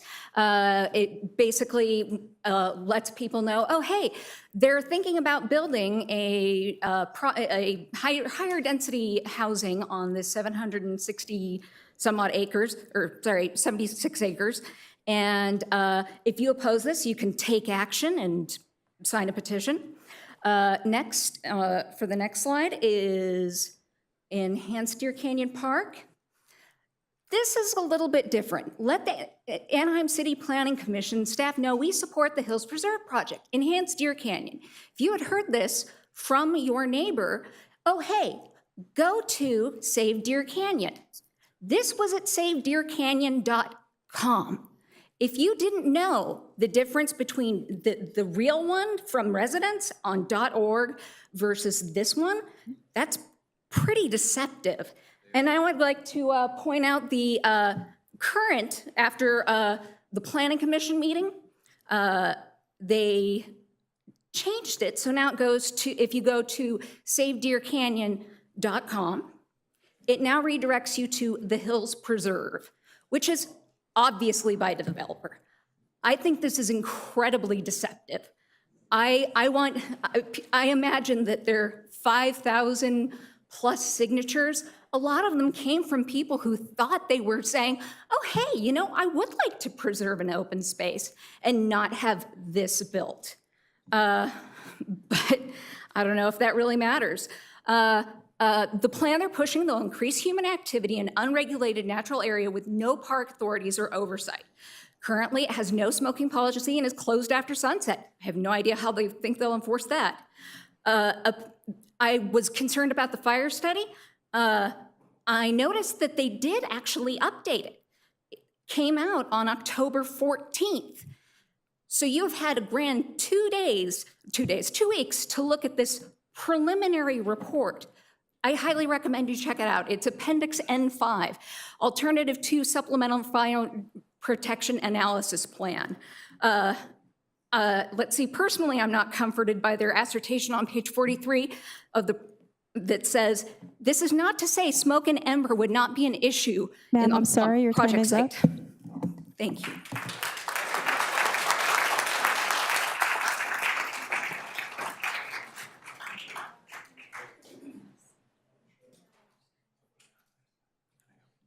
Hello, my name's Dominic, and I oppose the salt development project. There's a whole list of reasons I'm against it, but at this point, I feel like it's a waste of breath to discuss it. So instead, I'm going to talk about corruption. As Americans, we all accept a certain amount of corruption from politicians. It's sad, but true. You hear about Eric Adams, the mayor of New York, getting bribed with upgrade plane tickets, not even like gold or money or something, just seat upgrades. And then speaking of gold, did you hear about the US Senator Robert Menendez? Yeah, that dude was given actual gold bars to do his thing. At least he didn't sell out for the equivalent of some Sky Miles. And a little closer to home, the FBI investigated corruption in Anaheim. They arrested the former mayor, Harry Sidhu. And as you can see, sometimes the good guys win. The corruption gets cut down a little bit, but mostly it's just part of politics. Corruption is hard to prove. It happens behind closed doors, in secret, and away from prying eyes. The goal of corruption is to make politicians do things that benefit the bad guys, usually at the expense of society. One kind of corruption is coercion. That's when the bad guys have some lever over a politician. It's important for the bad guys to make that target think they feel powerless and they have no other option. This lets the target rationalize away their responsibility. They say things like, "Oh, it's not my fault. There's nothing else I could do." If you're the target of coercion, I'll tell you one thing you can do. You can reach out to the Orange County District Attorney's Office and our friend Todd Spitzer. While his whole job is about justice and getting the bad guys, he'll totally help you out. You hear about it all the time, people getting immunity so justice can move up that chain and get the real bad guys. Just remember, if you're under someone's thumb, you have more power than you think. The other kind of corruption is collusion. That's when politicians and bad guys work together to take advantage of society. Even in the case where even in this case, the politician still has all the power. You can have your cake and eat it too. You can still protect society. It's not like the bad guy is going to take you to court for not doing the illegal thing you agreed secretly you'd do. All the bad guys are going to do is they'll bribe you again on the next thing, because that's their nature. Overall, if you're a politician, remember, you have the power. Nobody can make you do anything you don't want to do. You can totally pull a Darth Vader. You can come back to the light and save your kid from a horrible future being gobbled up by the dark side. Your kid in this case, of course, is Anaheim, the city, which you've been elected to speak for and guard and protect the welfare of. I'm not saying any of you are corrupt, and I have no evidence that this project and these people are corrupt. I'm just saying, do the right thing, vote against this project, and don't forget, you have the power. The next speakers, Shelley Robbins, Linda Chapman, Ernesto Medrano, and Andrew Gonzalez. My name is Shelley Robbins, and I'm here today in strong opposition of the Deer Canyon Development Project, and am pleading for your support in voting no. Over the last 5 to 10 years, we have seen a dangerous increase in traffic, gridlocking our city's main roads, making it abundantly and frighteningly clear that there is a significant problem with our current infrastructure. Over the last 30 years that I have lived here, I've seen limited growth in terms of roads being built to accommodate new builds, while simultaneously seeing a boom in new housing developments throughout Corona, Riverside, and the Inland Empire area, which have brought with it a 133% increase in freeway traffic between 2017 to 2022, according to Caltrans traffic consensus, without the consideration of the impact of those builds on current road and freeway capacity. Our roads are already over capacity and spilling over into the major streets of Anaheim Hills and Yorba Linda, and yet no one is stopping along the way to ensure that we have an adequate number of roads or freeway lane additions to even come close to being able to accommodate the current traffic volume. Now, I'm not opposed to new housing developments, but I am opposed to it when it puts the lives of citizens in danger and when it puts profit over the safety concerns of the people. Building this development without first correcting infrastructure deficits would not only be irresponsible, but it would place an even higher danger to Anaheim Hills residents and the thousands of people who utilize our road to bypass the 91 East Freeway on their way home to the IE area daily. I understand that the city of Anaheim is required by the state to build a certain number of low-income housing each year, but we need to do it responsibly and in a way that doesn't risk lives in the process. We can't do that safely until we've taken necessary steps to expand infrastructure. District 6 of Anaheim Hills is an extremely fire-prone area. We have had several large-scale fires, and each time our community has struggled to evacuate, often spending 2 to 3 hours just attempting to evacuate our immediate areas. District 6 holds a unique challenge in housing builds in terms of fire danger due to the unique landscape our homes are built on.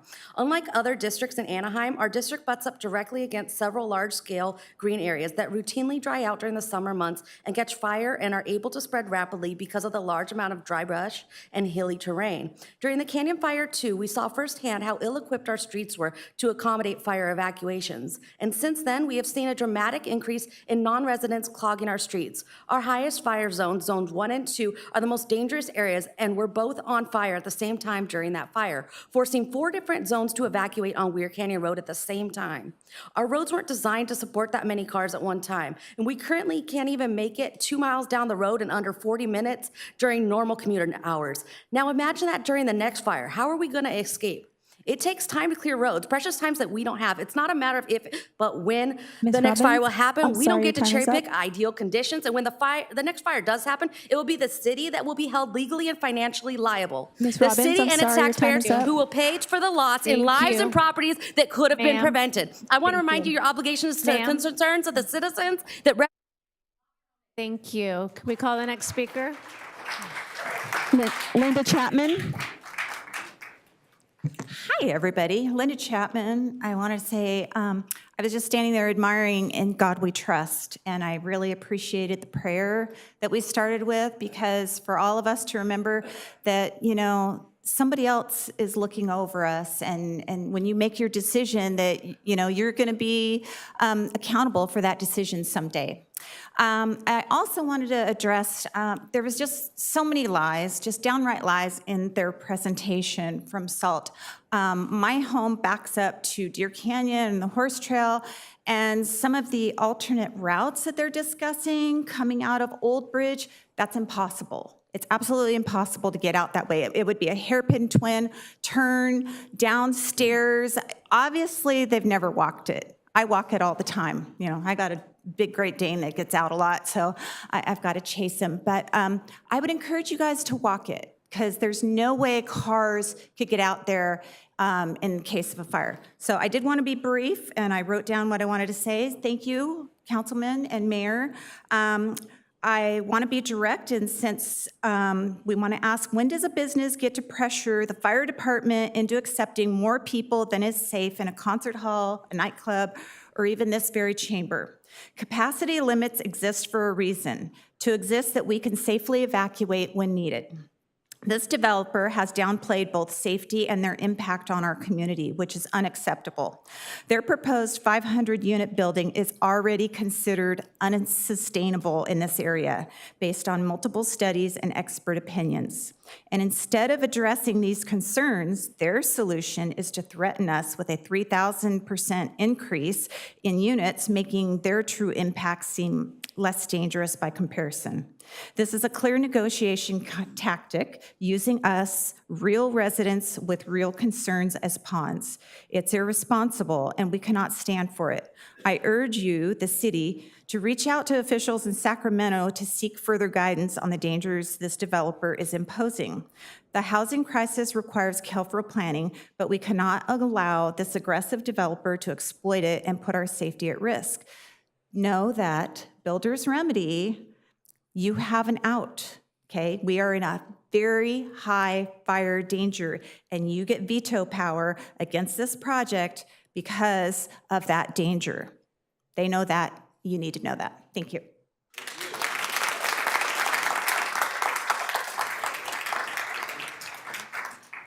Good evening, Madam Mayor, members of the council, executive staff. My name is Ernesto Medrano. I'm the Executive Secretary of the Los Angeles and Orange County Building and Construction Trades Council. We represent 160,000 hardworking men and women, 22,000 apprentices in both counties, and we are here to urge the support of the Anaheim Hills Preserve. The developer didn't have to negotiate an agreement. We didn't have to chase them. We didn't have to follow them. We didn't have to go inquire with them. They reached out to us at the building trades. They knew that this project could be built with the safest manner, in the most efficient manner, and the best manner. And more importantly, the agreement that we negotiated with this developer contains the community benefits that our agreements contain. It is extremely important to realize that local Anaheim residents would be able to have first priority dispatch to come perform the work on this project. Look, we are the men and women that built and expanded the Disneyland expansion. We're the men and women that built the Westin Anaheim Resort. We are the men and women that built the expansion to the Anaheim Convention Center. And yes, we are the men and women that are building the OC Vibe. I got to say something in terms of the issue of housing. It is a national crisis, it is a state crisis, and it is a local crisis. And I urge you to take ownership of this issue and not allow the state to take ownership of this issue. Because if they step in, I know that people are concerned about that. But having said that, maybe that's what needs to happen here. Housing is extremely important, and our members working in that sector, I want to give accolades to the developer because they could have chosen to take the low road on residential. Historically, residential is built with low wage, low skilled, and primarily with wage theft, huge amounts of exploitation in that industry. It is the worst condition that you can have, primarily high-earning, vulnerable immigrant workers. And this developer chose to come and work with us and pay the highest wages, the best benefits, and creating benefit defined pension plans in the agreement. So I think many of you are very familiar with what we do. We are building Anaheim's capital improvement projects, and we think it's extremely important to build this project. And ultimately, I want to say this. Each and every one of you, just about, in your districts, from District 1 to District 5, and I know because I lived in District 5, have all absorbed the importance of building and for residential. It is time that District 6 step up, own it, and build residential folks there because it is extremely important. Excuse me, democracy, please. I was quiet when you spoke, and please respect that I also am here to speak. So with that said, I would urge the council to vote in favor of this project because it is time for the city to evenly and equitably build residential. Thank you. Next speaker, Andrew Gonzalez, followed by Douglas Robbins.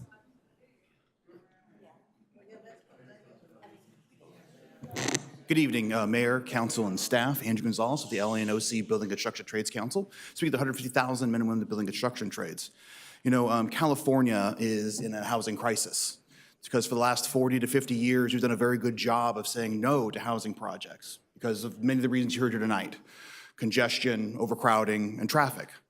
And now we find ourselves in a housing and affordability crisis because the supply does not meet the demand that we need here. So what can we do? What could we possibly do to fix that? We can do that by approving more housing. Now, it's not fair for districts like 1 and District 2 and District 4 and District 5 to absorb all of the construction of housing. Every community is going to have to do their part in order to build our way out of the housing and affordability crisis. But like Ernesto said here before, there's a second component of that is who builds that housing and in what conditions they're built.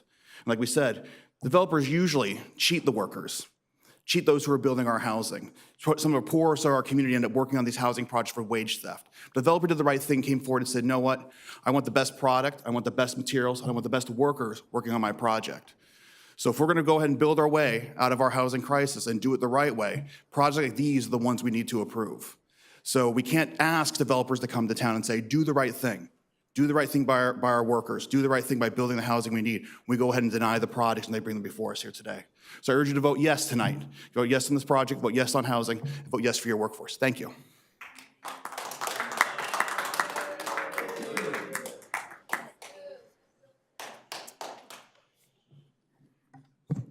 Hello, my name is Doug Robbins. My wife and I have lived in East Hills for 38 years, and we've raised 3 wonderful children here. I live less than a mile away from the proposed development. CAL FIRE has designated East Hills as a high fire severity zone, meaning that laws and regulations are meant to limit development here, especially due to evacuation risks. I'm not going to go much further on this. My neighbors have already covered many of the things I was going to say, so in the interest of time, I'm going to speed this up a little bit. And I just want you to, as you consider your vote tonight, I'd like to remind you that the seats you're occupying are not yours. They belong to the people. You are public servants entrusted by the people to represent our concerns. The concerns of the residents are public safety, and that should be top on your mind. And please consider that tonight in your vote. Thank you.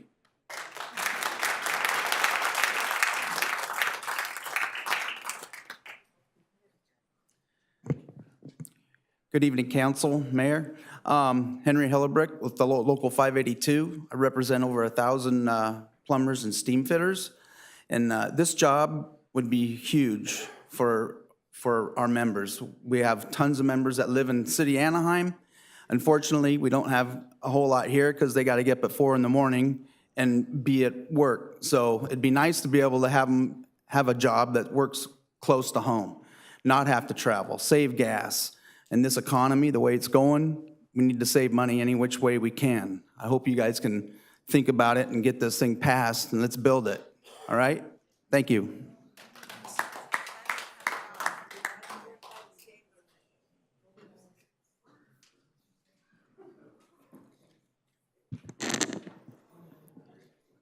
Thank you, City Council, Mayor, and I just wanted to start by saying that there were, at the time, 317 public comments submitted via email, and I took the 3 hours to read them this morning, and there were 314 of those that were opposed, 2 were in favor, and 1 was kind of indifferent.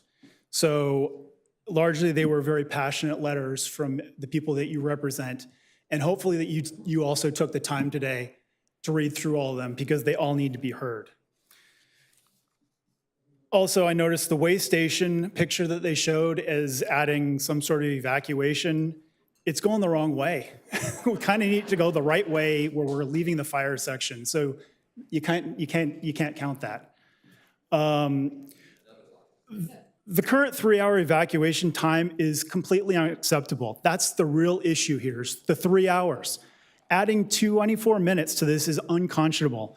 You need to fix the evacuation times before considering any development. Your number one priority is to protect human life. I don't know where we are as a society when those elected to protect us can't stick to that core value. It's not up for negotiation. The Know Your Way plan is flawed, untested, unreleased, utopian view of fire evacuation. I watched the presentation meeting in its entirety, and I was appalled at the lack of thought towards the details that went into it. The City Planning Commission seemed to rely heavily on this plan when making the decision. The people in the upper hills with the greatest fire risk only have 2 main pathways to evacuate. I've noticed that a lot of the talk that we have is strictly along the Santa Ana and Cannon Road, but the real issue is the people at the very top of the hills that are right up against all the fire. They're dependent on the traffic clearing at the bottom, and you're inserting 1,000 cars in between my family's ability to evacuate. That's where our problem is. It's not with building. The fire chief, police chief, city staff, and residents all oppose this project. If you're a decent and reasonable person, you'll see how dangerous this project is for the safety of the residents of Anaheim and vote against it. Please do the right thing. Thank you.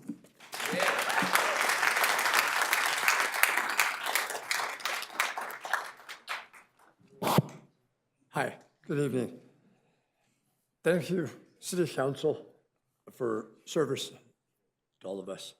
My name is Rick Paulgren, and I live in the city of Anaheim. I hope you can all hear and understand me. I have some speaking issues as a result of a recent ski accident.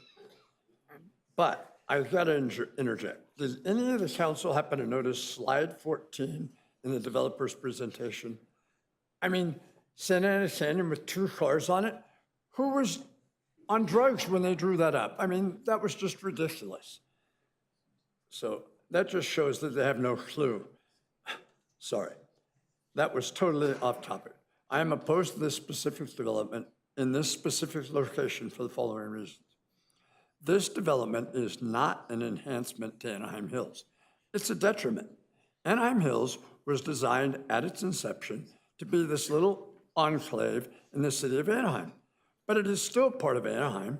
Yes, it's different than the rest of Anaheim. Yes, it's more expensive in general, but that's the result of building in the hills. Grading, stabilization of those hills comes at a price tag, and larger lot sizes and the views provided obviously demand higher prices. But please do not feel like you are needing to punish those of us in Anaheim Hills for that fact. Anaheim Hills was purposefully and intentionally designed the way it is, as laid out in the master plan. Do not let this developer strong-arm you into changing that plan. Please stay the course. Doubling down on their donation to the Affordable Housing Fund tonight shows me that they're maybe getting a little concerned here. Don't let this catastrophic development be your legacy. It can be the poster child for wrecking Anaheim Hills. Do you want to be remembered for that? I sure hope not. I urge you to deny it and show the residents that you care. There are plenty of areas within Anaheim that are more in line with this development, like OC Vibe area. If placed there, it would surely increase the property values and be an asset to the neighborhood. This is an albatross and will bring down the property values in the surrounding area. I know property values aren't guaranteed, but those of you that own homes, you appreciate that they would be kept up.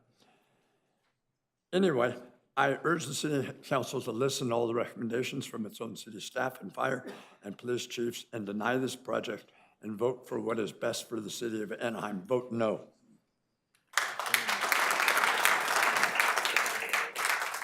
For the next speaker, please step forward. Andres Maori. Bridget Wigner.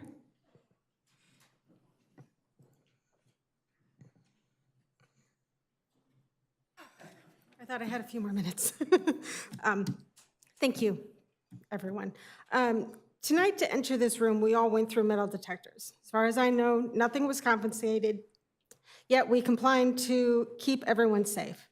I see members of the fire department, the police officers here, and I even noticed someone counting seats to ensure we're within fire capacity limits. These procedures are routine to protect us, even if emergencies are unlikely.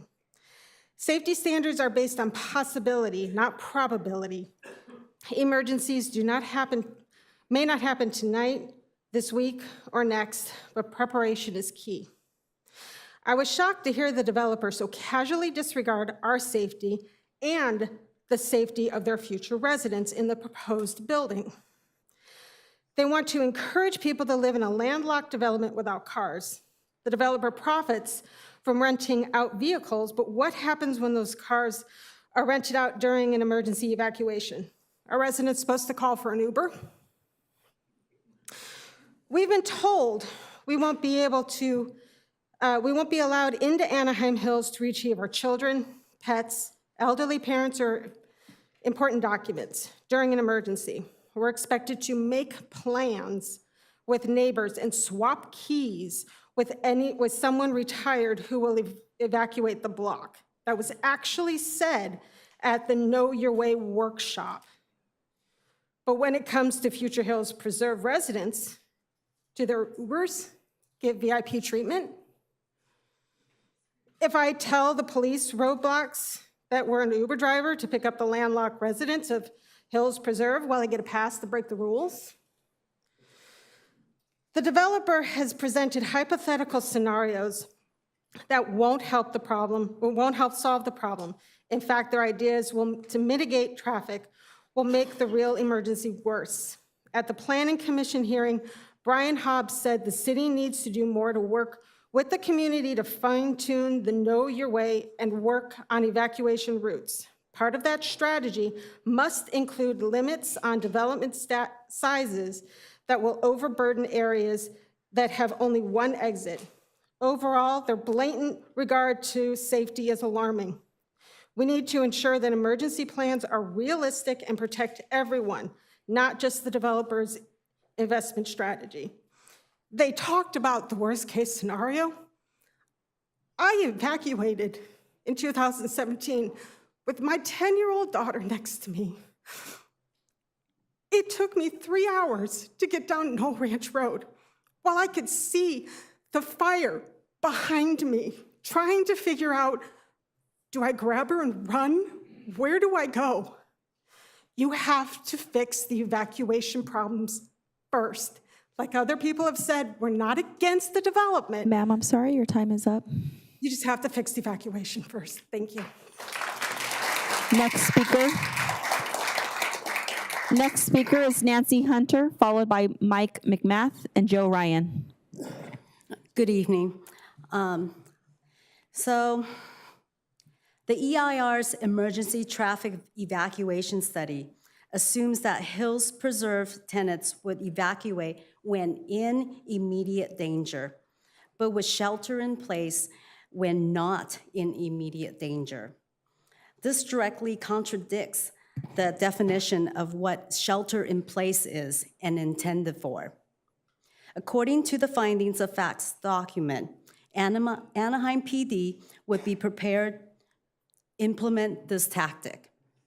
Describing a police tactic meant to keep people from leaving their homes as a traffic control measure, violates our rights as American citizens. We as a community are not in support of Anaheim PD's implementing what could turn into a locked-in-place tactic to control traffic. The fire model expert focused on mathematical data surrounding the fire capabilities of the structure and if it would work during a shelter-in-place emergency. But the fire model expert and traffic engineer report did not consider the civil rights implication of a tactic that allows some to leave while others are forced to stay. If I want to leave the area during a wildfire that is spreading toxic smoke across all of Anaheim, it is my right to do so, and the same would go for future tenants. Any new development would treat us as people, not as monthly rent checks. The developer has had 5 years to present a viable solution and has failed. This project should be denied. Voting to approve this project while disregarding the serious evacuation and unique geographical challenges of this location is negligent. You have been warned of significant flaw in the EIR that need correction to understand this project's true impact and danger. Thank you.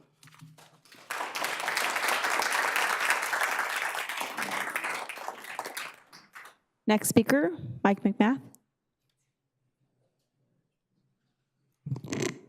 Madam Mayor, Council, thank you for letting me speak. I'm a retired firefighter for 35 years in Southern California.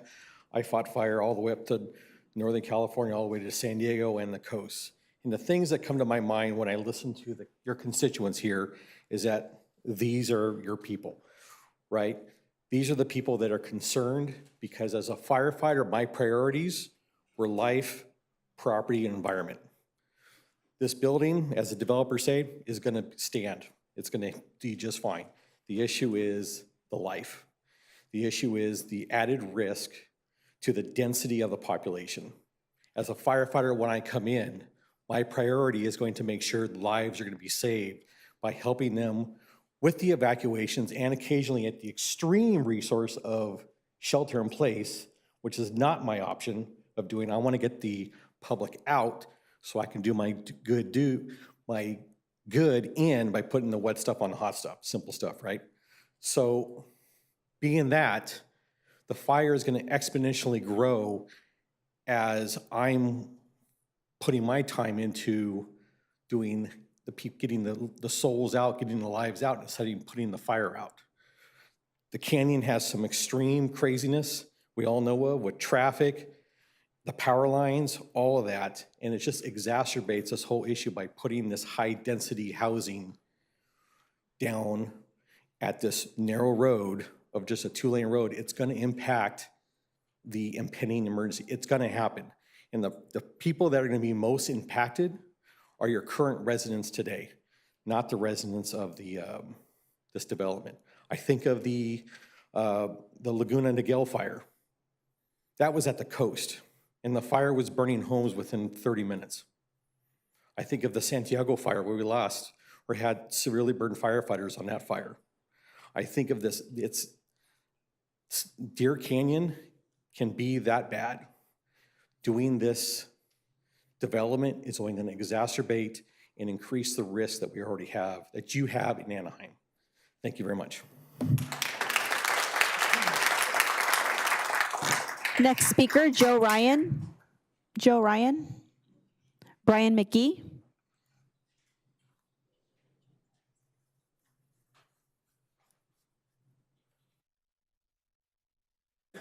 Good evening. My name is Brian McGee. I've lived in Anaheim Hills since 1994, and prior to that in Yorba Linda since '76, so I'm really familiar with the area. And I urge you to vote no on this proposed rezoning. For those that don't live in District 6, What you experience during a Santa Ana wind event is very different than what we experience. The Santa Ana winds were world famous, actually, and they're named after Santa Ana Canyon because the highest wind speeds during a Santa Ana wind event occur there. Just March of this year, Fremont Canyon recorded wind speeds of 80 miles an hour, and it's not unusual for us to have wind speeds exceeding 60 miles an hour. Once these winds reach Imperial Highway Lakeview area, the canyon opens up and the wind speeds greatly diminish. But the ferocity of the winds are much higher in the area where this proposed development is as the rest of Anaheim. And as I'm sure you know, the winds are very dry. During a wildfire event, burning embers can travel for miles with these hurricane-force winds carrying them. You have no idea where these embers are going to touch down. That's why we evacuate. As the fire chief said at the Planning Commission meeting, the fires are unpredictable and no two fires are alike. The city's Know Your Way plan asks for an orderly evacuation by zone. We're to shelter in place until our respective zone is supposed to evacuate. However, when you have hurricane-force winds carrying burning embers for miles, we aren't waiting for the city officials to contact each of us to tell us when we can leave our homes. Unless you can tell us which specific homes are going to be burning in the next wildfire, Know Your Way is unrealistic. My family has also evacuated twice during Freeway Complex in 2008 and again in Canyon Fire of 2017. The gridlock traffic, it took us 2.5 hours to move from our home, which is close to Weir Canyon, just out to Imperial Highway. Literally walking would have been faster. So keep in mind that means we're evacuating at about 1 mile an hour, and these winds are going 60 plus carrying burning embers. The same kind of log jams that we experience are what the people in Lahaina and Paradise burned to death in. To the city council, if you could go back in time and save those people, would you do it? Please have the foresight to spare us. Adding traffic from a 7-story high-density complex at the pinch point of the evacuation corridor would be reckless and irresponsible. Ignoring the fire chief's recommendation would be reckless and irresponsible. Ignoring the police department's recommendation Sir, I'm would be sorry, your time reckless is up. and irresponsible. Please do not vote to rezone this land. Thank you. Our next speaker, Grace McGee, Janice Statley, John Drum. Hello, Council. I'm Grace McGee, also a 30-year resident. I ask you to please vote no on rezoning for this 498-unit salt department project.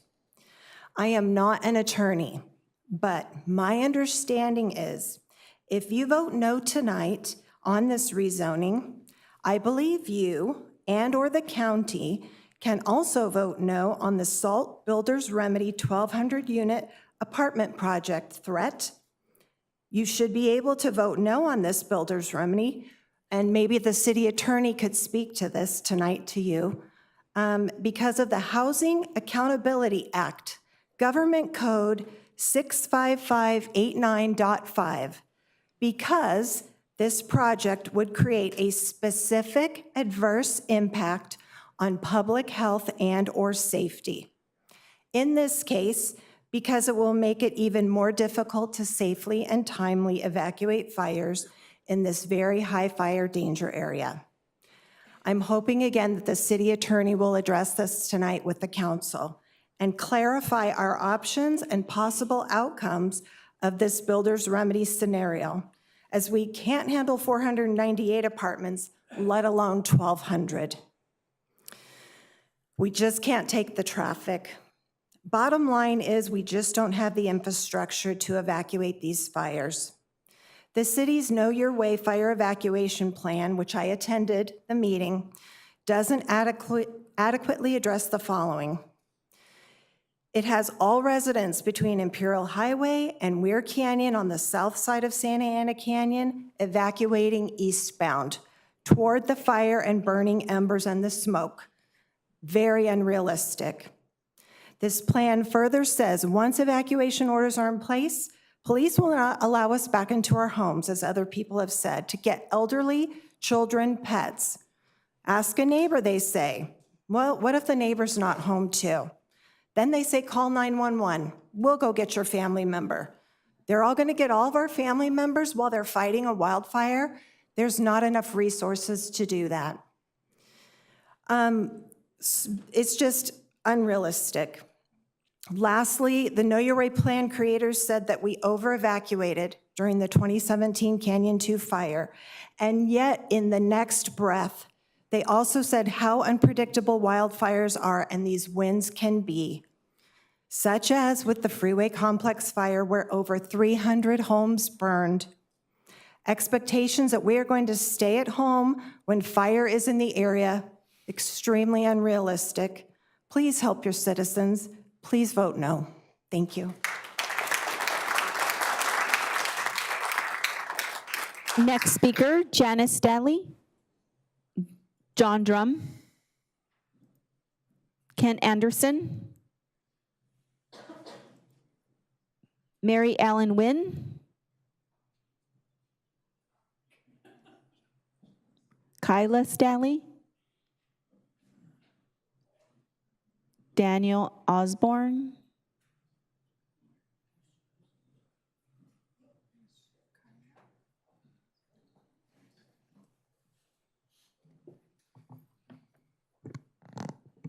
Good evening, Mayor and Council. My name is Kyla Staley, and I'm an attorney with the law firm Lozo Drury here on behalf of Supporters Alliance for Environmental Responsibility, or SAFER. SAFER respectfully requests that the City Council not approve the Hills Preserve project because the project's environmental impact report fails to adequately analyze and mitigate significant environmental impacts, including greenhouse gas and wildfire evacuation impacts.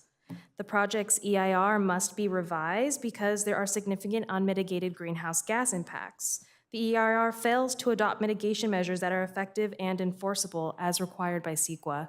For example, one mitigation measure only requires that the developer use good faith efforts to install and maintain solar power generation to generate at least 15% of the project's electrical demand on site. So if these efforts fail, this non-committal mitigation measure will not result in any greenhouse gas mitigation. Therefore, this measure cannot be relied on to mitigate the project's greenhouse gas impacts. Another mitigation measure proposed for the project is similarly ineffective and unenforceable. It requires that the developer purchase 60% green power from Anaheim Public Utilities if available. That means if green power is not available, the impact will be left unmitigated, and in fact, the EIR declined to quantify the greenhouse gas emission reductions that would result from this measure because the green power might not be available. This means that this measure can also not be relied on to reduce the project's greenhouse gas impacts. In addition, there are feasible, enforceable, and effective mitigation measures that the EIR failed to consider, even though they direct you to adopt a statement of overriding considerations for this significant and unavoidable impact. However, there are feasible measures, such as actually requiring that the project produce 15% or up to 100% of the project's energy demand, or requiring more EV charging stations. The EIR is also deficient because its wildfire evacuation impacts analysis doesn't account for significant public safety concerns. SAFER's emergency planning and evacuation expert found that the project would increase evacuation times by 43 minutes, almost twice as amount of the time estimated in the EIR, which was 24 minutes. The EIR underestimated evacuation times because it failed to consider and disclose certain impacts associated with evacuations, such as shadow evacuations, which occur when people outside of a declared evacuation zone voluntarily evacuate.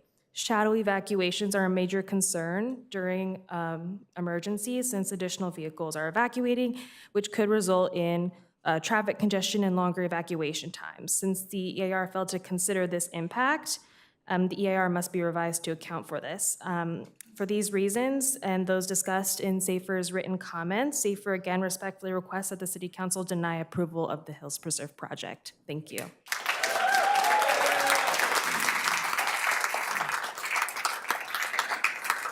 Daniel Osborne, followed by Susan Wilson. Good evening. My name is Danny Osborne. I represent over 5,000 members of Ironworkers Local 433, and we support this project. Now, I know I'm probably going to get some groans from the audience here when I say this. I don't want anyone to interpret my words as a dismissal of their concerns. It's just offering another perspective here. From a perspective of a man who spends most of his time dealing with contractors and developers, I can tell you when you have a developer that's made a commitment, a willing commitment to use skilled and trained workforce, to pay a prevailing wage, and to use a local workforce when none of that is required, right? From where I'm standing, that is a responsible developer, and we'll support them in their project 100 times out of 100. My colleagues, Andrew and Ernesto, already said everything about the building trades better than I could. I do want to stick to one point, though, and that's the local hire aspect. As much as that's a good thing for our current members, so they can spend more time at home and less time on the roads losing their minds in traffic, beyond that, more importantly, is the local hire aspect gives us, the iron workers and every other trade under the building trades umbrella, that gives us the opportunity to take your local residents who aren't members and make them members, put them into our apprenticeship, teach them a skilled trade, and not just for the duration of this one project, but for the next 25 to 30 years of their working career, making a mortgage-paying wage that they're gonna spend here in Anaheim, getting full medical coverage and earning a pension that's gonna help them when they retire. That's a life-changing opportunity. We can't provide those opportunities without projects like this. I hope that you take that into consideration when you make your decision. I do not envy your position tonight. Thank you for your time. Susan Wilson, followed by Steve Herr and Jim Skimkus. Susan Wilson, lived in Anaheim Hills for 38 years. Lived in the Flatlands before that for 12. I hope you aren't going to be swayed by the unions. He just said that the unions are a life-changing opportunity. Well, if we have a fire up there and we start killing off people, that's going to be life-changing. Also life-changing is losing their houses. I have evacuated only once because I wasn't in the certain area, but I still had traffic. I know my neighbors freely evacuated because we could see at the top of Canyon Rim, the fire was switching its way around from where it had been, and it was circling towards us now. That was hours after it had started because it had changed the direction. You've had your police captain and your fire captain say, know your way doesn't really work because nobody in their right mind is going right out of their tracks because that's where the fire is. You talk about the bridge over to Yorba Linda. My husband is an original owner that's been in the city plans since the 80s. That's not happening. Caltrans didn't want it in the 80s. They're not going to go for it now. Yorba Linda doesn't want it because Yorba Linda evacuates most of the times we do too. We have community fires over there. Yorba Linda's burning, Anaheim Hills is burning. We're all going that way. Imperial, Santa Ana Canyon, they talk about it's 3 lanes, 2 lanes. Well, when you get to Imperial, yes, it's 3 lanes. But when you go a little further on Santa Ana Canyon, past Imperial going west, it goes back to 2. So if you're evacuating down there, you've went 2 lanes to 3 lanes to 2. So it's not feasible. It's not feasible to go in there and do that road any wider anyway, unless you're going to start taking people's homes. And I don't think Anaheim wants to start doing that either. As to the builder's remedy, my question is, why aren't we in compliance with the state requirements? You were in compliance before the last time it came up for renewal, and it was supposed to be renewed on October 15th of 2021. And why are we not in compliance and we have sent paperwork back at least 6 times? We won't be in compliance for the next go-round because that's in 2007, and we haven't figured out what we're doing yet. So if they couldn't threaten with that, if we were in compliance. You as a city council could say, no, you're not going to threaten us with that. But I still think a lot of people have said tonight, they can't threaten us with it because of the fire danger and the evacuation. So please stand up for your residents. Ma'am, I'm sorry, your time is up. Thank you.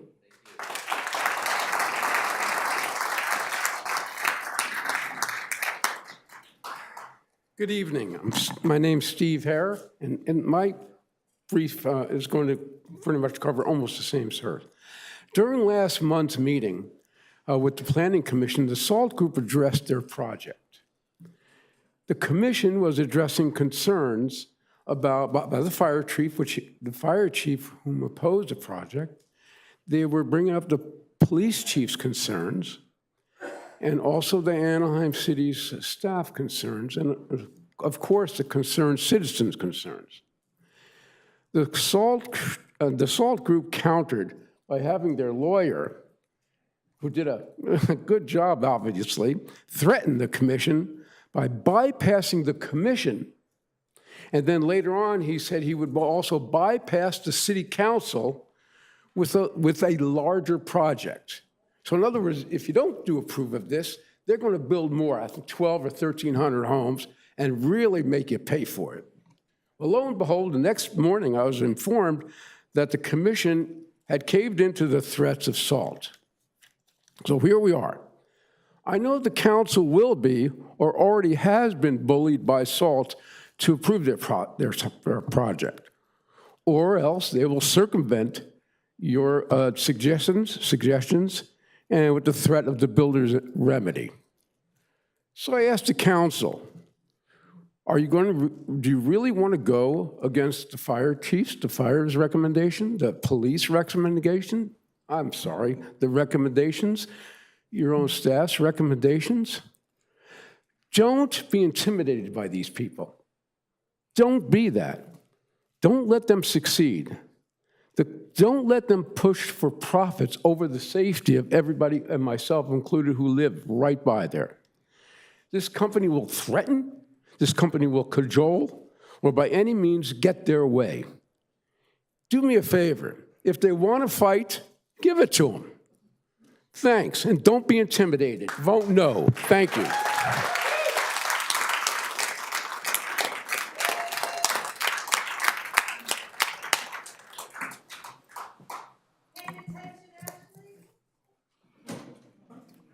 Good evening, folks. My name is Jeff Shimkus, and I'll be brief because most of what I was going to say has already been said.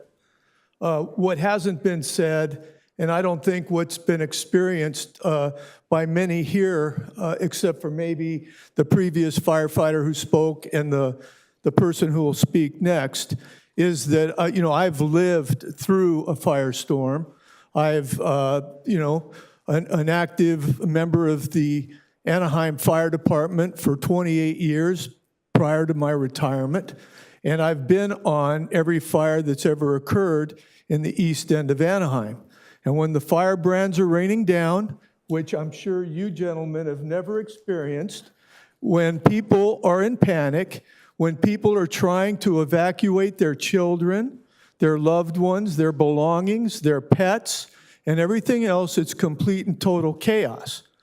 And what's happening here tonight is there are people trying to leverage income, money, jobs, housing, and as if that trumps life safety.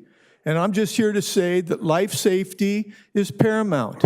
It was my job to protect life and property when I worked for the city of Anaheim. And it's every city employee's job to protect life and property. And so with that, I will just say it is your job to protect the citizens of Anaheim. It's not to pander to people like this. Thank you very much.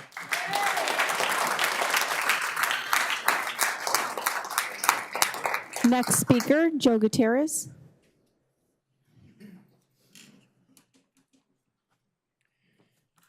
Honorable Mayor and City Council members, approximately 1 month ago, our Planning Commission voted to go ahead and pass this whole development forth.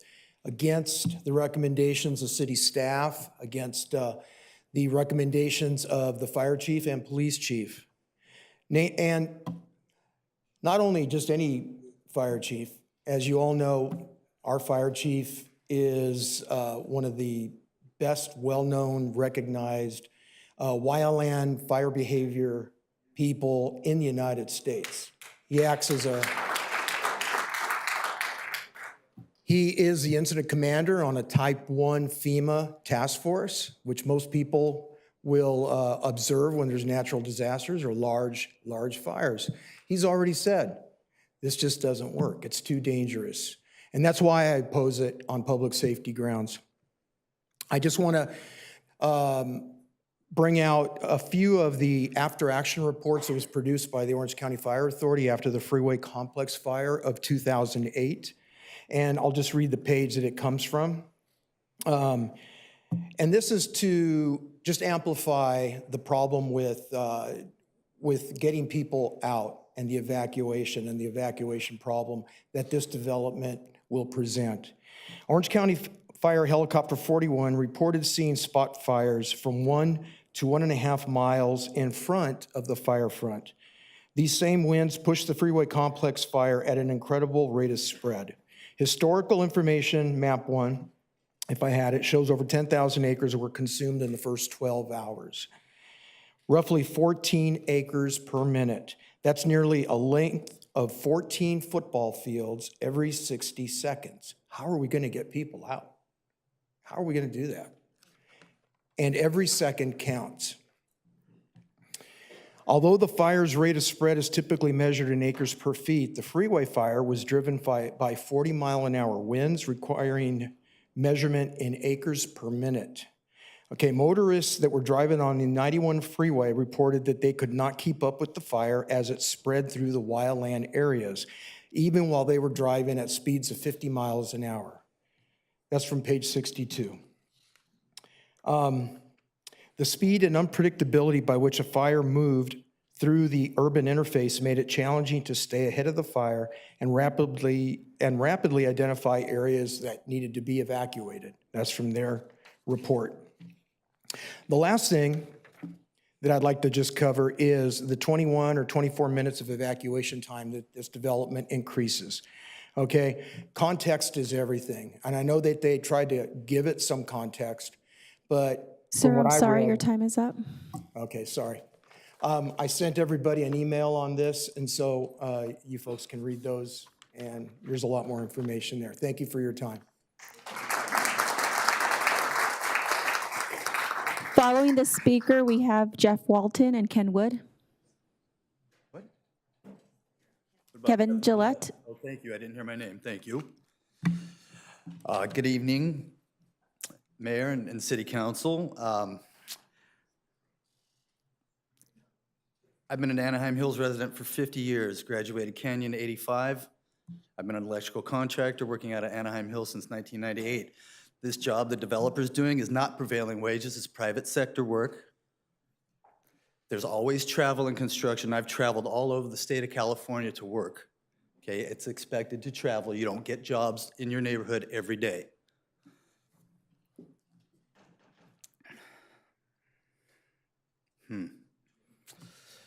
Okay, I'm lucky that I have a good friend who spent their career reviewing and writing CEQA documents.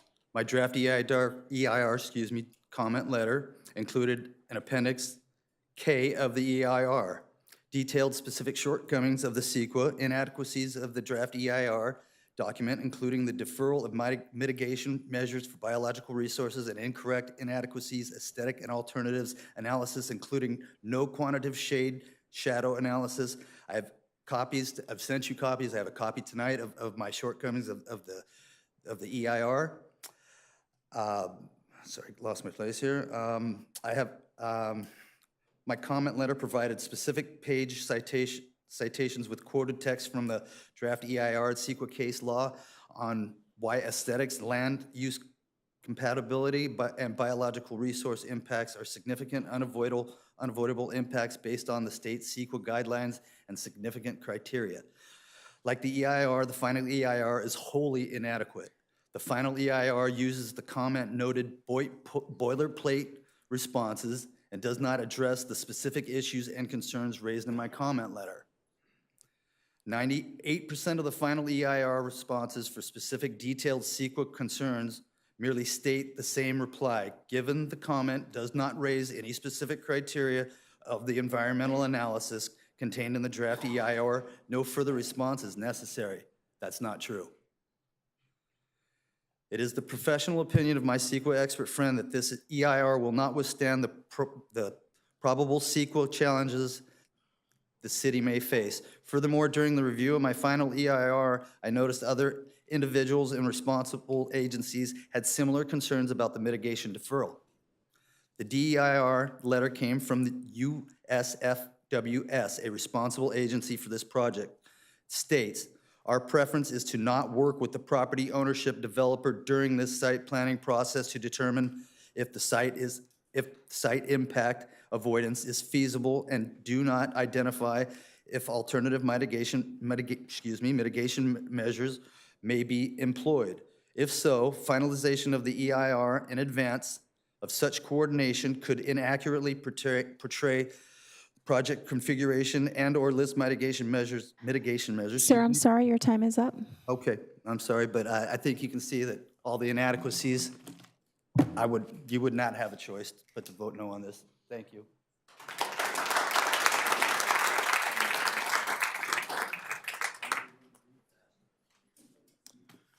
Good evening. Thank you for your time. Appreciate your civil servant to us residents. We, the people, are here speaking highly opposed to this project, so we vote you in office to represent the people.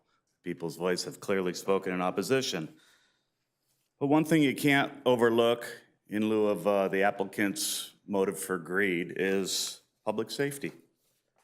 Fire, highly severe fire zone. These pictures don't lie. I'd like to hand those to the planning department to pass around. I don't know if you can put them on the screen, but I'd like you to take a look at those. I ran down the hill to get my car at Pep Boys. I wasn't driving there. I was running past traffic to go pick up my vehicle. I didn't think years later I'd be using those as documentation as to why this project is creating a public safety hazard fire issue. Very frightening.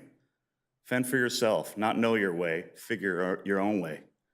Only the survival of the fittest get off that hill. I ran down to Pep Boys, I picked up my vehicle, I called my wife, she's picking up the kids from school, picked up the dogs.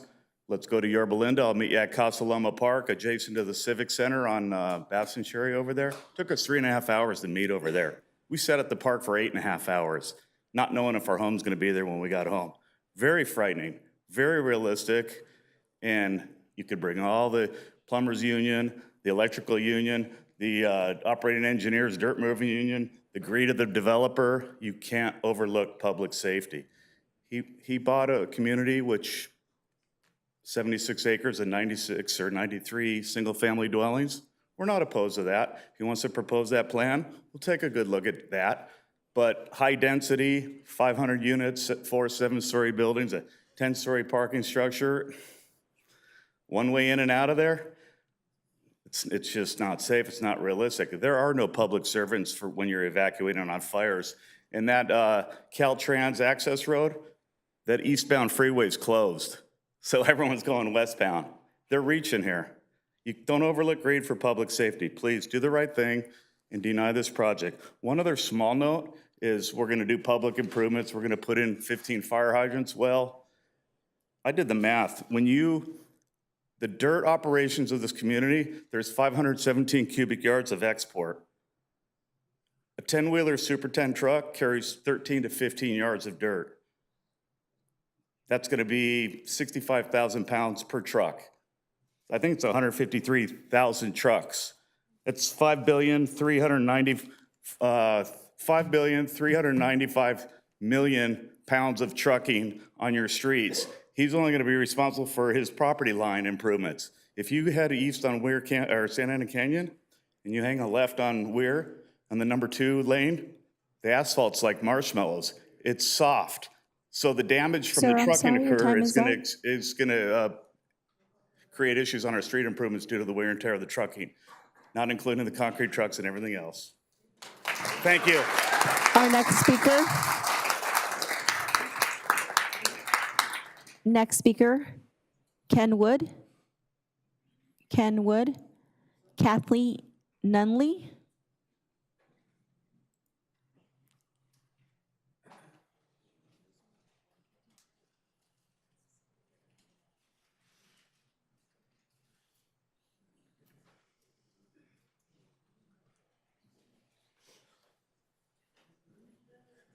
I'm not Kathy, I'm actually Linda Hurley, and I know you guys are probably sick and tired of sitting here. I know I am. And I am tired of fighting for my city, and I am sick and tired of trying to prove that what these people, what this guy's boss is doing is not just criminal, but it's unconscionable. The developer used LLG engineers to manipulate the VMT reductions and make it appear as if traffic mitigation measures do not create new and additional traffic. These reduction credits are drafted by the California Air Pollution Control Officers Association. The document describes many climate initiatives and ideas for developers to consider responsible building, yet the VMT reductions this developer chose to use are far stretched from their original intention. For example, T42 telecommute program was intended for an office building development where an employer can sit over his employees and he can send them out on the street and say, okay, go home now, stay here, do whatever you want. That way, when this guy takes off, he can mitigate traffic. What this developer did, he redefined this to mean a home office means you're working from your house, and so I don't need a car if I'm working from home. If I don't need a car, I'm not creating traffic. No increased traffic, but his SALT labored to include irrelevant reductions to work in his favor. He purposely ignored recommendations found in that same document. Example, WF6, which specifically says, recommend additional roads in the wildland-urban interface in case of evacuations and ensure redundancy in evacuation routes. How is it okay for a developer to create misleading traffic mitigations and only use recommendations that work in his favor? But the recommendations specific for our public safety get to be ignored. To be clear, this document does not mention shelter in place. That is laughable. That plan was based only on their own creativity without a government or scientific study. I'd like to highlight an important error the developer allowed to be used during the wildfire model assumptions. In the Appendix S5 evacuation study on page 25, you can see an overview of the project barrier files and justification. I'm quoting, the only barrier file that will be used for the development of the project site is the area shown below, outlined in red and shaded blue. It consists of the hardscape Zone A and Zone B irrigated fuel modification zones. It assumes that the fire will not burn through these areas. But these assumptions are false, yet this document with the EIR was used with the justification and fact to ignore city staff and fire department recommendations to deny this project. To manipulate these EIR reports as grossly as this developer has and risk our lives for his profit is not only negligent, but criminal. Thank you.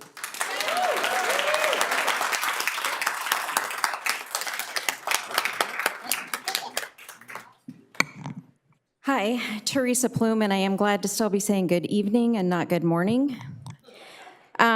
We have far too many examples of fires today burning longer, hotter, faster, and more quickly becoming unmanageable to the point where they have their own weather and result in loss of life and property. We already know the consequences of cities and counties ignoring negligent or failed evacuation plans. We all watched in Maui last year a similar scenario that we've experienced here in Anaheim Hills. They all failed on the fire evacuation in 2018. Concerns were ignored, life-saving corrections weren't made, and we all watched in utter horror as we watched life, landmarks, homes, and memories burn in Lahaina. It's irresponsible to take on the additional risk and potential loss of life and property when we know we can't manage a successful and timely evacuation today. The cost of ignoring these safety concerns also come with the financial implications to our city and ultimately to the residents. The Maui and Camp Fires have pending and settled lawsuits in the billions of dollars. I find it disturbing and profoundly concerning that the fire risks are being ignored or modified with concessions on safety to appease the developer. The evacuation shows a significant increase in time, but to minimize this impact, the developer proposes that the residents simply won't leave and just shelter in place. It's irrational to believe that residents will stay put and let others all leave first in a fire that's raging in the canyon. But shockingly, the Planning Commission accepted this and voted this as finding of fact and worthy of approval. This is dangerous precedent to allow a developer to present a hypothetical, untested plan and adopt it as a viable and reasonable option. I want to emphasize, we are not against development. This is not NIMBYism. We have a project coming in that's as big as this one, and nobody here is objected to that one because that one is in a safer area. Currently, safe evacuation is not feasible in the existing area for residents, and it would be reckless to add more density until this issue is adequately addressed. All of these future plans mean nothing if a fire is tomorrow or in 2 years or 5 years and the bridge still isn't there, or the roads haven't been widened, or you're sending us directly into the fire according to the plan going on the 91. We must ensure our safety is prioritized and not sacrificed for profit. For this reason and more, I urge you to vote no on this irresponsible and dangerous project. Our next speaker, Linda Morrell, followed by Ross Bunch. Hi, my name is Linda Merrill. I appreciate you guys all being the firewall between us and this greedy developer. He knew what he was buying when he bought those 16 house plots and then tried to pull a fast one on this community. I've been through 5 fires, not gonna go back into all the details, but the last 2, I can tell you that with the winds that we get in Santa Ana Canyon, that not one of the fires I've been through have been able to be mitigated by the Know Your Way.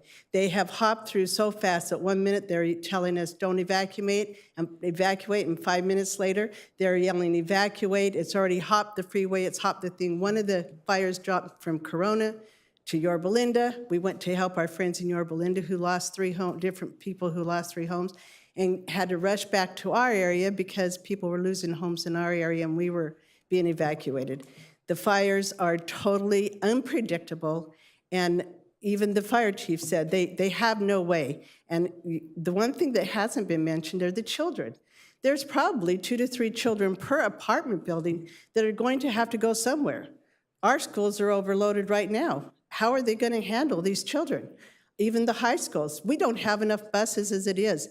We don't have enough buses to go there and pick the kids up in case of a fire and get them out. And most of the time when we've had the fires, the buses can't get through the traffic to get to them, besides our fire department.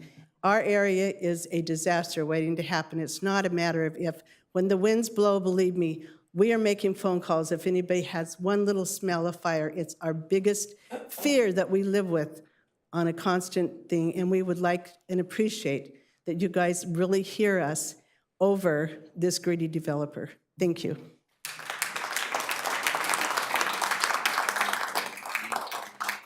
The next speaker to step forward, followed by Nicholas Yeager. Good evening, Mayor and council members. My name is Ross Bunch. I'm with the Operating Engineers Local 12. I'm one member in a 20,000 member organization here in Southern California, and we are 100% in support of this project. In 1993, I joined the Operating Engineers as an apprentice, step 1 apprentice. In 1996, that afforded me to buy my first home. Me and my lovely wife have raised our 2 children. Are raising our 2 children. Our eldest son is in his 2nd year in college. My daughter is right behind him, going to college next year. And honestly, we could not have done that without a good paying union job with good wages and good benefits and maybe, just maybe, being able to retire with a little bit of dignity. Thank you. Next speaker.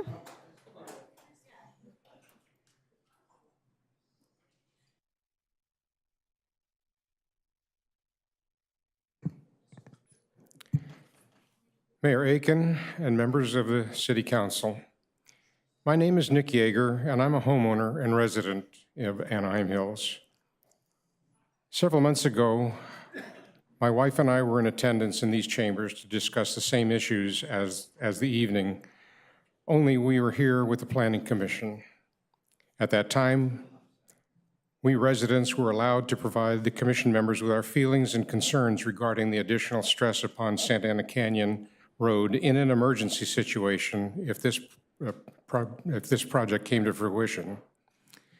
Those of us who were residents at the time of the Canyon fires, I know it's the wrong name, can remember having delays for over an hour or more to evacuate their homes. In our particular situation, to go 2.2 miles from my house to Imperial Highway was over an hour. The addition of the numbers of additional residents who would be added if this project is completed would only add to the endangerment of the rest of us. There have been rumors floating around about this corporation who are behind the project having threatened that if they don't get their way, they will convert the entire project to low-income housing, thereby evading the concerns of the citizens. If this is true, do not be swayed. Not only is this wrong, I believe that such a threat could be considered extortion. All we citizens ask for is for you to take full consideration of the desires of the residents that you serve and vote against this project. And I had an afterthought. Why don't we solve this whole damn problem by just simply buying the project area, making it part of Deer Canyon? Thank you very much.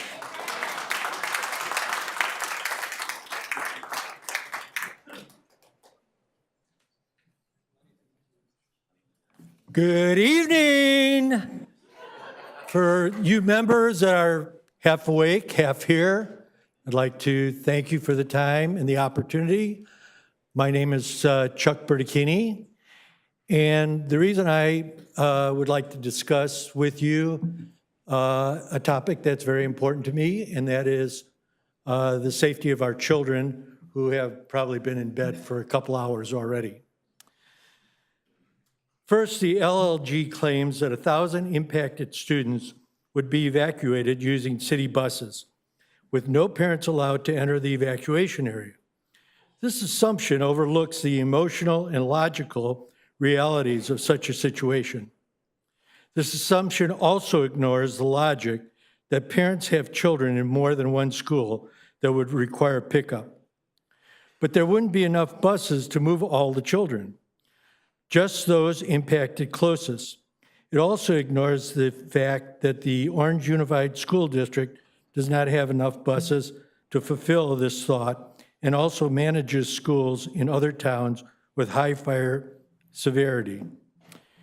The LLG assumes is completely illogical and presents no real concern when described as an absolute, when it hasn't even become a tested theory yet. Next, the LLG suggests that all elderly individuals, which I'm one, pets, and those with disabilities would be evacuated by a designated neighbor, as recommended at the Know Your Way workshop. This drastically underestimates the logistical challenges that would arise in a real emergency. Neighbors are not bus drivers and have the vehicle capacity to evacuate their entire block like Noah's Ark. This is, again, a false assumption that has been used to determine the real evacuation impact. It is an assumption based on hypothetical suggestions and not truly feasible, yet it was used to determine evacuation impact minimal. Furthermore, LLG assumes that the Hills Preserve will successfully prevent more than 1,000 residents and vehicles from leaving the project site unless it is directly on fire. This overestimates the developer's ability to maintain control in an evacuation scenario, especially if you have these young professionals that are supposed to be living in this who have their $45,000 BMW in the parking lot, and they're going to leave them there to burn while they're safely in their apartments. Finally, LLG experts Sir, I'm sorry, your time traffic is to up. flow smoothly towards Imperial, utilizing Sir, I'm sorry, your time is up. time, but I've just only begun. I would hope that the city council uses their best judgment and represents the people who voted you into office. Thank you. And have a good night.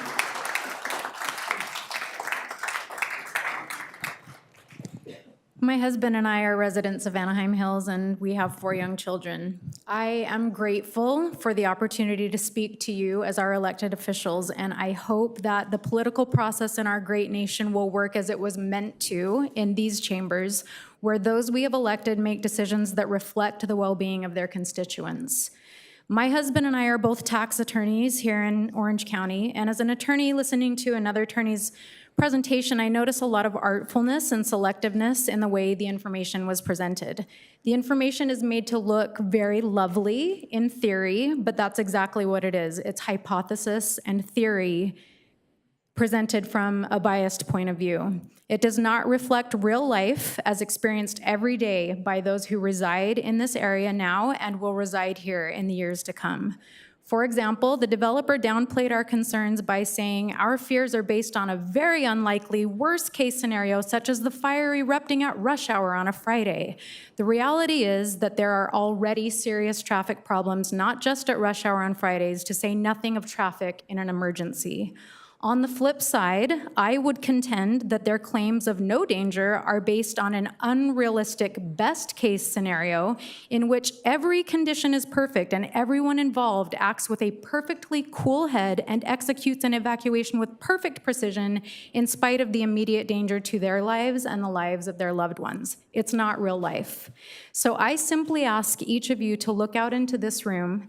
On the one hand, you have the faces of residents who elected you to represent us and provide leadership that would represent our safety, our well-being, and our best interests. On the other hand, you have people with no reason to care about the people who will be impacted long after they walk away with their increased net worth. We are the people who will feel the impact of your vote every day. We live here. We raise our children here. So I implore you to vote against the Deer Canyon development because that is what your fire chief, your police chief, and your own staff has carefully recommended, and that's what your constituency has pleaded with you to do. That is what we entrusted you to do when we elected you. Thank you.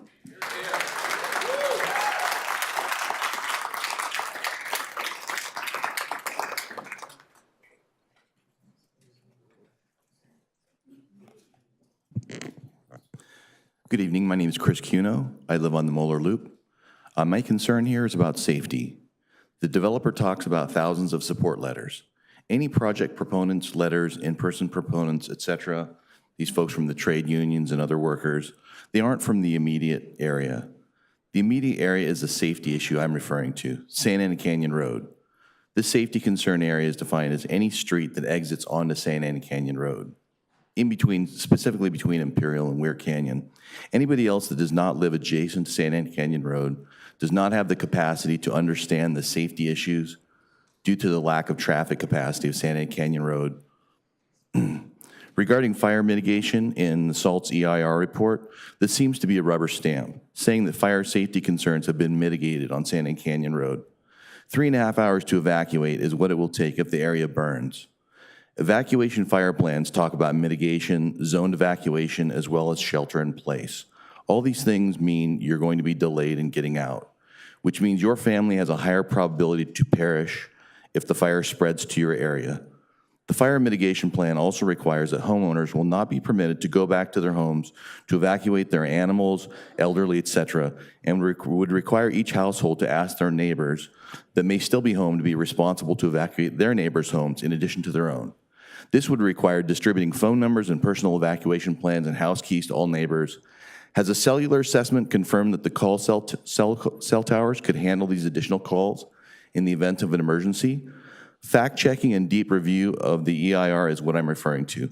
The neighbor would be required to drive a van or a bus to take several neighbors, elderly, and animals to others. This is not realistic. This is what mitigation means when the city agrees that safety is mitigated. The council should re-review what the term mitigation means, keeping in mind the 3+ hour evacuation time. Please consider, if you lived in this area, whether 3+ hours evacuation time would make you feel safe. Evacuating your neighbor's zoned evacuation and shelter in place, this is not mitigation, this is a death sentence. Someone on the city council should be responsible for critical thinking and ask themselves how the evacuation plan realistically makes us safer than the alternative, which is widening San Ana Canyon Road first before permitting a dense housing project and associated traffic to be added. The fire chief said that he disagreed with the notion that 3.5 hours would be a correct evacuation time in a real-world scenario. Did the fire chief sign off and agree that there aren't added traffic-related safety concerns with the added development project? Would the fire chief feel safe in a home that required 3 hours to evacuate? When we talk about 3 hours to evacuate, is there a best practice or a recommended standard time to evacuate that they could recommend to the city?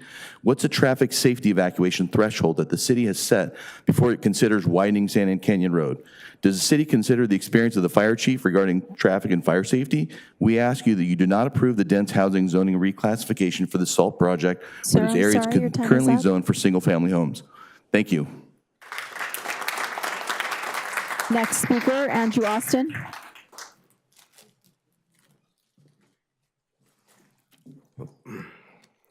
I'm Andrew Austin, and I support the project. I've been an Anaheim Hills resident for 13 years. I honestly didn't even know Deer Canyon Park existed until this project started coming up. There's no decent public access to the park. Deer Canyon Road itself is always locked, and as long as I've lived here, the entrance and the parking lot is always full of random garbage and dry brush.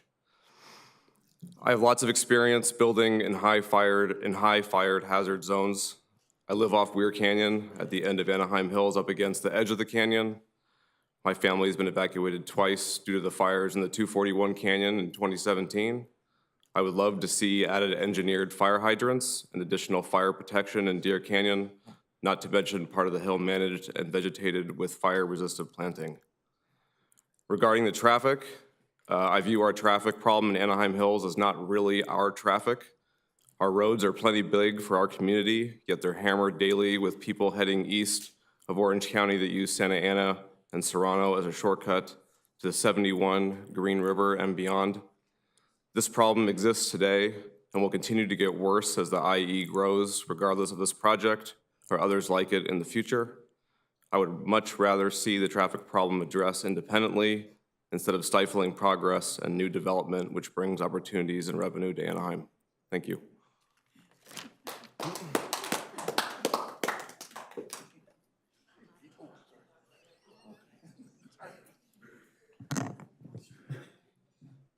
Madam Mayor, City Council, Doug Mangione. I'm representing the 2,500 members of the International Brotherhood of Electrical Workers. And yes, we do support this project. Surprise. But, you know, I've heard real concerns here tonight about fire. I've lived in Orange County for almost 50 years. I came out here when it was 1.3 million people here. There's 3.5 million people here now. I have seen beautiful pastoral land paved over because why? People want to live here. They come to Orange County, they want to live here.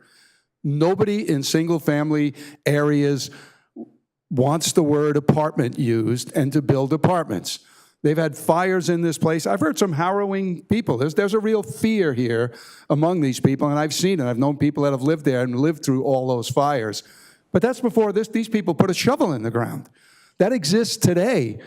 They've been complaining about it for 15 years, and why there isn't another road out there is beyond me. Everybody's had 20 years to build the darn thing. So there is a fear of fire, but it exists, and it exists today. And I don't think 500 more families in this area is going to create Armageddon. You know, it's going to be some new Armageddon that happens. And some people are okay with putting housing on top of that. So it's okay to put 500 houses, tear the hills down, pave over everything, send the deer and the antelope back up into the hills, and then have the same 500 families that are trying to get out of there. That somehow is okay. I've seen this in South County. They're doing this there. Nobody wants apartments. This is less intrusive than 500 or 600 homes being put in that area. It will be a park when it's done. And I know a lot of people don't like to hear it because they don't like the word apartment. That's a fact. Yes. Yes. We can say this all night. Yes, no, yes, no. So this is what's going on. And we're supporting the project. Help these folks mitigate some other ways out there. I don't think they have any faith in the evacuation plans as they exist without these people putting a shovel in the ground. They still have concerns. So I don't think 500 more people and an apartment building built into the hill, unobtrusive, saving the deer and the antelope behind them, is going to make a big issue. Thank you.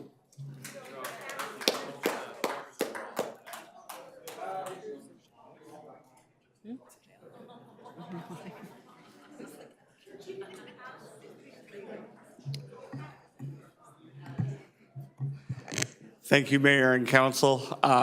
I, for one, don't mind hearing the word apartments because my name is Chip Allsweet and I am the Vice President of External Affairs for the Apartment Association of Orange County. So apartments mean a lot in our community. They do a lot for us. And as the last speaker identified, are able to put more families, more homes, more people in a smaller plot of land than anywhere else. And then the other thing that I want us to take a thought here is, what are we facing here in California? Because the reality is we have a situation where City of Anaheim has to build 17,453 housing units to meet the RHNA numbers that were assigned by the state by 2029. And as we're looking at that, what does that mean for our future here in Anaheim? It's a lot of development that needs to happen, a lot of opportunities, a lot of jobs, a lot of creation, a lot of places to bring in new residents and neighbors. And what happens if we don't? Let's just look at Huntington Beach, where they're being sued constantly by the Attorney General, who is trying to push more development in that community. Or we could take a look at Beverly Hills, that currently cannot pass a single permit because they have no development. They're not meeting the RHNA numbers. So if we want a situation where we have the state coming down and telling the city of Anaheim what will be built, then by all means, continue to push away the people that are trying to solve the housing crisis in this state. We can take a look at it, and you can sit there and moan and groan all you want, but it's the reality we're in. Huntington Beach has had lawsuit after lawsuit after lawsuit, and they're failing in each and every one of them because they're fighting this issue. You can take a look at 93 other cities in the state of California. That's 1/5 of all cities in this state are currently in a situation where they are losing their opportunity to plan for what they need in their community. The Apartment Association doesn't normally come out and speak on behalf of issues like this or individual developments. But the reality is, in fact, this is only the second time in our 60-year history that we've done this. But the reality is we're now at a point where we need to take a look at the future of our community and decide, do we want to plan it, or do we want to let somebody from Sacramento come down here and say, no, there's not 500 homes there now, there's 1,200. And by the way, you're going to build more on more of those units. It's not the kind of community we're looking for in Orange County, and we want to stand by you and say, have the courage to stand up and support something that will be a benefit to this entire community. Thank you very much. Next speaker, Rose Edwards, followed by Diane M. Good evening, everyone. Rose Edwards, 39-year resident of Anaheim Hills, exactly. I was going to cede my time tonight because it is late, but I agree with everything that the residents of Anaheim Hills said tonight, and I oppose this project. But I implore you to look at the Santa Ana Canyon area as a basin that is unique. The Santa Ana winds were not named after Santa Ana Canyon for any other reason that they are atrocious. It is a very unique area. We have to be smart. We have to protect our friends in Yorba Linda because what we do in Anaheim Hills also affects them.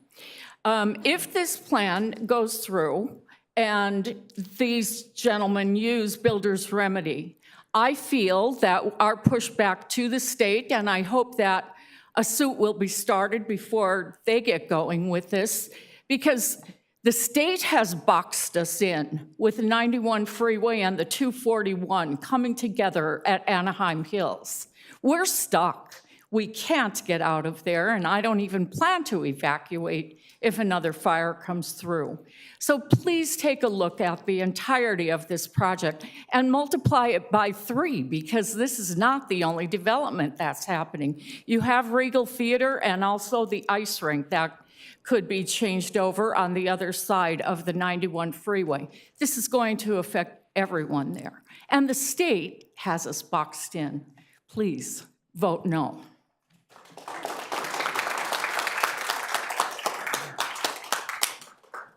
I'm also a 30-year resident of Anaheim Hills, and I want to know, why are we here?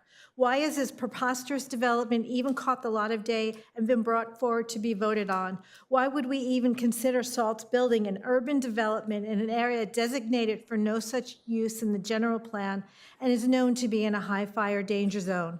Why does SALT want to build a 7-story high-rise in a high fire zone area when current residents and firefighters verify the extreme difficulty of evacuation during past fires?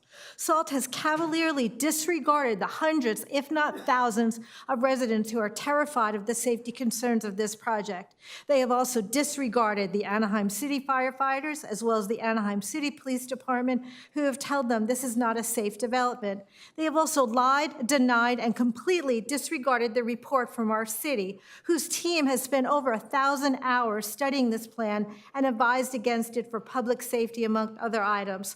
SALT has disregarded the facts and lied through their dentures to try to move this forward. They have hijacked the Citizens Deer Canyon website. They are cheaters and liars, and this is only their first step in their deceit. SALT does not care about our lives. All they want to do is make money, and they don't care how they do it. SALT's evacuation plan is to shelter in place. They are saying that when the flames of fire at the residents' windows, they should stay where they are. Really? Does any reasonable and rational person actually tell someone to stay in their home when a fire is surrounding it? The fact is, they do not care about anyone's life. All they care about is their money. So when a sane and rational planning commission was threatened by SALT that if they did not pass their plan, that they would seek builder's remedy and build over 1,200 homes, they proved that they really do not care how many lives they put in peril. 700, 1,200, they just want to make money. This is certainly very clear. I say deny their project and let them go to the state board for their builder's remedy. Let them go to Sacramento and tell them they want to build 1,200 homes for low and middle-income residents to live in a high fire zone, and when the flames of fire surround them, they're just to burn. How will that go over? Sure, put more people in an already perilous situation. How evil is SALT? They don't know how many people are suffering could die, just as long as they get their money.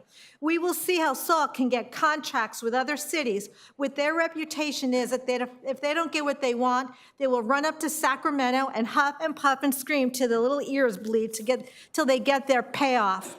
We are told that planning commission members have met privately with SALT, and then perhaps our very own city council may have their own financial interest in this project. Are you an ethical city council who will put our lives above the almighty dollar? Do not let SALT use fear to intimidate you. Do not let SALT use money to compromise our lives. Do not put your tails between your legs. Stand up to what you know is right. These lying, cheating, money-grubbing weasels will take their money back to Utah and leave the mess they created for you to mop up and bear the expense for that of years to come. Think about it. They will build and they will leave. Will you sacrifice our lives over money? We know SALT will. We are all here today to show our support of your decision to look at the facts and public safety concerns and put this development and SALT back down to the deep, dark, black hole to which it came.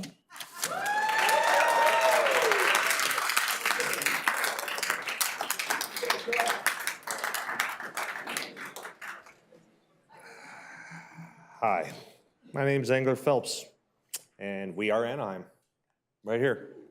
And they've done a wonderful job of covering all these other things that I wanted to cover, so I just wanted to tell you guys a story. I want to revisit SALT's imaginary resident they presented at the Planning Commission meeting. Maria was a single young working professional who worked exclusively from home and did not own her own vehicle. Maria does not have any children. She has plenty of non-work time to enjoy the multiple amenities of her apartment complex, including exclusive access to Deer Canyon Preserve via trail with no parking available for non-residents. I don't know about you, but I am dying to know what Maria does for a living. My wife works as an attorney, and I have a great job as a union employee, and we would not be able to afford an apartment in Deer Canyon. But good for Maria. She's wealthy, healthy, and most assuredly loving the bowling alley, gym, rooftop parties, dog spa available to her. My question to you is, how many people like Maria do you know? Is there currently a large demand in Anaheim for housing for people like Maria? I bet just like me, you don't know very many Marias, but SALT is assuming that Anaheim is full of Marias.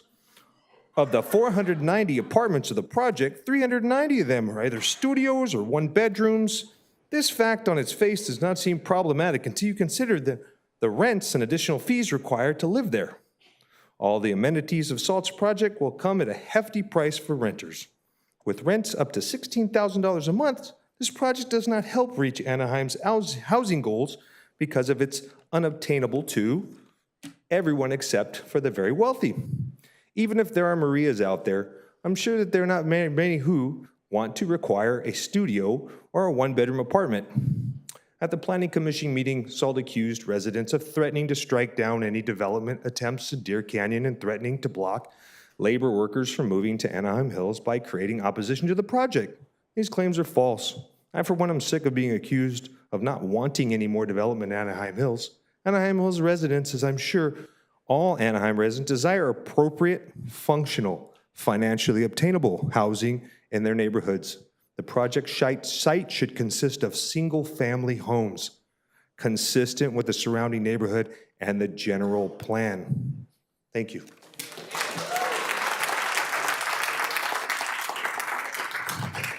Our next speaker, Deanna Drum. Deanna Drum. Andrea Phelps.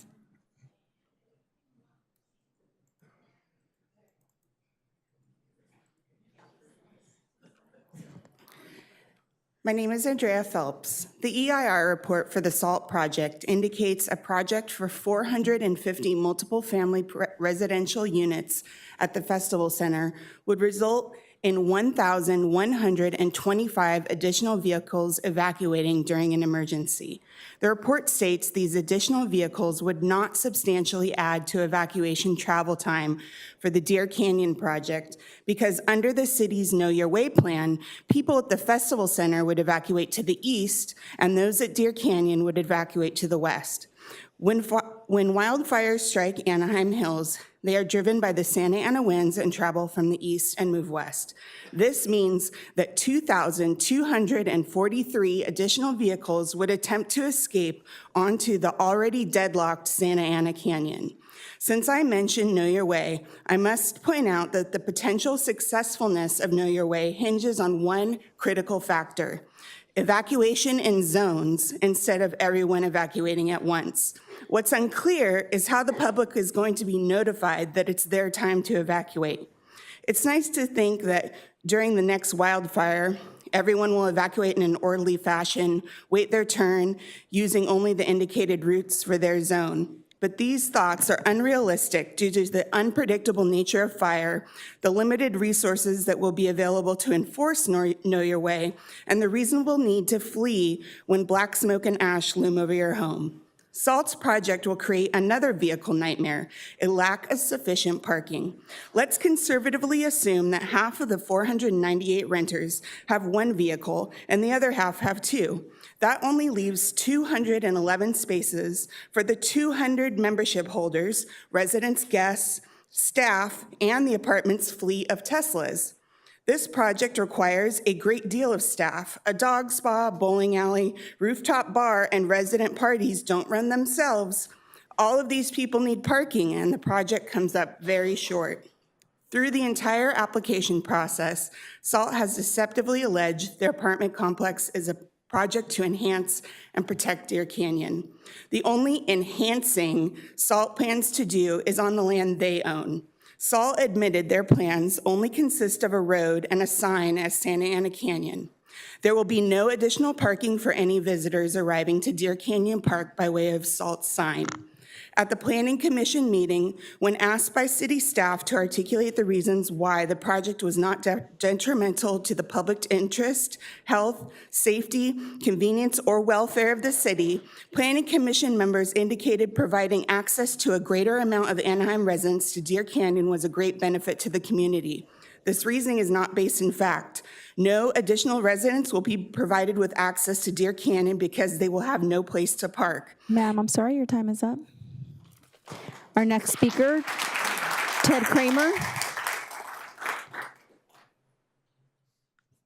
Following Ted Kramer is Jen McCool.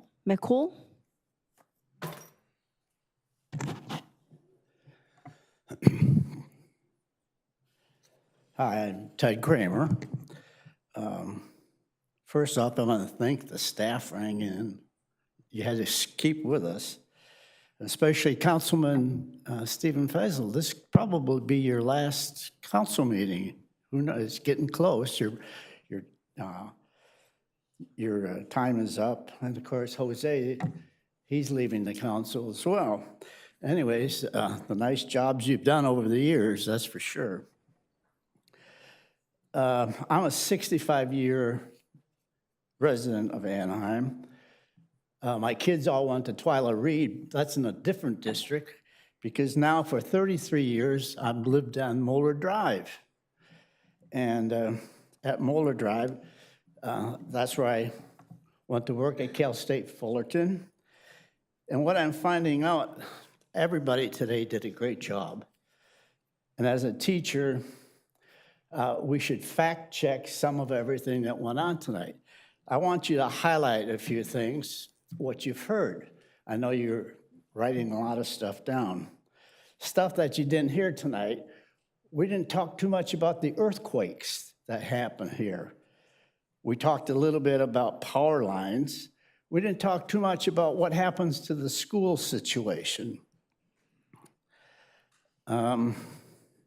Wind also came up, something that you must consider. That came up a whole lot. What I'm always interested in is the scenic corridor. Okay, and the scenic corridor is part of the Santa Ana Canyon, which starts at the 57 freeway and includes two different zip codes. There's 9,830 residents in our area. The canyon ends over at the Veteran Cemetery down there by Gypsum Canyon. And that Gypsum Canyon, essentially, what we have is the combination of both Anaheim and Yorba Linda dumping people. That's the last place to dump people onto the 91 freeway. That's something to consider since we only have Imperial, Lakeview, and Weir Canyon to get the people out of the area. That's important. Now, the point is the staff has recommended to you guys that we shouldn't allow this to proceed. The police chief, the fire chief, they're against this. It increased the evacuation is a fire risk problem. And of course, the topography of the area is not suitable for most of the construction of the homes that was planned initially.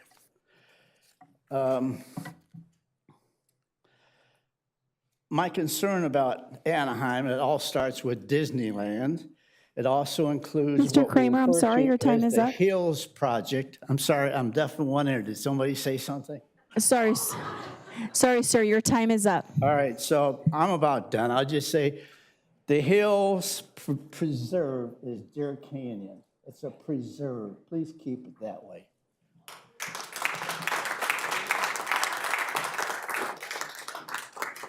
Our next speaker, Jen McCool.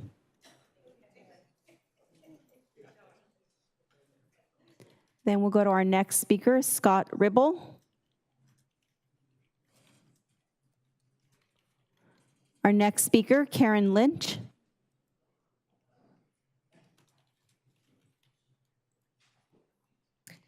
Hi, my name is Karen Lynch. My family moved to Anaheim Hills in 1979 from LA County. I wasn't exactly thrilled to be out past the orange groves and everything, but you know, it got better in time. In '82, I experienced my first wildfire, the Gypsum Canyon Fire, which came same path, Riverside County to LA to Orange County.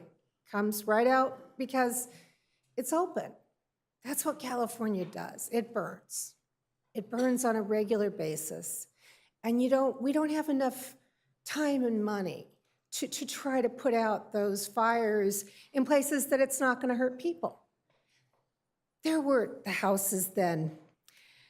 When I got married in '84, and we moved to Casa de Valencia, which was on La Palma, and just happened to live there in time for the bottle rockets to hit the shake shingle roof and the open attic, and we spent, July 2nd watching our apartment complex burn down.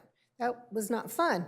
It would have been a lot more fun if the firefighters could have gotten water out of the hydrant, but there was something broken in the hydrant, so there was like a 2-hour delay for getting water, and 93 families lost the place that they lived. And then I had to move to Riverside County because we couldn't afford to live in Orange County anymore. My ex and I, kids got born, but we got to move back to Orange County. And in 1995, we got to move to Anaheim Hills. And we struggled to stay there, I'll tell you. And for 12 years, I shuttled kids to school. And let me tell you, those lines by themselves are a lot to deal with. Dropping them off and picking them up, and Crescent, El Rancho, and the high school, and oh God. But we had a few fires then too. We had 2006, we had the Sierra Park fire. 75% of Anaheim Hills was under voluntary or mandatory evacuation, 10,000 acres burned. And then in 2007, and by the way, I had moved, and now I'm watching the fire, which is 1.5 miles, I'm watching it come over the ridge. And then 2007, the Windy Ridge fire, same thing's happening. And the helicopters out there. And okay, so then we hit 2017. Most of the time I was like, okay, but guys, this one scared me. It scared me. Now, my mom and dad were 80 that year. And I drove the 1.5 miles. I lived 2 miles from them on purpose. And I drove that 2 miles to their house, because if you think that I wasn't going back up the hill to get my 80-year-old parents, or if my kids had been in school, if you thought that I wasn't going, you're crazy. I am not a Uvalde parent. My parents are not going to die in a horrible because I didn't make an effort. You guys know, they didn't know the fire hydrant Ma'am, I'm sorry, was your time broken. is up. You guys know this is a danger to us. Please, at least put it off. Make them prove more about how they, just don't approve it now. Don't just say it.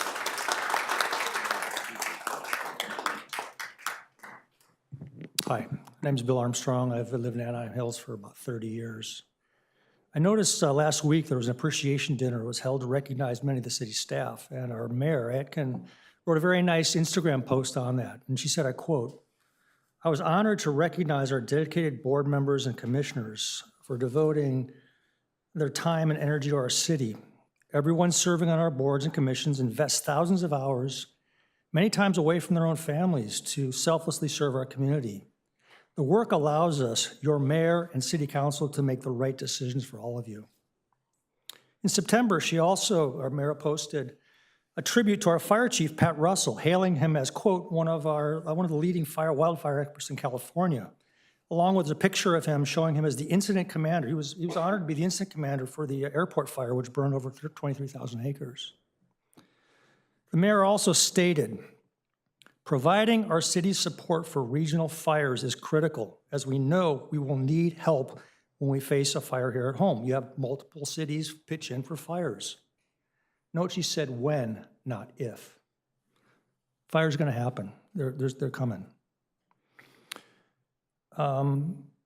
Tonight, the mayor and the city council members, will you listen to our staff and recognize them not just for words, but with actual vote against this project? They recommended denying it. The police chief, the city staff. The city staff spent thousands of hours reviewing these documents across a wide variety of subjects, but most importantly, safety. The flawed data and poor understanding of the geographical region have led all reasonable and educated decision makers to advise against the projects. The Planning Commission voted against the City Council's city's recommendations, citing the EIR as justification. But the EIR is far from accurate. It contains fire models that assume the preserve estates are being built. It is very misleading about the abatement of flammable brush, and inaccurately describes the traffic procedures during the evacuation, overstating the number of traffic lanes, downplaying the number of cars and logistical challenges that could easily arise in an emergency. Meanwhile, our city staff, who have spent thousands of hours trying to find solutions with a developer, continue to recommend a no vote along with the fire chief and police captain. Please listen to our fire chief. Please listen to our city staff. Our fire chief is an expert. You've said it yourself. He has expressed opposition because of increased safety risk with this project. I urge you and the remainder of the city council to listen to him, listen to the police captain, and listen to the city staff and vote this proposal down. Thank you.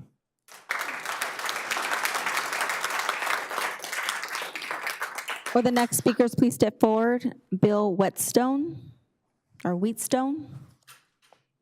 Alejandro Cantalon, Isaac Munoz, Randy Whitmore,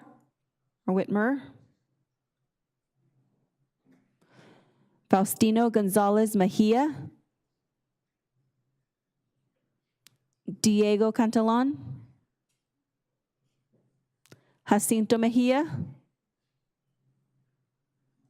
Orlando Mora, Pedro Milan Osuna,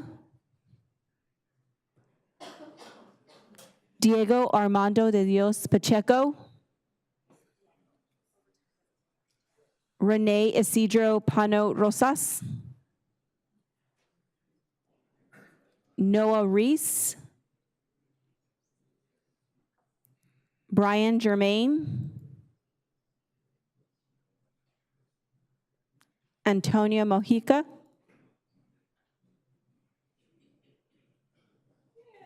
Patrick Pepper.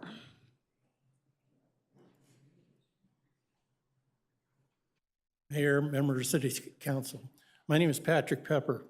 For over 20 years, I chaired what was the Anaheim Hills Citizens Coalition that was dedicated to preserving development in accordance with the Canyon Area General Plan. This project clearly is not. Matter of fact, it throws the general plan in the trash can. With 90-foot high building, and it's a scenic corridor, 60-foot high crib walls, totally against the general plan. As I said, being chair of the Citizens Coalition, we work with the Irvine Company on Gypsum Canyon. Before that, actually, we fought the jail in Gypsum Canyon. We worked with Trammell Crow on the Festival Center and a lot of others, the storage place across the street.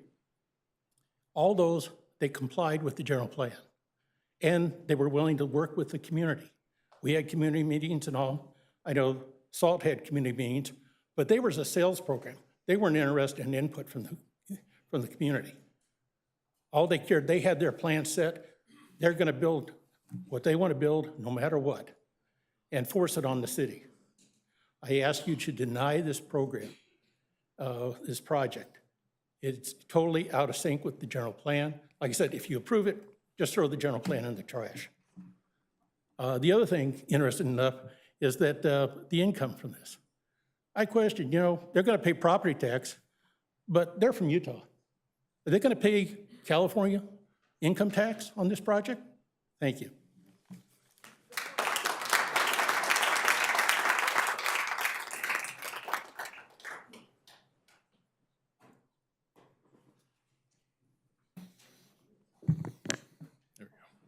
Mayor, City Council, thank you for the time tonight. I'm a 9-year Anaheim resident. I have a 3-year-old and a 1-year-old at home, so I appreciate the time. My wife is a saint and she put the kids to bed so I could be here to talk to you and speak in opposition to the project.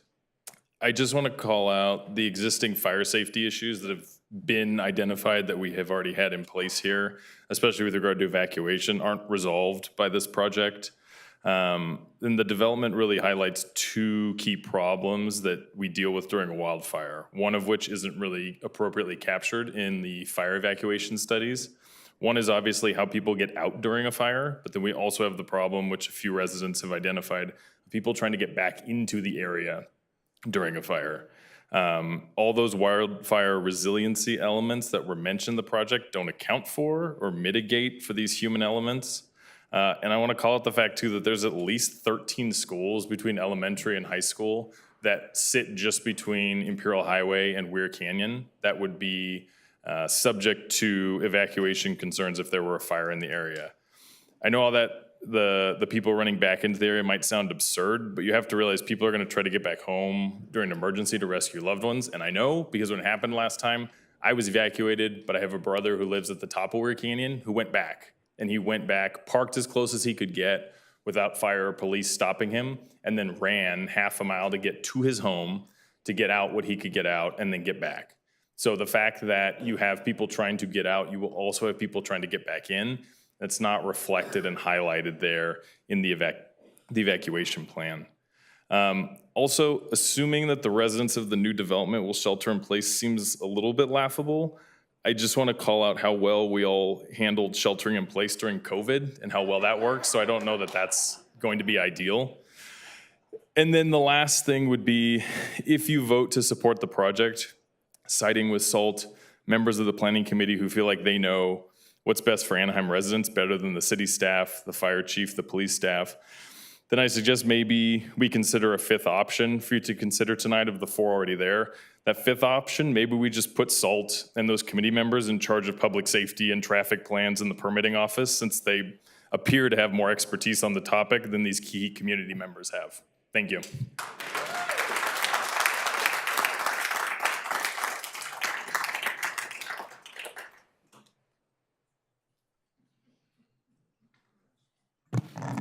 Hi, good evening. My name is Linda Loving. I'm a 23-year resident in the city of Anaheim. I want to thank you all tonight for staying here and listening to all of your residents' concerns. We really do appreciate it. I've been through 2 wildfires, the 2008 Freeway Complex and 2017 Canyon Fires, and I know you've heard from us endlessly tonight about how scary this was. And I don't know, unless you actually do something like that, how it can really impact you standing there watching it rain, embers and ash. It's not about buildings, it's about lives. It's about our safety. And that's all we were concerned about at that time too. We just wanted to get our family members out, our pets. Everything else is replaceable. Lives are not. It was terrifying trying to evacuate. Sitting there on our local streets, unable to move. I don't know if you can put yourself in that kind of position. We saw what happened in Lahaina, in Hawaii. We saw what happened in Paradise. We don't want that to happen in Anaheim.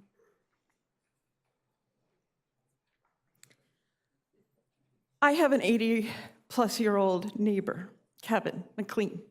He's a great guy. I bring him food. I check in on him. He's had to have the Anaheim Fire Department come in because he's fallen in his home.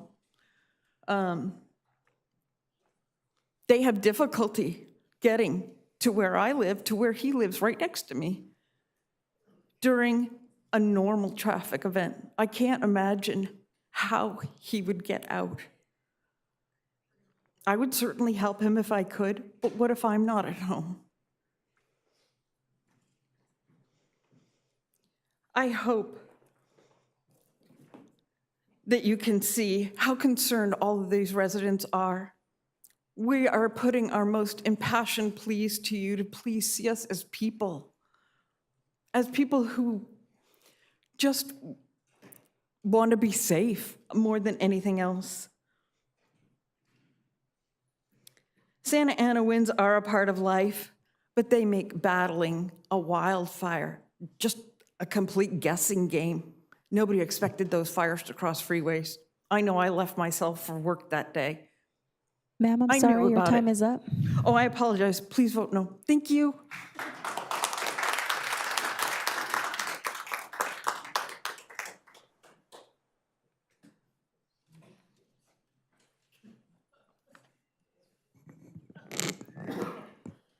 Good evening. I'm speaking tonight on behalf of Georgia Price, a District 6 resident. The approval of this project will impact every district and taxpayer in Anaheim. A $500,000 contribution to the House Trust doesn't even build one affordable unit. The developers have threatened the city with a builder's remedy that requires affordable units if this project isn't approved. If you as a council want more affordable housing, why not call their bluff? The truth is they don't want to build any affordable units in this resort-style development. The proposed rooftop pool and bar should be called exactly what it is, a nightclub. This club will increase calls to police and put a strain on our police department by pulling in units from other districts. 24-hour security can't handle 500 units with over 1,000 residents and a nightclub. It just isn't possible. Residents from their current Salt Lake City development report a lack of security, often calling it a joke. A recent assault that took place on their property makes it evidence that safety is not a priority. They want to open Deer Canyon Park to the public. It is open to the public. Residents from all over the city have been enjoying hiking in this park for years. It is one of the last places in the city to enjoy nature. The developer wants us to believe that connecting their property to this park will benefit us, but that simply isn't true. Where will people park once they enter off of the new Deer Canyon Road? SALT isn't providing parking. Is it up to the city to create a parking lot at this new park entrance? Using already limited park funds to build and maintain a parking lot that only benefits SALT is criminal. This dishonest developer is attempting to bully the city into approving an unsafe project, a project that even city staff and our fire chief do not recommend for approval. Why would you put your name on the line for a developer that can't be trusted? Why would you make yourselves liable in the event of a catastrophe such as a fire? Please take all of these points into consideration when you vote tonight. Please remember your residents and vote against this project. People's lives depend on it. Thank you.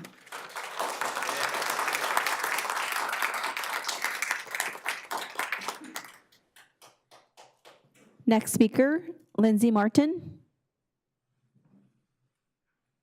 Then we have our next speaker step forward.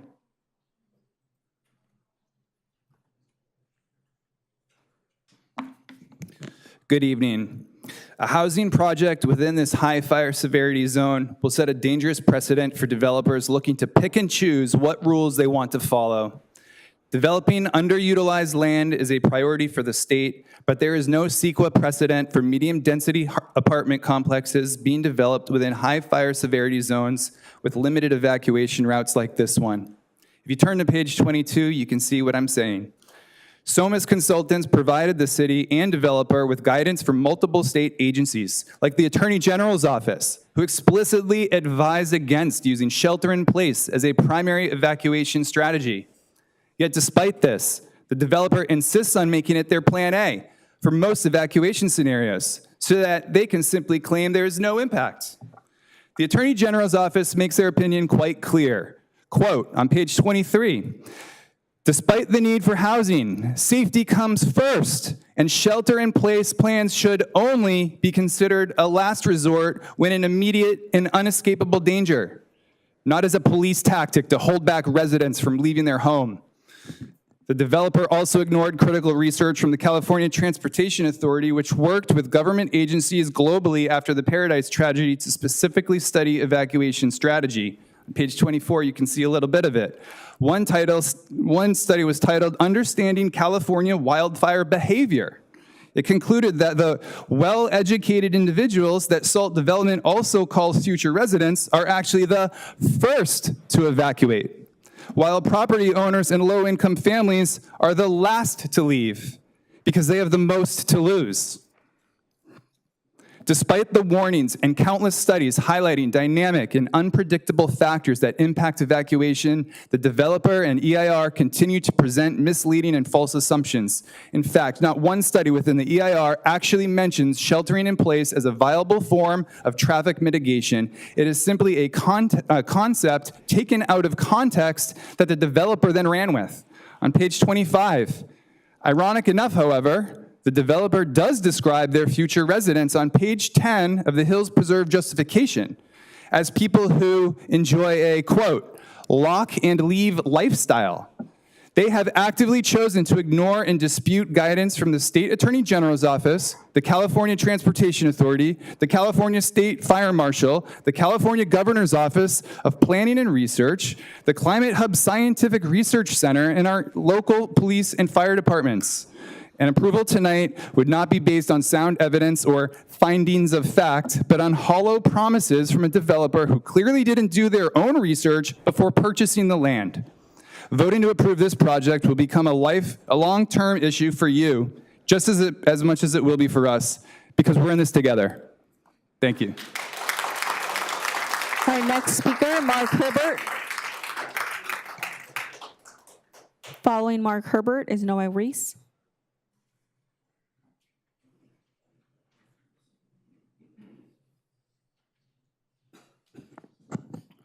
Mark Herbert, AnaheimGrease.com. I like to submit this after I highlight it. So this is from Sunday's LA Times, October 27th, section B, page 3. Study finds wildfires are spreading and intensifying faster. A new paper in the journal Science put this sentiment to test with startling findings. California fires spread almost 4 times faster in 2020 than they had in 2008. The study by scientists from the University of California, University of Colorado, UC Merced, and UCLA also found that across the West, fires grew 250% more quickly in 2020 than they did in 2001. Next, another section here. Traffic bottlenecks are common, and although the city is looking to add some left turn lanes along Santa Ana Canyon, that alone will not solve the many traffic issues that relate to the 91 and the expansion that has occurred in Riverside County outside of our control. Single-family homes are being built by Lennar in Corona and start in the 400,000s. Those that are seeking affordable home ownership will continue to drive past us with the unaffordable homes and that are being proposed here in Anaheim Hills. These commuters will not adhere to Know Your Way. They only know their way to work. Why is that occurring, and why are we here tonight at this late date speaking about this project? It dates back to the housing element. The 6th cycle housing element was first submitted in September 2021. It is still out of compliance. It's a state mandate. The target numbers for Anaheim are 17,400 homes. Roughly half are considered they need to be affordable, half market rate. Anaheim, as in the previous housing cycles, has no problem meeting the market rate. They have had a problem meeting the affordable units. Well, I better step this up. If this comes to a legal fight, which they've threatened, I'll just say that our budget has $12 million in the city attorney's office. And why isn't that going to be used to fight their threat? That's what it's there for, isn't it? It's your call. Maybe you should get a little more serious about affordable housing too, so people don't have to drive off to Corona and then come back here to work at Disneyland. Your record has been poor, 178 permitted affordable units last year in the city, and your target is about 9,000 for the cycle. Our next speaker, Noah Reese.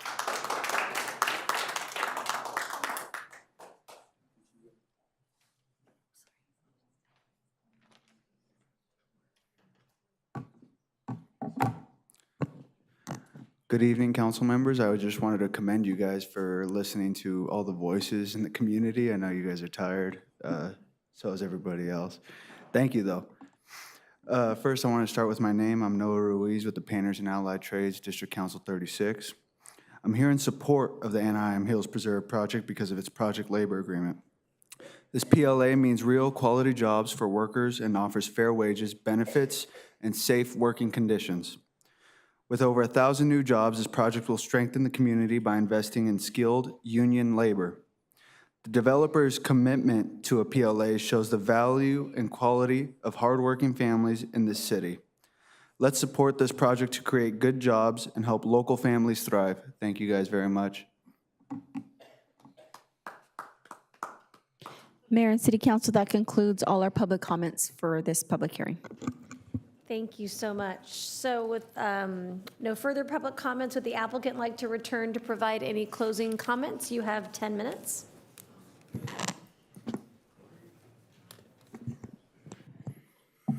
This project gives the city tremendous benefits. 500 high-quality housing units towards state goals. Anaheim Hills, the same area that boasts killing every major housing project, can now do their share. A project labor agreement, enormous economic benefits, police support, strong support from the Planning Commission who dug through the thousands of reports and technical studies and saw it as a great project. This is a world-class project that Anaheim will be proud of. 10% of the units are discounted for first responders. Fire protection is improved. The scenic corridor requirements are met. Anyone could have bought this land for years, but we saw it as an opportunity for a world-class project and bought it to build and hold. 50 acres of permanent open space, an underutilized park that is now accessible to everyone, a park that no one knows about outside of Anaheim Hills. $1 million affordable housing donation. The EIR and CEQA study passed after thousands of hours of scrutiny. Property values absolutely will go up once this project is built. So we've heard a lot of inflammatory comments regarding evacuation and fire safety, specifically by the core group of those opposed to the project. We know it's emotional and fearful, but not based on all the facts in the reports. The same rhetoric was used to kill all projects in Anaheim Hills before. We have an ideal opportunity to bring huge economic benefits and jobs and do our share. Remember, the constant emotion doesn't match the facts. All areas of the city must improve and get better over time. Some of the comments at the Planning Commission were exclusive and ugly. One anecdote for you. A couple of months ago, as we walked in the canyon, Thomas and I ran into a gentleman coming out of the park. We introduced ourselves and talked with him for a few minutes. We asked him what he thought of the project. He said he was against it. We asked why. He said that he and his neighbors were mostly concerned about the potential of additional traffic that the project may cause. We asked, well, what about fire safety or evacuation, which is what we'd heard from some. He laughed and said, that's a red herring. We all know that the city won't reject the project due to traffic, so we decided to focus on fire safety and evacuation.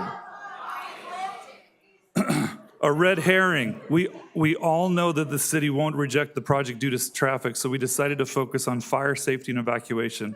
The opposition to this project is hammering away on fire safety and evacuation and inventing new facts and introducing new opinions because they know it's emotional, scary, and hopefully could scare the elected officials into rejecting a project. Like all projects in their area, despite all of the experts' work to evaluate the true risk of safety and calculations of the potential impact to the evacuation times. After indicating that he wouldn't support the project during the last meeting, the fire chief was asked why. He reported that he wasn't an expert, but that in his opinion, any additional housing, any additional residents added to an area that would need to be evacuated were bad in his opinion. So in other words, he opposed any additional housing, regardless of size. That's not correct and certainly doesn't sound reasonable. Hang on, I stayed quiet during all of you. Everyone, please, we're almost to the end. Many Let's of the just let residents in cooler heads Anaheim, prevail. thank you. Many of the residents in Anaheim Hills support this project. Some have already texted me during this meeting, and I'll quote in part from one of them.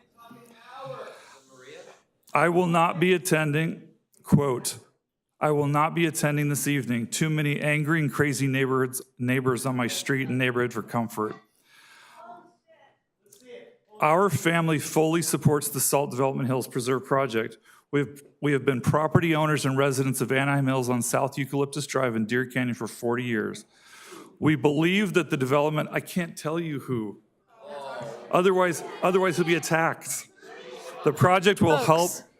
We believe that the development will make Deer Canyon safer and help to reduce fuel and dry brush. The project will help with our housing shortage and hopefully attract new employers of choice to Anaheim Hills, along with boosting the local economy and labor market.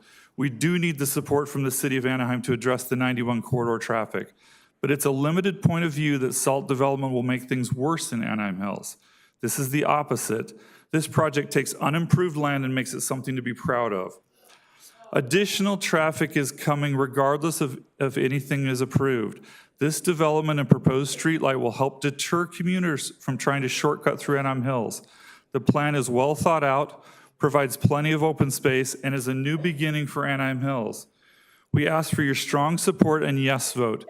We hope to see this project approved and to have Deer Canyon and its wonderful environment enjoyed by all future generations. Sincerely, the Dutt family. There are many others that live in Anaheim Hills that are in support of the project but didn't want to be exposed to the bullying or intimidation, and so they're not here tonight. The EIR that took 4 years to prepare, that combines and evaluates the many technical reports and studies that were completed by a well-respected engineering firm, Somas, they were not hired by us. They were hired by the city. In fact, we could not even speak with them directly without having the city present. Their final EIR report indicates that there's not a significant impact to wildfire safety and evacuation. Those studies they evaluated that ended up in the EIR are completed by many experts, biologists, traffic engineers, wildfire experts, et cetera, over years. It doesn't make sense that 16 of the perhaps 200 residents that live within 1,000 feet of our property can stand up for 10 minutes and demand that they're not going to be safe, and that you should ignore all the work and studies that were completed by the experts for the past several years. Please see this for what it is. It seems that much of the concern that was expressed is remembering what the evacuation was like in previous fires, before additional fire mitigation measures, before the police-controlled intersections and prevented unnecessary traffic exiting the 91 during the events, and before the Know Your Way evacuation plan. Anaheim has a better plan now. Based upon what we've seen, this seems like a reasonable staged evacuation plan for an area like Anaheim Hills.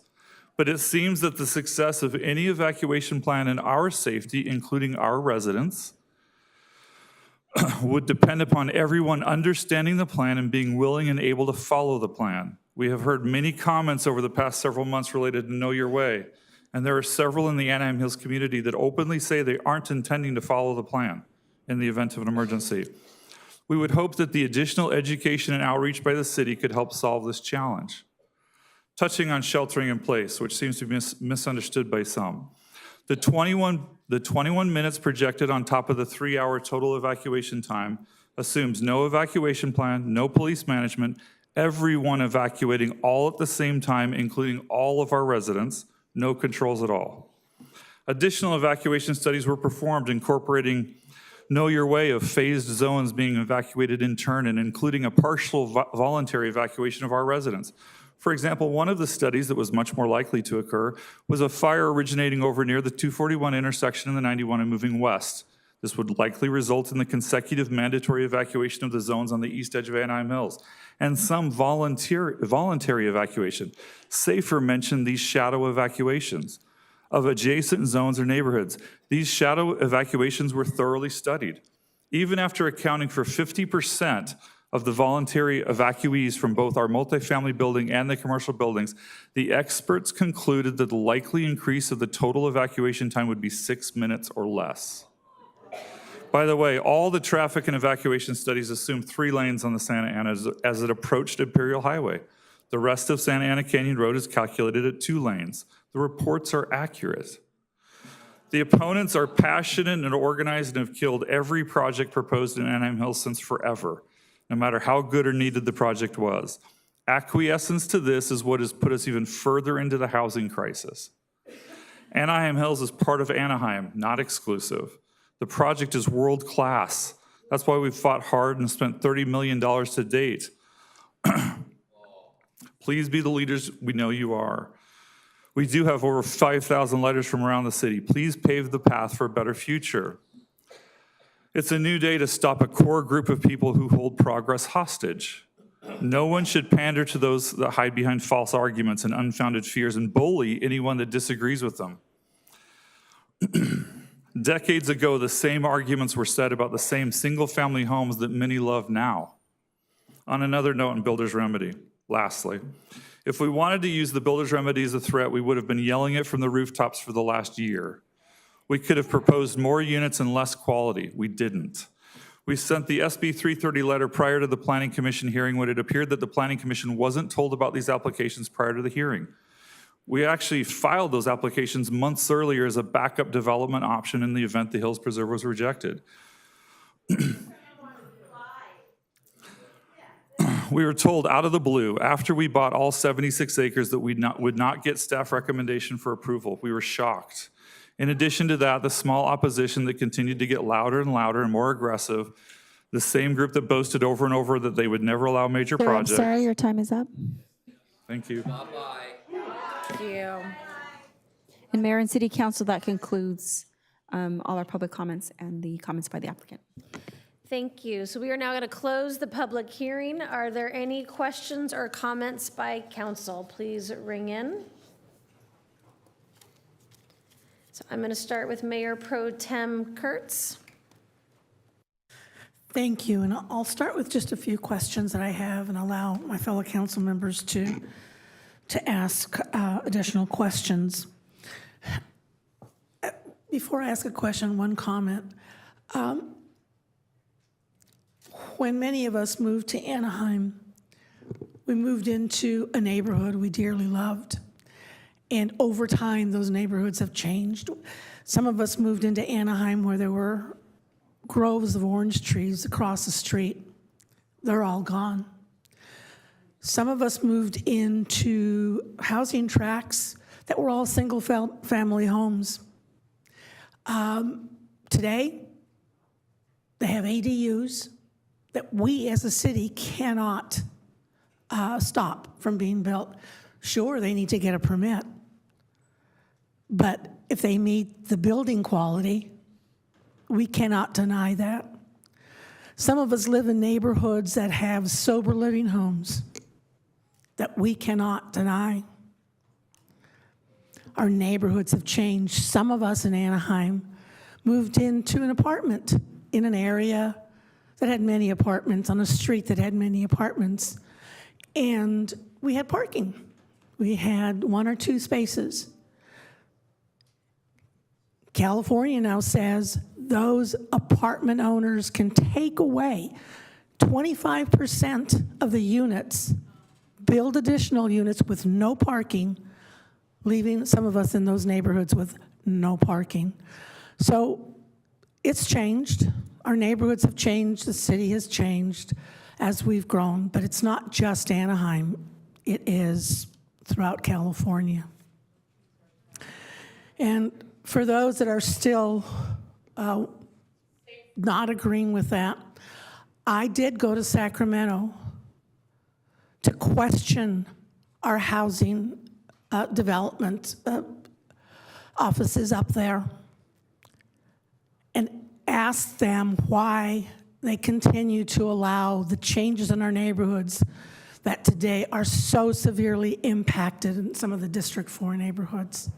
The response I got, instead of saying they're sorry, how is it affecting residents, what their response was, if you have lived in a neighborhood more than 8 years, wherever you are in the state, expect it to change. And laws coming from Sacramento continue to drive that change. Okay, folks, you're being disruptive to the meeting. We all have listened for hours, and we appreciate your passion. We appreciate you coming down here. But the men and women in those first 2 rows did not interrupt one resident. We have not interrupted one resident. We are trying to conduct a meeting. Everybody has their due process rights, but we cannot have you interrupting speakers, interrupting my colleagues. It is not fair. Please let us conduct the business of the city in an orderly manner so that we can get you an answer before an obscene time in the morning. We are trying to do our jobs. We have been nothing but polite and respectful. I am asking you to give us the same respect. Thank you, Madam Mayor. I'm sorry that we didn't enact the Inclusionary Act, I don't know what else to call it, here in Anaheim before you introduced your project. Because if we had, we'd be getting a lot more money for this. I appreciate the fact that while voluntary, you did agree to $1,000 per door, and many developers have not done that. I noticed that today in your remarks at the beginning that you agreed to add another $500,000, and I appreciate that as it will go into our housing trust. Just have a question. You said something about the second payment being made a little bit later. Can you explain when the first payment would be made and when the second payment would be made? Sure. Right now, the development agreement requires us to make that first $500,000 voluntary payment to the housing fund at the time the building permit is pulled. In order to try to continue to make the financial model work, we wanted to defer that second $500,000 donation until once the building is operational. So once the building's operational and there's some rent coming in, at that point, we wanted to contribute the remaining $500,000. When do you expect that to happen? About 18 months following construction, so it'd be about 4.5 years from now. Thank you.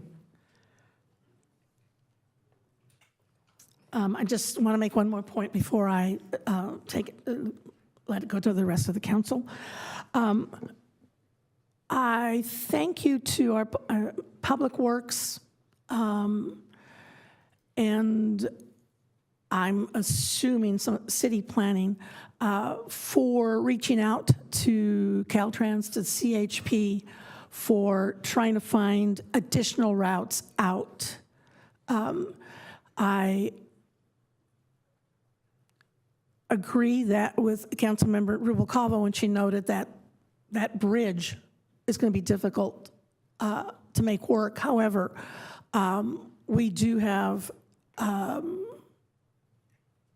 some little influence in getting some grants from both the state and the federal government. I encourage our Public Works Department, our Planning Department, our police and fire to work with us to get grants to make that bridge happen. That's whether the project goes forward or not.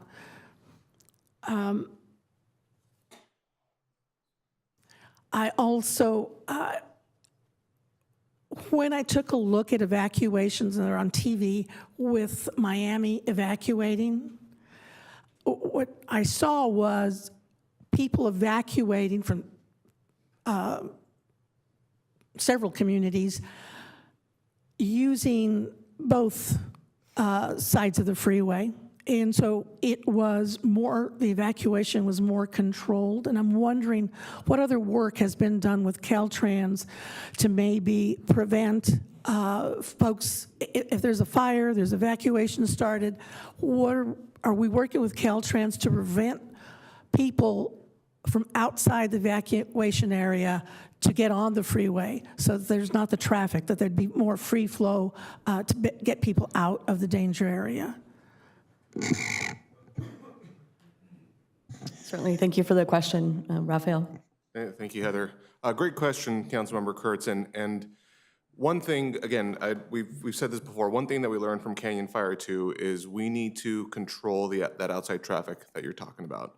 So after that, through our police department and fire, we had multi-agency collaborative meetings where we met with California Highway Patrol, Orange County Sheriff's Department to the north and Yorba Linda, Orange PD to the south, all the school districts and everything. So what we determined was we need to just stop having people coming into our city. And one of the things that we worked on with the Highway Patrol is, hey, we're gonna be shutting down all of the off-ramps, getting off at Weir Canyon and Imperial. We don't want that clogging us down. That was one of the biggest contributing factors with our congestion that happened in Canyon Fire 2. So we are working collaboratively. Now, a full freeway shutdown, that's gonna be dictated by the California Highway Patrol, and it depends on a lot of different factors, including where the fire is, what its trajectory is, what type of emergency personnel need to be and where. But again, one of the things that we learned and we're gonna be doing is we're gonna be shutting off those off-ramps to not let anybody get off the freeway into our area. Thank you. I'm glad to see that you're working on that, because what I've heard is, as somebody earlier, one of the speakers earlier stated, we have a problem that exists today in evacuation, whether anything else is built or not.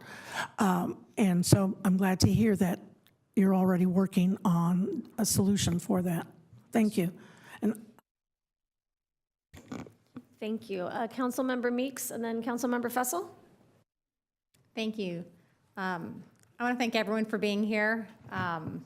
We, don't have this long of public hearings all the time, but this is an important issue. And I have worked with a number of you in the community long enough to know that the fear in a fire evacuation is real. I mean, there is still lingering fears. Some people even talked about it, 20, 30 years ago, and still remember and relive that. So I feel your passion, I know your fear, and it's real. Santa Ana winds and wildfires are not like a building fire. You don't run out of the building and run across the street and go, whew, I'm safe. It is kind of terrifying. And I live several miles away from open space area, but I've still been evacuated and can still, see the smoke, the ashes are falling on your car, you're leaving. And I mean, the fire department will tell you that in Santa Ana winds, those embers will travel a couple of miles. So you don't know where those flare-ups are going to be. And we need to have a plan. We need to have a better plan. We certainly have work to do on that. We need to address freeway traffic, which is something I've been trying to work on with TCA and OCTA. They need to have some more improvements on the freeways because that's a big part of our daily traffic issues. But evacuation is a whole nother animal. I will say, as far as the EIR goes, I felt like there was too many good faith efforts, if feasible, if practicable, language in there to make me feel really confident that they were going to meet the mitigation measures. I think that safety needs to be our highest priority. There is no other, as far as I understand, no other high-rise building in a severe fire hazard zone in the state. This isn't the right place for this. I don't even know how to say that. It's not the right place. It's a severe fire hazard zone, and you can't put that many people, and it really is only one way out. I mean, they've forked it and put in 2 driveways, but it's a single way out of this property. The other thing that I'm concerned about is how this wildly deviates from the general plan. I think it sets a precedent of total disregard of the general plan, potentially putting high-rise structures in single-family neighborhoods throughout the city. Is the next high-rise building going to be, in the middle of a residential neighborhood in any of the districts that we have here? And we're talking 7 stories. We're not talking a 3-story condo or a, 4-story apartment building or something. 7 stories with a 9-story parking structure. That's a huge development next to single-family homes. And I know that the city enjoys some liability protections when we make decisions, but I also know and have lived through and seen other cities fall victims of huge financial burdens when there is a catastrophe in their cities. And I think this is enough of a danger that I don't want to put that burden potentially on Anaheim. I've seen it happen in landslides in Anaheim. I've seen it happen with fires in other cities. We are making a very important decision with recommendations from our safety personnel and our staff that this isn't safe. So I am going to be supporting the staff recommendation to deny this based on safety being, it's a top priority. It's what I ran on, my top priority running. I want to have a safe city, and that doesn't just mean crime. That means traffic. That means evacuation. I've been working, with the fire department on trying to improve evacuation in some of the areas that I know are really difficult, like the Moeller Loop and things. This safety is a priority to me. And then I also wanted to just talk a little bit about housing counts, because there's some misinformation about District 6 not doing their part. And in the last 5 years, District 6 has built more housing units than District 1 or District 2.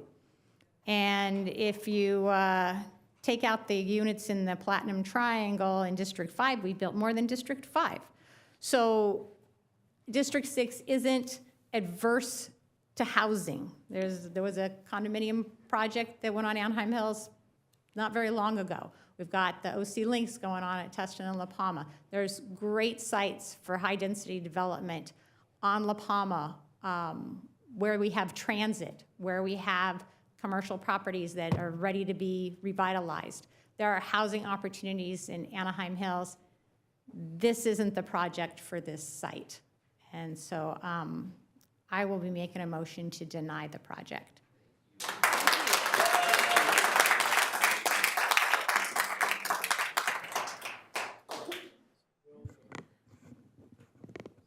So I know we have a motion on the table, but I do want to hear from the rest of our colleagues. Mayor, there's no motion on the table right now, no second, and were there to be a formal motion, I would make a suggestion on how to reword that. Okay, I can wait on my motion. Thank you, I appreciate that. Councilmember Fessel and then Councilmember Leon. Thank you, Madam Mayor. Pat, you can't hide in the back anymore. I got a lot of questions for you. Regardless of the fact that you have a pink shirt on or not, okay?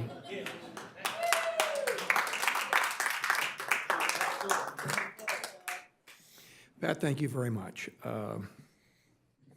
Pat, it's been mentioned, incidentally, that you are a subject matter expert in this area. Would you call yourself that? You better. I've been doing it for a little while, but Yes. Okay. I don't know what the definition of expert is. I was wondering, at permission of the council, I had a few comments that I wanted to make, 4 questions, if that's okay, or would you rather me just Madam field Mayor, it's questions? okay with me. Okay, yes. Absolutely. Thank you. Thanks.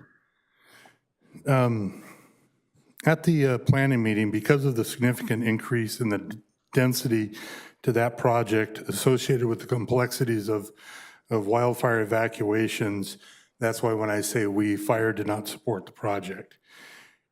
we are not opposed to some of the aspects of this project.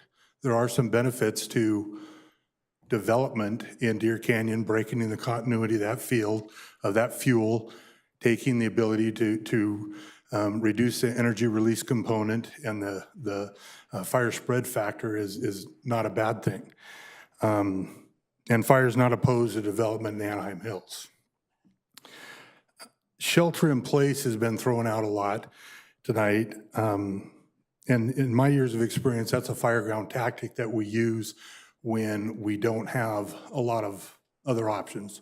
In other words, the structure is being encroached by the thermal insult of a fire, and there are people in there, and putting them out of the structure to evacuate would be a greater danger than we'll leave them in the structure and we'll defend the structure. It's never a plan that is what we're going to do. You're either going to be evacuated or you're not going to be evacuated. And we will evacuate threatened areas. We won't delay the evacuation for any reason if it's needed to be evacuated. That's our ready, set, go procedure. The other one is, anytime you add a complexity like evacuations, it gives me a lot of concern. But the last thing I would like to say before I answer questions is, should this project be approved tonight, Anaheim Fire will continue to provide the highest level of safety to its citizens throughout the city, and certainly in Anaheim Hills, with reworking evacuation plans, training, increasing our mutual aid responses, and our fuel reduction, and anything else we can do to make the priority of the citizens the #1 priority. Thank you. Go ahead. Now I got you. Could staff please show slide 15?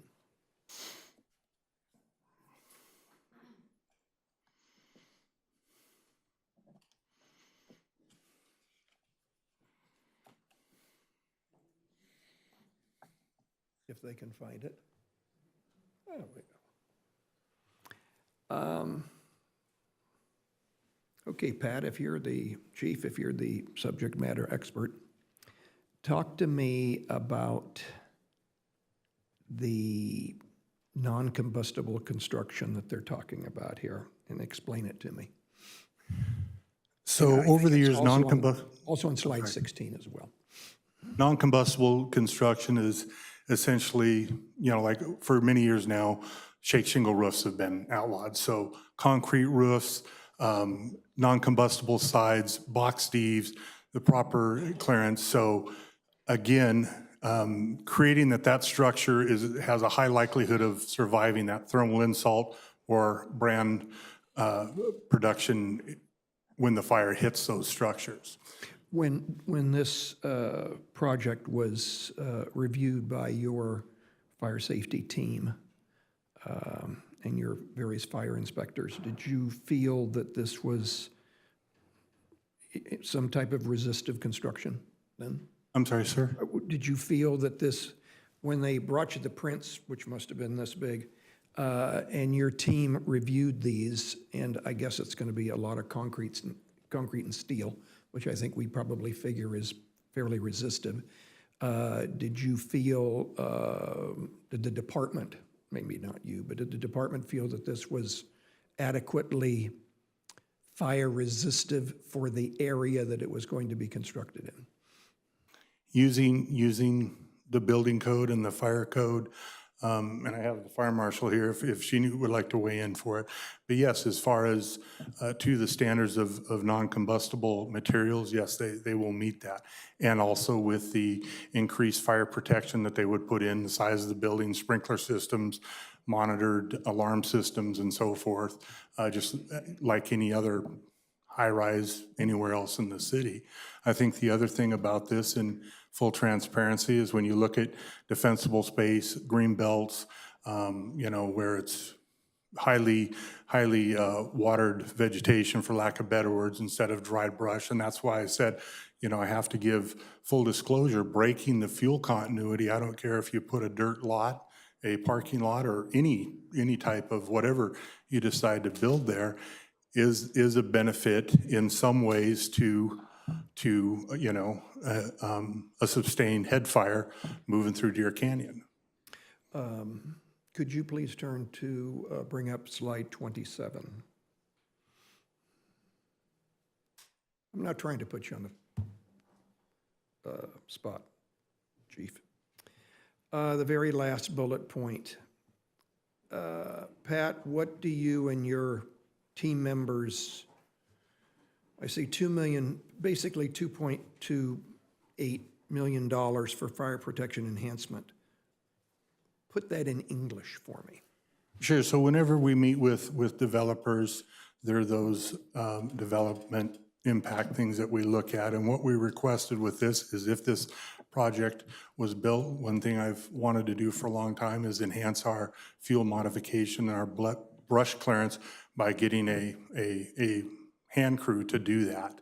And this would cover the one-time salaries plus the equipment to start that project up. Beyond goats. Beyond goats. There's a lot of things that we could do that the goats can't do. Okay, so now we know what this means then. So this isn't necessarily more engines, more hose, or No, it more was fire hydrants for that matter. No, it was some vehicles and salary for, say, like a 10-person or 20-person crew to go out and clear brush all over Anaheim Hills. It was clear it was not just for this project, but it was to benefit any place in the city, probably primarily the east end, to do brush weed abatement.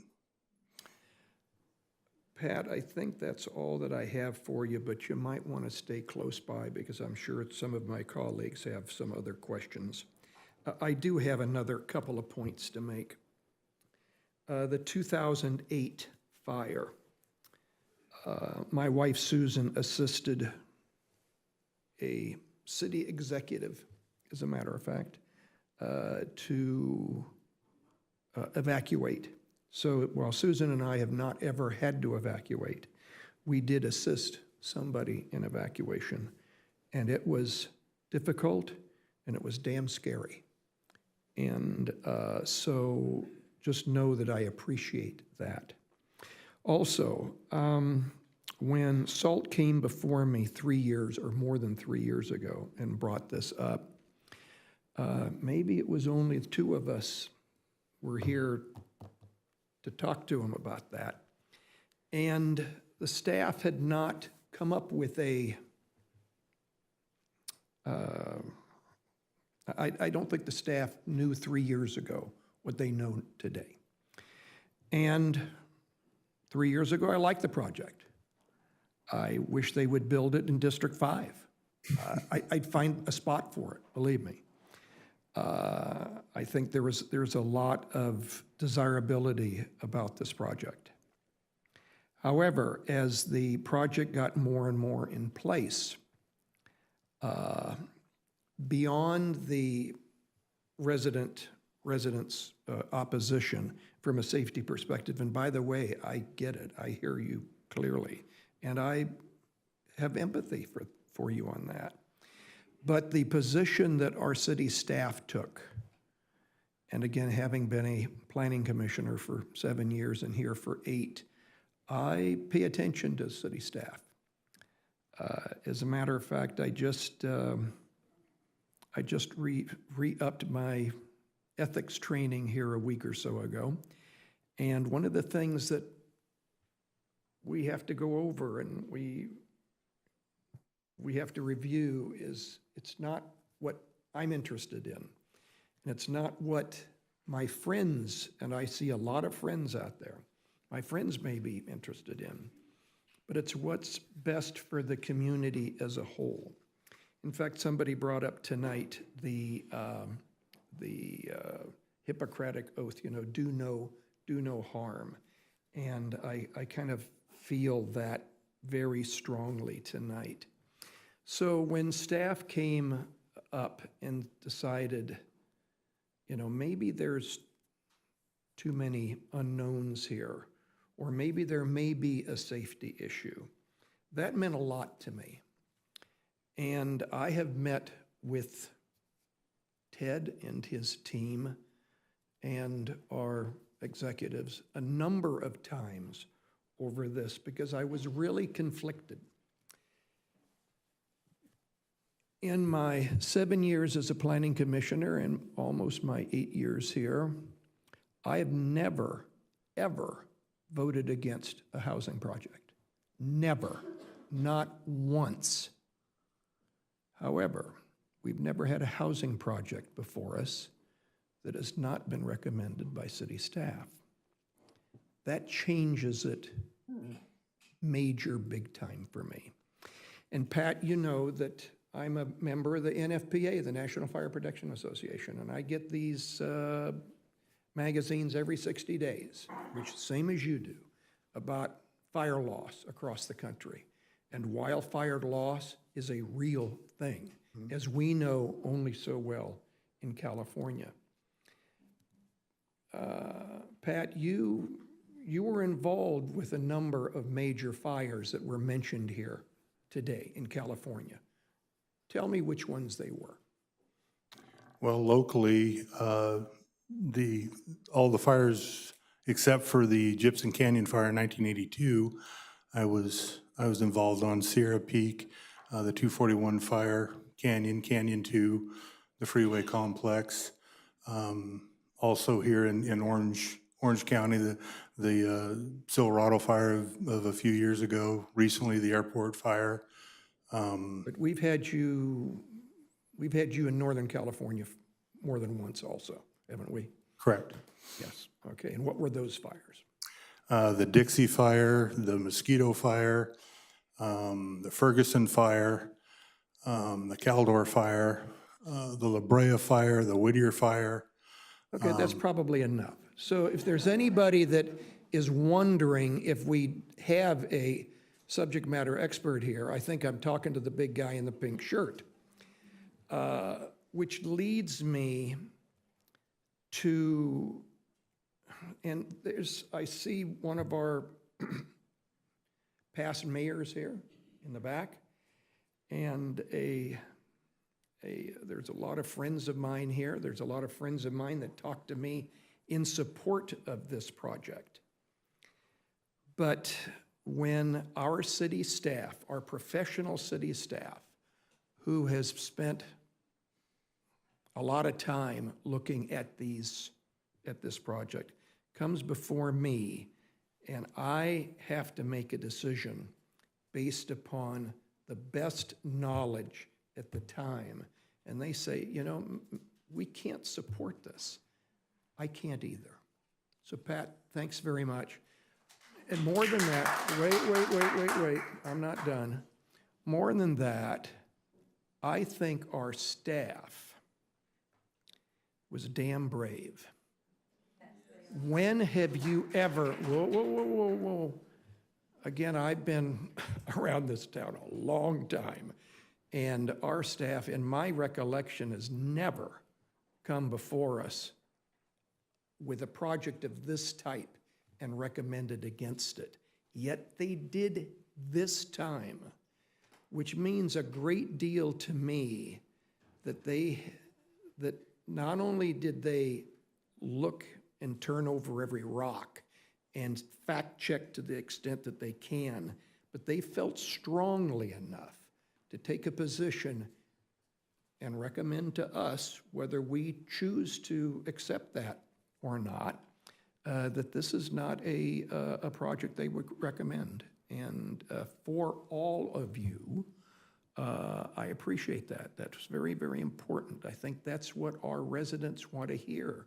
They want to hear that our staff, when necessary, will stick their neck out. And that means a lot to me. So Pat, thanks very much. Thank you, staff. And I guess that's where I am, Madam Mayor. Thank you.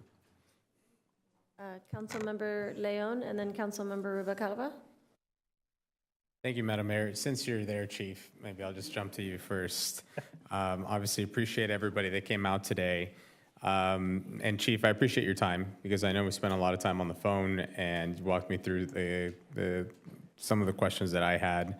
I think regardless of whether this project gets approved or not, just based on the feedback from residents, I think that there's some some work that we should be able to do to just to the concerns of the evacuation plans and all of that. It seems like regardless of whether this moves forward or not, that there's some potential updates that may be beneficial for everybody and the residents over there. I definitely think that that's something that that we can do. I want to ask you, you mentioned 2017 and 2008. Historically, how many evacuations have occurred up in the hills over the last, let's say, 30 years? Well, we definitely did evacuations on Canyon 2 and Freeway. We did evacuations on the Sierra Peak fire, limited evacuations, but we did, and I believe we did some on the 241 fire, if memory serves correctly. Thank you. So I know of probably 4 or 5, when I say recent, in the last 20 years. 4 or 5 in the last 20 years. That we've done evacuations on. Okay, thank you. When we were doing those, let's say 2008 or 2017, for example, did we have an evacuation plan in place? Not really. We had some ideas and some thoughts, but as we've been very transparent in after the Canyon 2 fire, and we realized our shortcomings in large-scale evacuations, we did get very aggressive on which ultimately became the Know Your Way plan, and I think that is a good plan. Like was mentioned, it has to be evaluated, tweaked, and there's variables in there based on what the fire is doing, where the fire's at, time of day. There's things that will have to be factored in. I have to say, and I said it at the planning meeting, in a lot of the fires I mentioned, we've done a lot of evacuations, and I've seen really good evacuation plans, and I've seen very poor evacuation plans. But in all the evacuations planned, they don't go as planned. There is a lot of, you're talking about scared, confused people that either self-evacuate, choose not to evacuate because we can't force them, just like we can't force people to shelter in place. And then the voluntary evacuations that were already talked about. And then there's large animal there's multiple layers, but my point, sorry to get long-winded, is I believe in our plan, and I believe our plan gives us a great starting point. As we look at different egresses and other things, it's constantly going to be improved. But I feel very convicted in what I say. Evacuations are difficult at best. Thank you. So just to clarify, when there was the evacuation in 2008, and then we did not put any plan in place, then came 2017, we still had no plan in place. We talked about evacuations after the freeway complex, and we had other, that's largely where we bolstered our mutual aid agreements and our communications. And we did talk about direction to move evacuations, and the zones and some other things came into play. But largely our evacuation challenges that we realized and wanted to aggressively overcome as a city was after Canyon 2. Got it. Thank you, Chief. Would having this project up, would that have changed anything in 2017 in terms of the fire's progression? Say that again. If this project would have been up in 2017, would that have changed anything? For the Canyon 2 fire? The fire didn't drop into Deer Canyon on the Canyon 2 fire. There was a start right on the edge that was suppressed right away by citizens with the wind push that it had on it. If it would have got established, it would have gotten well established in Deer Canyon. On the freeway fire on the backside of Deer Canyon, it did get established in there, and we were able to control it with helicopters, to keep it in check. So traditionally, a lot of our fires, unless it starts in Deer Canyon, but a lot of our fires that run the 241 corridor and then move south and then go into Orange Hills and Cowan Heights and that way, doesn't necessarily mean that it's going to impact Deer Canyon.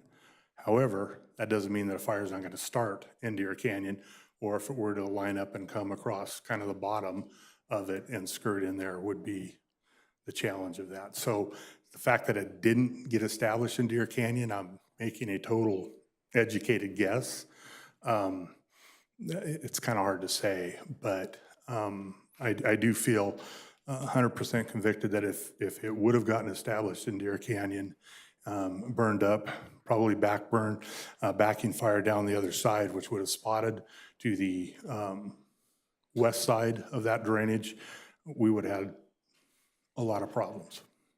And that, currently, right now, that area, there's no fire hydrants, there's nothing like that that would help you in fighting a fire out there? Not in Deer Canyon, no.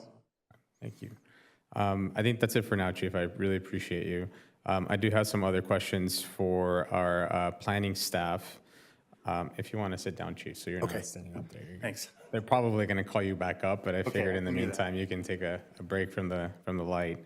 Can I ask, and maybe it's Acting Director Allen, can I ask, what kind of density is around the project area currently?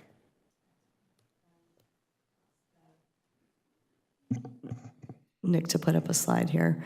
So it's generally single family. Yeah. So this is the surrounding zoning. So the RH2 and the RS3, those are both single family zones. The RS2 is also a single family zone. So it's predominantly single family. Primarily single-family homes? Correct. Thank you. Have we done similar rezoning in other parts of the city at all? We do, I would say regularly, we do rezone properties. We do change general plan land use designations. It's common that we see underutilized parcels in commercial corridors come through Planning Commission and Council requesting those type of amendments. We generally have not processed one of this scale in this setting.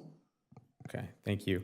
A few more questions, and in the meantime, if I can ask our Public Works Director or Traffic Engineer, if you can make your way over here, because I have some questions for you, just for interest of time, so we're not waiting for you to go all the way around. But you can take your time, because there's more questions. Can you explain what the builder's remedy alternative looks like?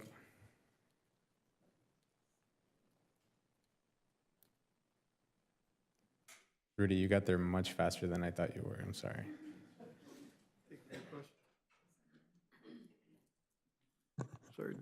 So essentially, there are 3 development areas associated with the project.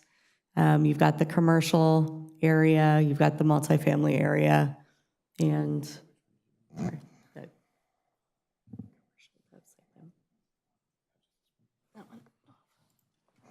yeah, so essentially, there's 3 applications. One would replace the commercial with multifamily. Another would replace the multifamily with more multifamily.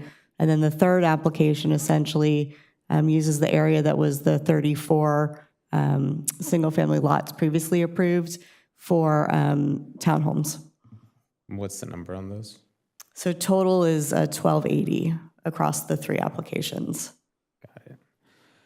Are there any current, well, not current, but are there any, in this area, any earthquake or landslide concerns that you would have? And I'm not sure if that's a Public Works question, actually. Any of the landslide concerns? No, they did do a geotechnical analysis for the retaining wall design, and there weren't any, based on the geotechnical report, there wasn't any concerns with landslides. Okay, thank you. And then you mentioned that because of the height, that this goes from, this is considered a high-rise, which takes it to a whole other level of codes and requirements and regulations. Can you speak as to what those are and what the difference is? Certainly, I would actually, most of those regulations pertain to fire, so I might call chief or a fire marshal. Fire marshal. Hi there, Lindsay Young, Fire Marshal.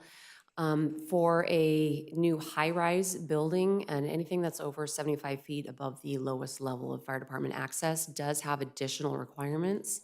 A lot of that is based on the need to get all of the residents out of the building safely because there is a longer path of egress to get everybody to egress the building. So any building that would be a high-rise would have to be built to all of the most currently adopted codes and standards for building and fire code. That would include construction type, that would include smoke control, that would include, without going through all of the different codes and standards, they would be required to meet all of those. And in addition, because of the location that it is, the very high fire hazard severity zone is also required to meet Chapter 7A of the California Building Code, which is additional hardening of the structure as well. Can you just give a very brief update as to what that means? For instance, it's a hardening of the structure, so it would be a different painting of the windows, prevention of ember intrusion, boxed eaves, things of that nature. And are there any requirements as to the exterior of the building? In terms of landscaping and fuel modification, yes, that is all standard required as part of anything in the very high fire hazard severity zone. We do have a guideline that all projects are required to adhere to in terms of distances, zones, irrigation, and all that. Okay. Thank you, Fire Marshal. Appreciate it. Public Works Director. We heard some concerns about the traffic study and the developer hiring their own consultant for some of these studies. Is that standard practice? And how do we verify that information that's provided by the developer? So it's standard practice to require the developer to do a traffic analysis, and then they submit that, and we will either, based on the scale and size of the traffic study and the complexity of it, we'll review it in-house or hire a peer reviewer to review the analysis and verify the analysis. So the information is verified by city staff? A peer review or city staff. Peer review. Overseen by city staff, correct. Okay, thank you. And then I also heard concerns via email about the gridlock during an evacuation, like 2017 as an example. Were there any factors that contributed to that back then, and are they still factors today? There were a number of factors, obviously the time of day, the day itself, the lack of coordination with the school districts and them sending out their own communications to bring more people into the area when we were trying to evacuate people out of the area. We learned some lessons in phasing the evacuations, and then communication with Caltrans and CHP. With what we heard earlier is getting people off the freeway when we're trying to get people on the freeway and out, and then also coordination with the City of Orange and Yorba Linda in which way they were sending their evacuations, which all kind of gridlocked in one spot. So we learned a lot from that. Got it, okay. And then in terms of the infrastructure concerns that we heard as well, are there, and I believe someone may have asked this already, but are there any conversations about potentially updating that infrastructure, and how do we move that forward? Because I feel like that's still an issue regardless of whether the project moves forward or not. How do we move that forward? Yeah, the three items that were presented earlier are independent of this project. These are, the evacuation issue is a real one and one we're very concerned about. So we're always looking at ways to improve on our Know Your Way program. And those three that were mentioned were a secondary route out of the Moeller Loop for emergencies. The other one was utilizing the ramp onto the 91 at the back of the way station. And then the other one was just accelerating a current plan for the Fairmont connector and have OCTA and Caltrans and the city to start the studies that are required to move that project forward. Okay, thank you. I think that's it for me now. Thank you, Rudy. As part of, so just the public benefit slide,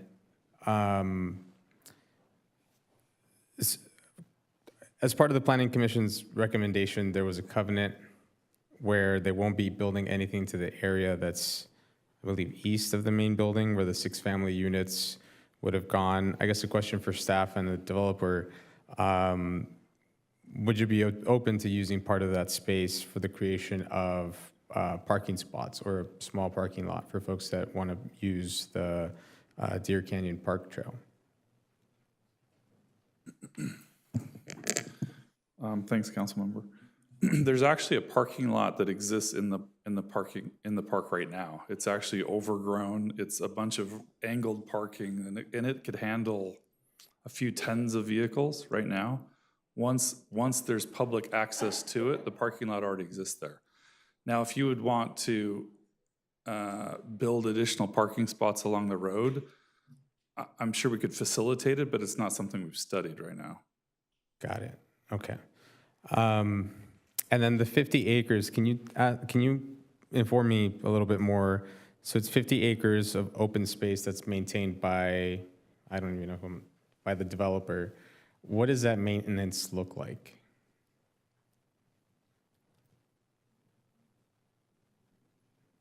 I'll go ahead, and what the development agreement provides for is certain maintenance standards, but those maintenance standards are also going to be reflected in a covenant that will be required by the Department of Public Works as part of the track map. With 50 acres of open space that will be covenanted to be maintained as open space, maintained by the developer or the association if there is a transfer of the interest. And that maintenance standards, they are identified in Exhibit G to your development agreement, which is under Attachment 3. Okay. Can you briefly walk us through what those are? Certainly.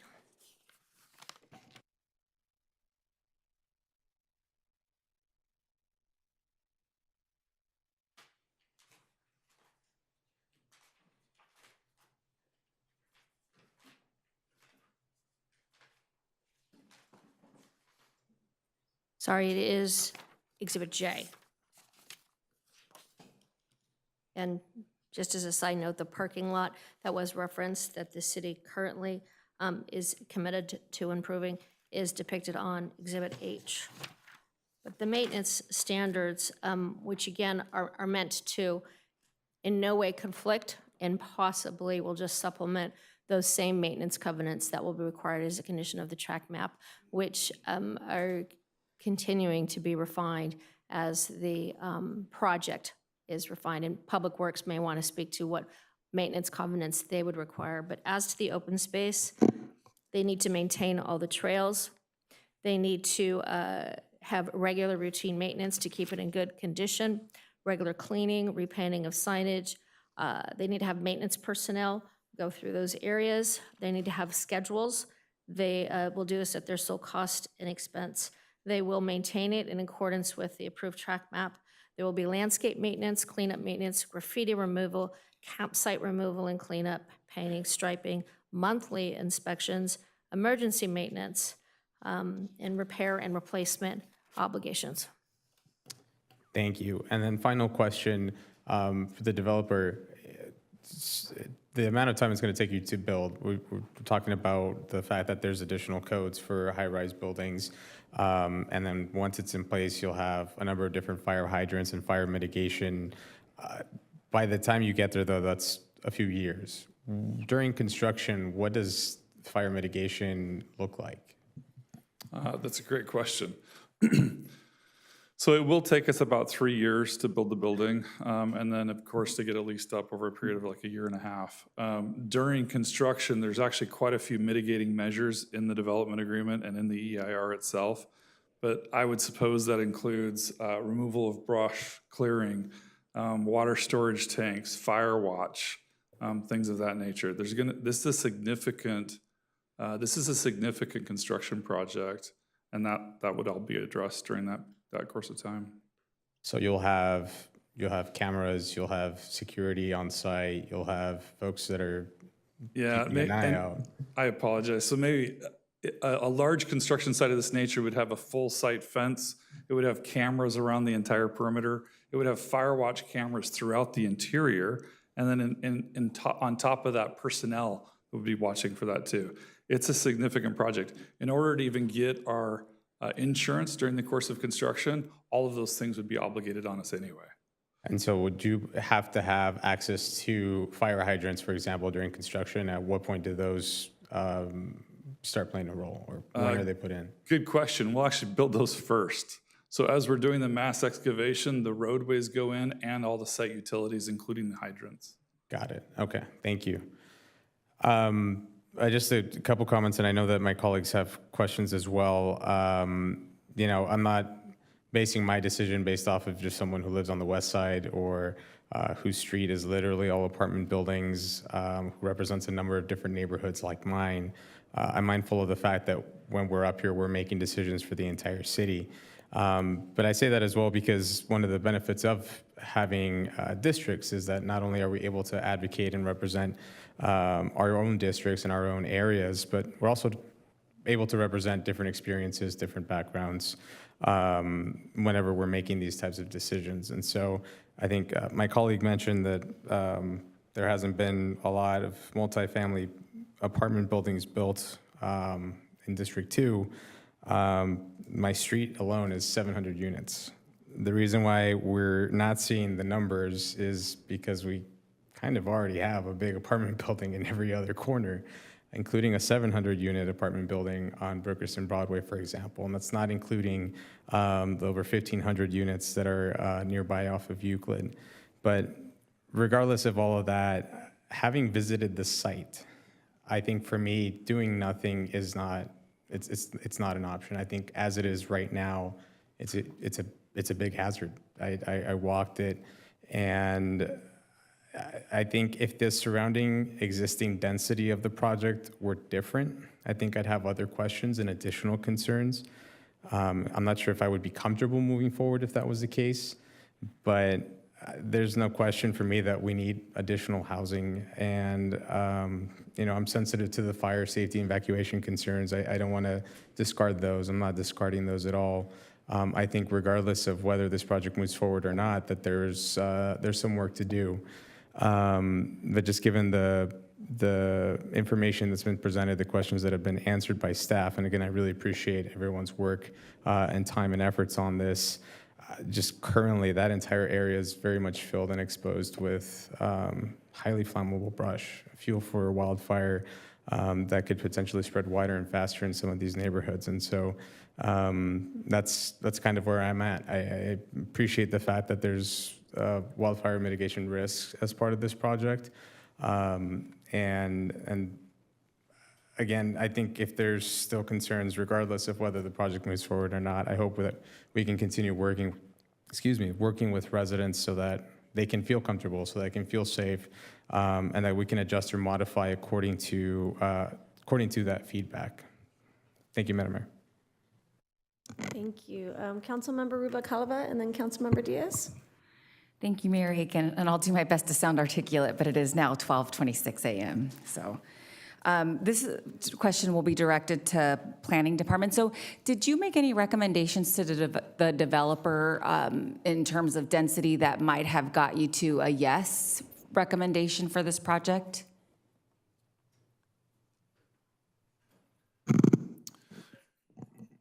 We did have conversations with the developer about the concerns related to the intensity of the project. However, it was explained to us numerous times that a reduced intensity development did not work to meet the developer's goals and would not be feasible for them. And so those conversations never progressed to conversations about what alternative developments could look like. How many high-rise developments do we currently have in the city of Anaheim? Well, high-rise residential. Yes. Yes. So we have one high-rise residential In my district. that meets the criteria of the 75 feet or higher that the fire marshal spoke about, and it's on Center Street, just around the corner from here. And then I have a question, and if the developer can keep his responses to just answering my question and not going on. The shelter in place, I think I asked a question when we met of how many, can you name any developments in Southern California in a fire danger zone or not that has a shelter in place strategy like you had mentioned? And when I asked the question, they couldn't provide me an answer, but they were going to look into it. So I'm hopeful that you have an example.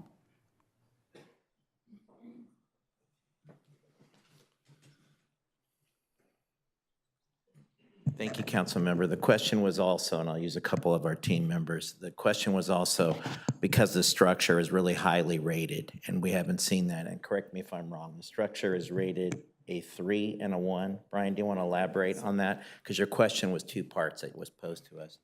So the project is a combination of a type 1A and a type 3A. And they talked a little bit about that as well. So type 1A is a building that you'd see in any kind of high-rise concrete and steel, truly non-combustible, right? And then the type 3A is a fire-rated wood structure that's fully encapsulated. You don't see any framing members or anything that would catch fire. Fully fire sprinkled, along with a lot of other considerations. There aren't a lot of examples of exactly this project for shelter in place. So I wasn't present, I apologize, in the meeting where you asked us to follow up on that. The question was also to provide you of any other structures that had a similar, and we exceeded when we tried to contact as many as we could. I'm always going to be forthright.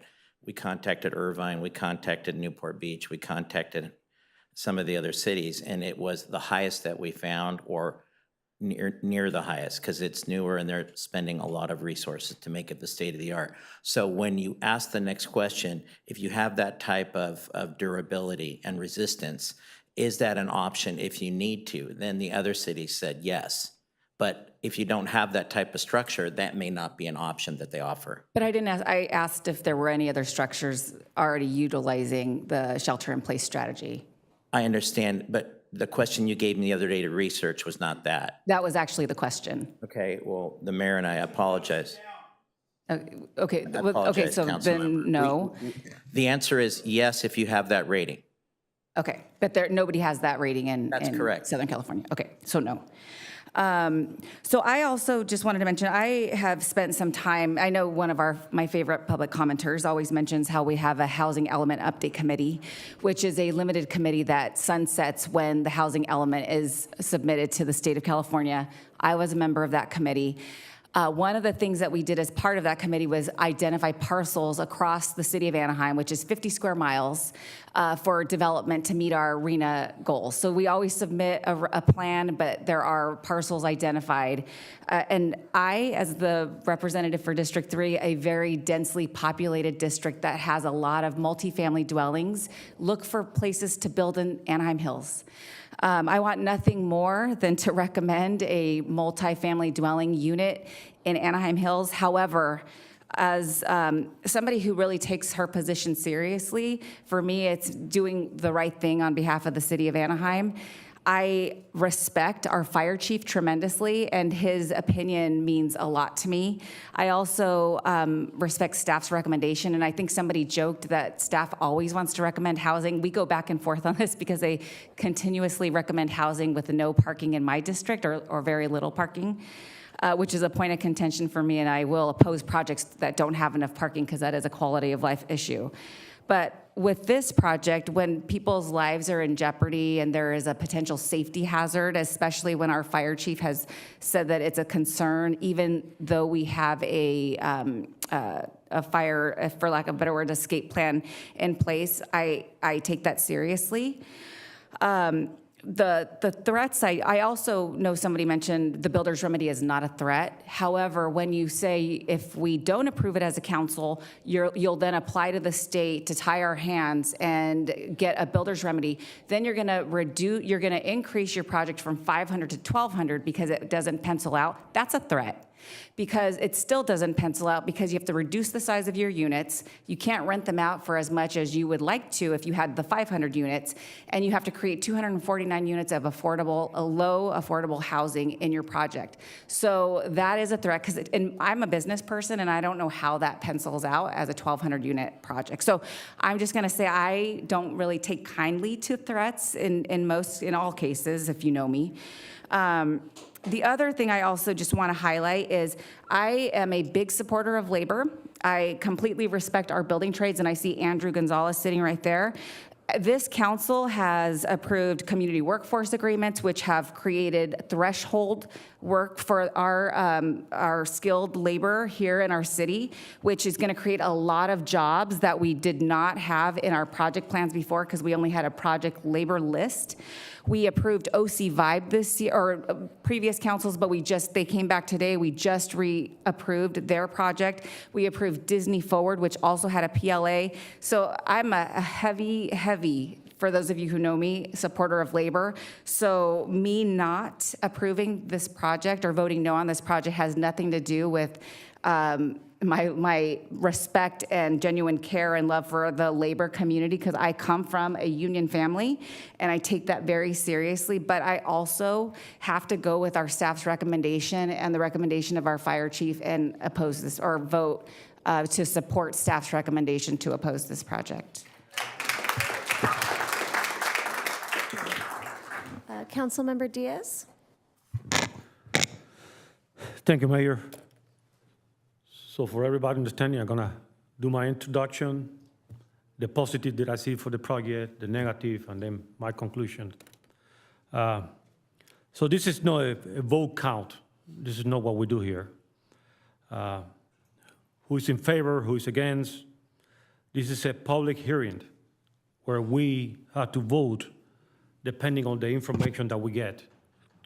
From the staff report and CEQA, a lot of information, and then we make a decision based on that. Positive, open and expand Deer Canyon, increase the area,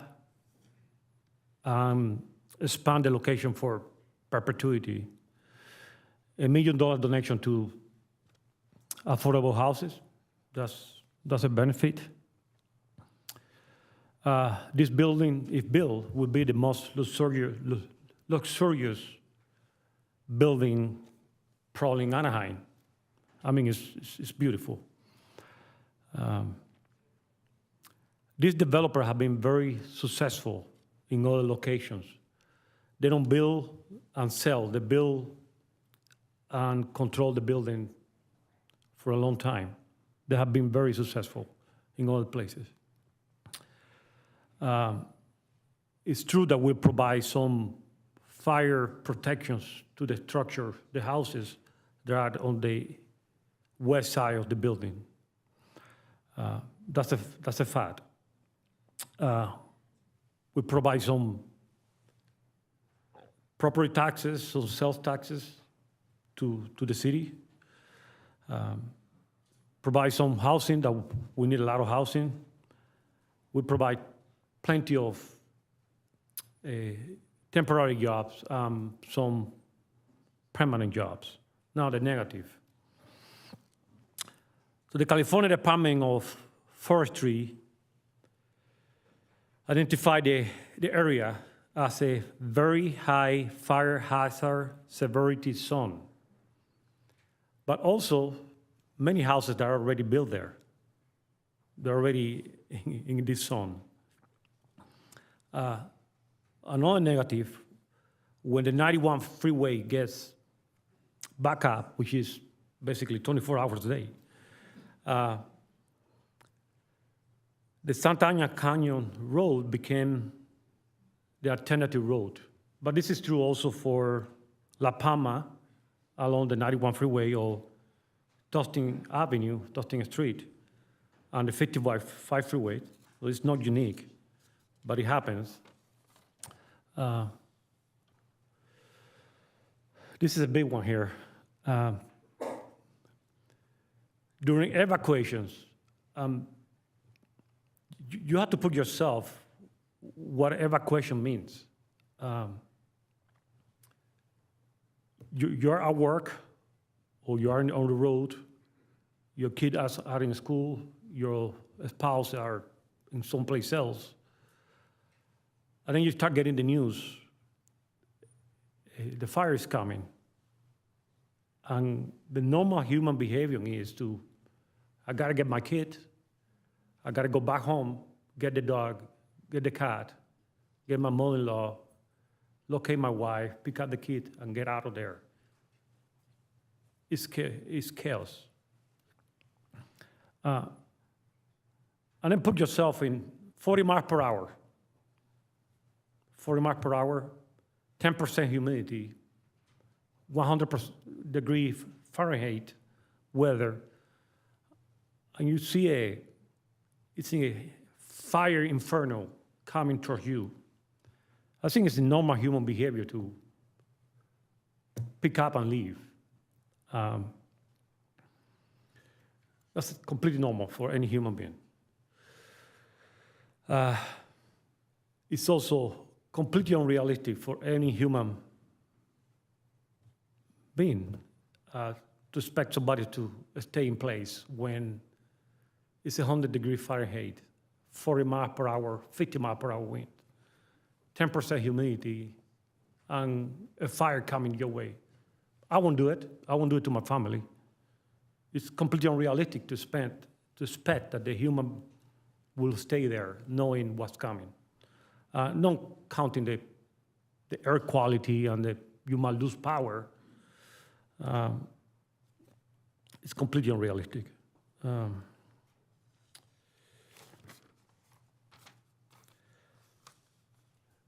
As well as Councilmember Fessel, 3 years ago I was aware of this project, and I love it because it really is a state-of-the-art structure.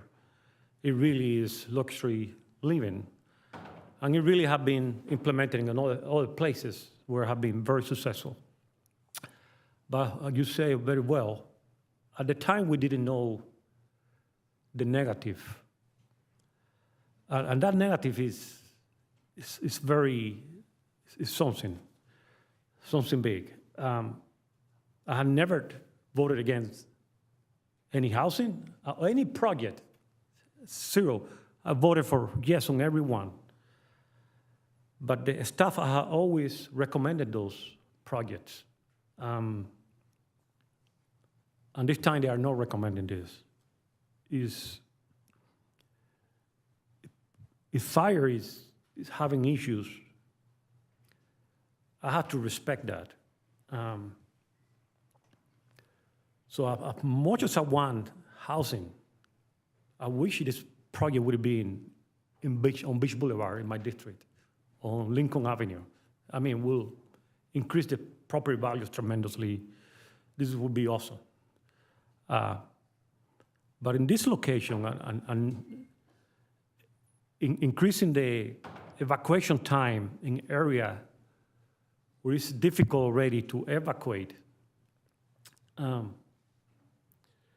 and it's normal for any human being to panic and hit the road and pick up the kid and pick up the dog and try to locate your wife and get out of there. Because I have seen it. I work in Orange. The sky is orange. Your visibility is about 50 feet. It's a 100-degree weather, high winds, humidity is very low. And you don't know how that wind gonna behave, where it's coming to you. You have to get out of there. I don't care what anybody told me. You have to get out of there. You have to pick up the kid. No way you can live without your kid or your dog or your mother-in-law. You have to leave. That's normal. Based on that, I can't support it. I can't support this project.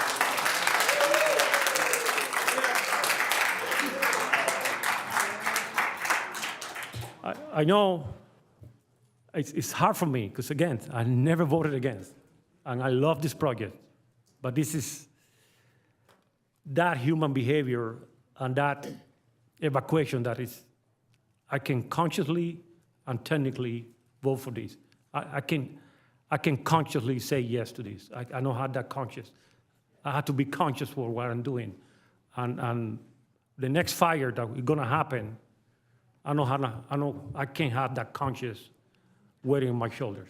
Thank you, Mayor. Yeah. So I had just a couple of questions for Acting Director Allen. I took we did get hundreds of emails from residents, and so some of these questions have been asked and answered by my council colleagues. But one of the things that was brought up a lot that I don't think we've touched on, and I wanted to see if you could just explain to me, Anaheim Hills is an area that we refer to as a master planned community. So can you tell me how does that intersect with our general plan, and does it carry any weight or have any meaning when we have projects that are going to be developed inside that master planned area?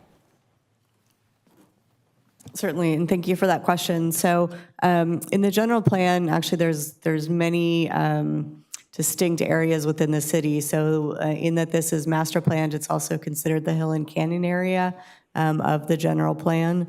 So in looking at the project versus the general plan, we're looking also at the policies with respect to the Hill and Canyon area. That's implemented in part through the scenic corridor overlay zone, which you've heard talked about. So that talks about heights of buildings, setbacks of buildings, the requirement for removing trees that are specimen trees, things like that. So all of those components are considered when reviewing the project.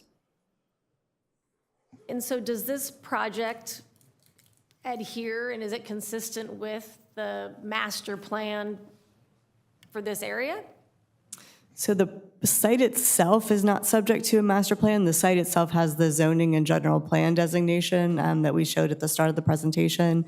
It also has the scenic corridor overlay, but there's not a specific master plan on this property, unlike you have with some of the other neighborhoods that are constructed today. Thank you. Chief, I wanted to ask you, I'm so sorry to make you get up. I wanted to ask you just a couple of questions about the $2.3 million that are going in there. I know that the developer has said it's going to take a couple of years to get this, if approved, to get this project up and off the ground. What additional equipment and staffing are we going to need permanently if this project is approved? And would this 2.3 be enough to cover that? Because you mentioned you wanted to do a hand crew. Yeah, that would be startup for equipment and the first year for salaries for the individuals that were working on the hand crew. That would not include ongoing costs. Okay. And I know we have right now engine 12 is in Anaheim Hills, and at the same time we're trying to build Fire Station 12. So when Correct. that truck or engine, gets moved, are we going to need to then have an additional engine in Anaheim Hills? The hills, that would be, if this project were to go, you're increasing density, traffic, and at some point when Fire Station 12 is built, Engine 12 would be relocated from Fire Station 10, so it would be less resources in the canyon to respond on incidents. That's correct. And when engine 12 moves to Station 12, are we also going to lose bodies at Station 10? Yes. Those bodies will go with the fire company to the new station. So that station will go from having two, as it sits today, temporarily, two fire companies, two paramedic units. It'll go down to one. So we're going to potentially have more units, more residents with one less engine. That's correct. Okay, thank you. No, that's it. I just wanted clarification on our equipment issues as well as staffing. So I want, again, as I said earlier, thank you. He's twice my size. I get to tell him what to do. No, I want to, just again echo everyone that is still here today, this morning. Good morning, and thank you so much for your passion and for coming out. And I think, as a lot of you know, I am an Anaheim Hills kid. I was born and raised in Anaheim Hills. I'm a product of Anaheim Hills schools. And so I have seen it change just in my time a lot. I've seen it grow. I've seen it change, sometimes for the better, sometimes for the worst. I kid the team. I have seen some of the things of my childhood be replaced with Tesla dealerships and other things. But there's also been some good growth where there used to be orange groves up and down the entire corridor. We now have things like the Festival Center, or we have Costco. We have seen Weir Canyon grow and give us new parks in our community, and people that I went to school with, their families then had apartments and townhouses with which to live. And obviously there's been a lot of negatives. We have seen more light pollution where we don't see as many stars as we used to. There's been an increase in traffic as we've seen everything grow down the 91 corridor. And now we see, I live off Santa Ana Canyon Road, and we see how it is now used as a surrogate 91 for those that are just fed up from sitting on that road. Or even on the toll road for those of you that live closer to Weir Canyon. But I can say that in the over 40 years that I've been in there, I do disagree with the developer on one point. If you look at that, what was built in the 70s, what was built in the 80s, what was built in the 90s, I think Anaheim Hills has built more housing than probably any other part of Anaheim. So we're not anti-housing. We're actually pretty pro-housing. And so I disagree with that. I have spent a lot of time talking to my friends, talking to my neighbors. I've been stopped in the grocery store at Vaughn's, at city events for those of you that have come out to speak with me. And there have been folks that have supported the project. But I think the majority of folks that I've spoken with have some real genuine concerns. And like my colleagues, I do see a lot of pros with this project. I am pro-housing. Tonight was the second reading of an affordable housing ordinance that I have spent years working to get passed. And it is something that I'm really, really proud of that our city did. I appreciate the nod to public safety and having some set-asides for them so that they can live in Anaheim. And I do believe some of the renderings that we've seen, it does, there are areas that would be beautified with a permanent dedication. But I think there are obviously a lot of cons that I'm concerned of. The residents' concerns about fire safety, it's not negligible. My own eyes and my own experiences being an Anaheim Hills resident tells me that the opposite is true. And I think, October 9th, Canyon 2 fire, when it broke out, I was not at home, but I have an aunt that is in a wheelchair, that is homebound, that we struggled going down the 241 the wrong way to get to, which was an insane experience. And I will never forget some of your stories being at a restaurant at 8:30, 9 o'clock, waiting to go home when my husband reminded me, "Isn't today your birthday?" I had just completely forgotten. Like, that's how crazy it is when you are trying to figure out how to get your pets, your kids, your disabled family members into a place that is safe. The traffic and the fact that this is one of the last pieces of open space in Anaheim Hills, I think these are all things that are really hard to mitigate. And what really is important is when we talk about zoning changes, I'm always really respectful of what people think they bought next to. If this was already zoned for this and people were complaining that it was actually now being built, I think that's very different than thinking that you have a parcel next to a reserve or next to a park and then coming and asking for a zoning change that puts something completely out of character next to those homes. And so at the end of the day, I'm really swayed by two important themes. One, this area was zoned for single-family homes.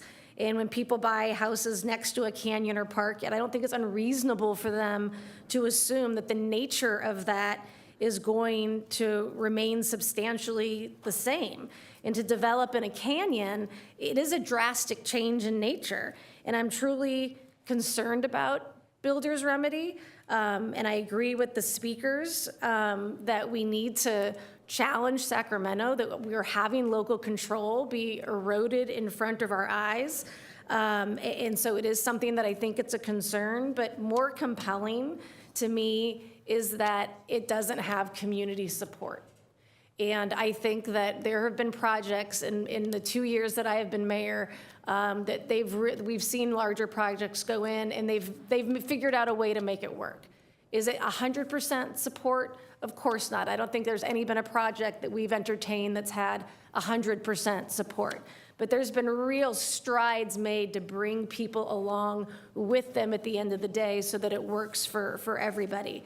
And I think the second, besides not having community support, is obviously the concerns of safety. If our own team and our own staff that has decades and decades of combined experience are hesitant that this project can be built safely and can be delivered in a way that doesn't further impact our community, I don't know how I can ignore that and approve this project. And so those are my feelings right now going forward. It's not something that I can get behind at this time.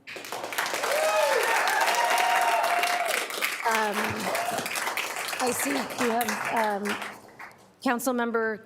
Mayor Pro Tem Kurtz and then Councilmember Meeks. Just have a couple of concerns.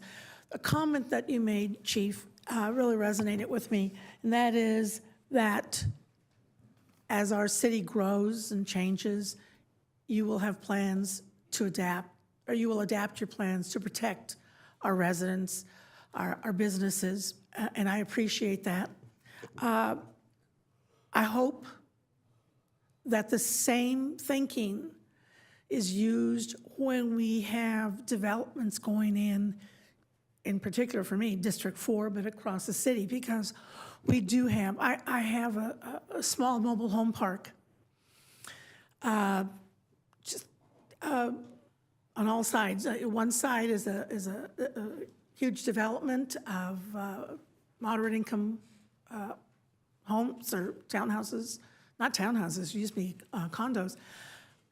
On a corner, we approved and built an affordable housing complex, and now an 80-some-odd unit affordable housing complex is using the exact same driveway that the small mobile home park is using, and I'm wondering who took a look at the safety on that.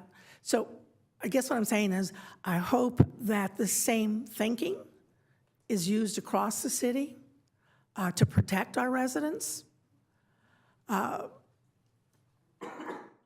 also hoping that because you are opposed to this project and the evacuation, that it doesn't mean that you will oppose all projects in District 6 or in the Hills, because that indeed is quite unfair to the rest of the city. The police, is the police chief here? Sir, I just have one question. Well, maybe two.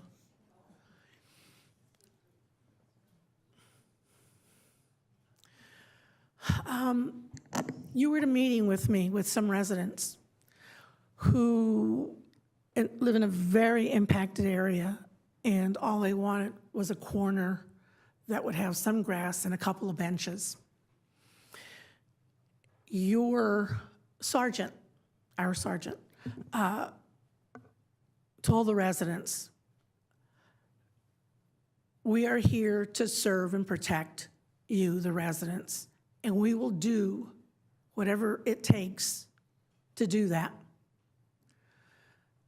And so I'm hoping that my plea to the chief as you're looking across the city, that no matter where building is going on, that in fact is something that the police can also say that they will do as we make changes in neighborhoods, as we grow some neighborhoods, as we grow some commercial areas, that indeed what works today may not work tomorrow with that growth, and that you would continue to say, we're here to protect and serve. And so I guess I'd like that commitment.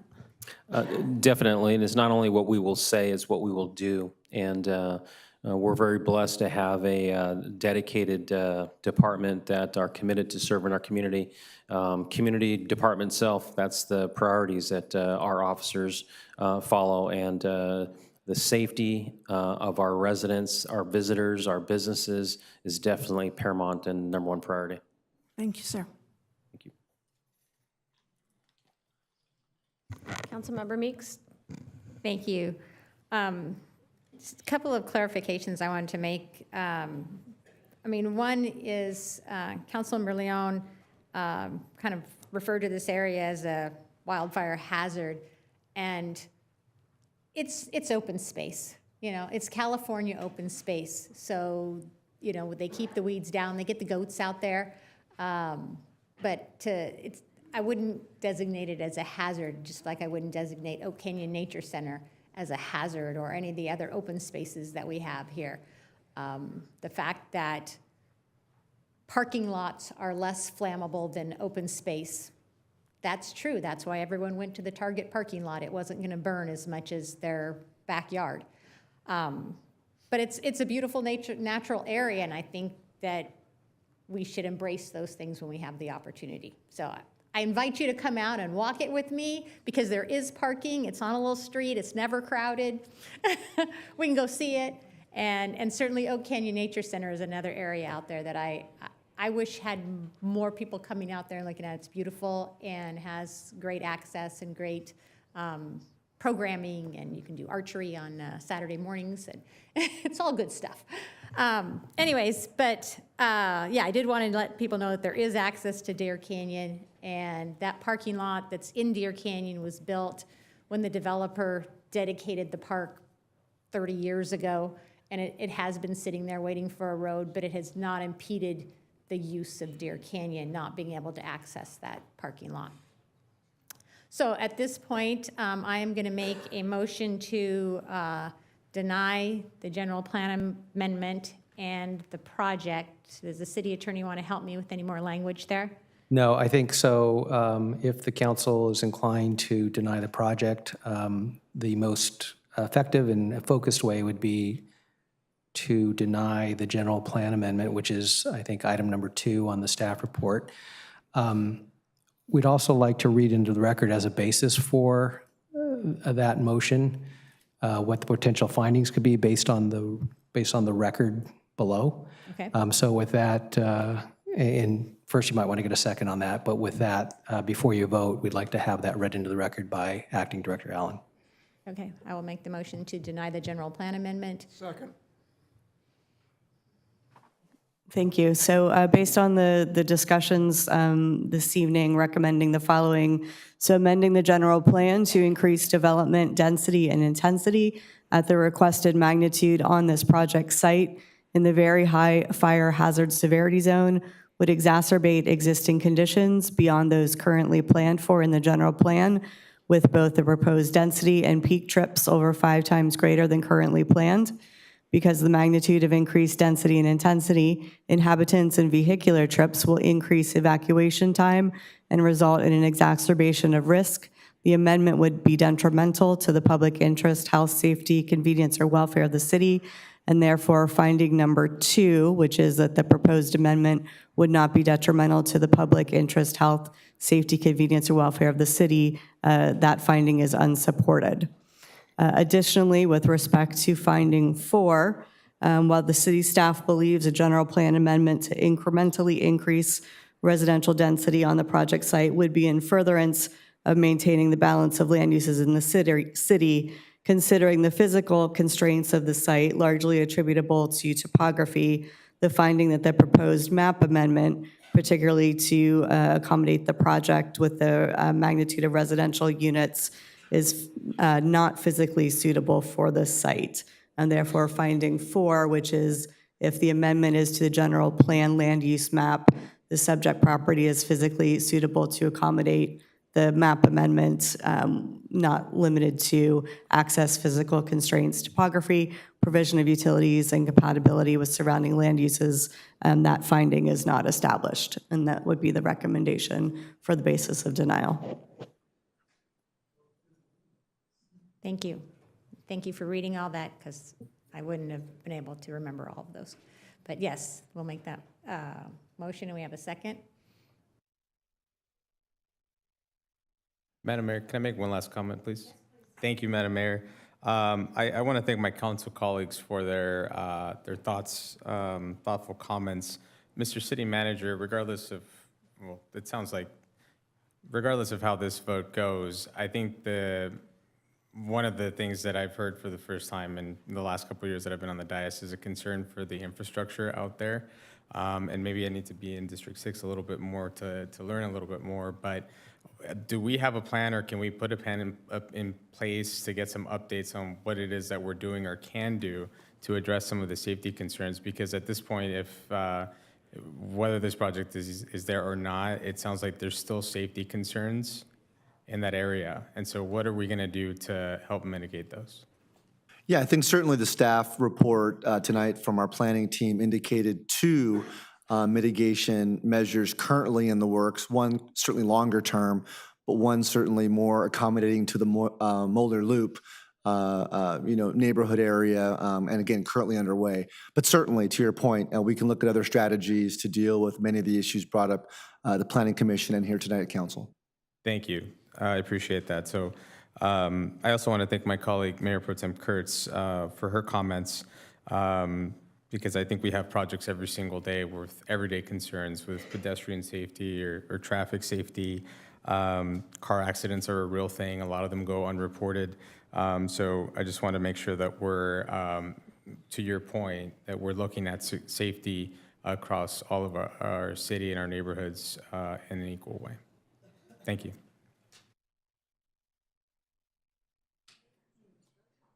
I have one question. So help me understand what a vote yes is and what a vote no is. The motion on the floor is to deny the general plan amendment, so a vote yes would be to deny the general plan amendment. Yes is a no. Okay, we have a motion and a second. Please vote.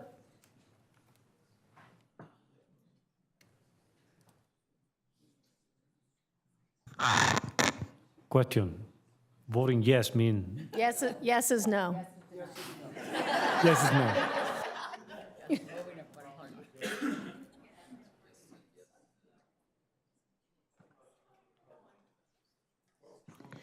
The vote is 5 ayes, 2 nays. Nays by Mayor Pro Tem Kurtz and Councilmember Leon. Motion carries.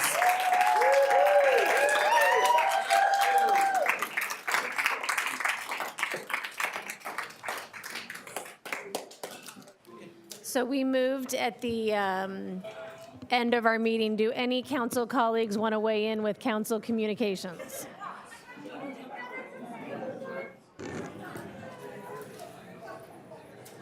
Council communications, anyone? Anyone? Okay, Councilmember Fessel. Okay, Madam Mayor, I'd like to close the city council meeting tonight in the members of Jessica Farino. And I've already given you why, okay, wherever it was. She passed away tragically and unexpectedly on Tuesday, October 8th. Yeah.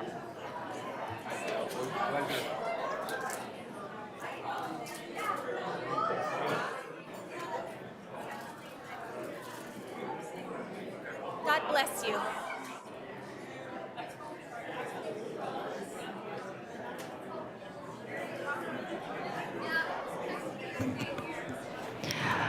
Okay, folks, I'm going to ask you if you guys could walk out as quietly as possible, because y'all get to go home, but we're not done. Yeah, so If you all could try to just quietly walk out, I'd appreciate it. Thank you.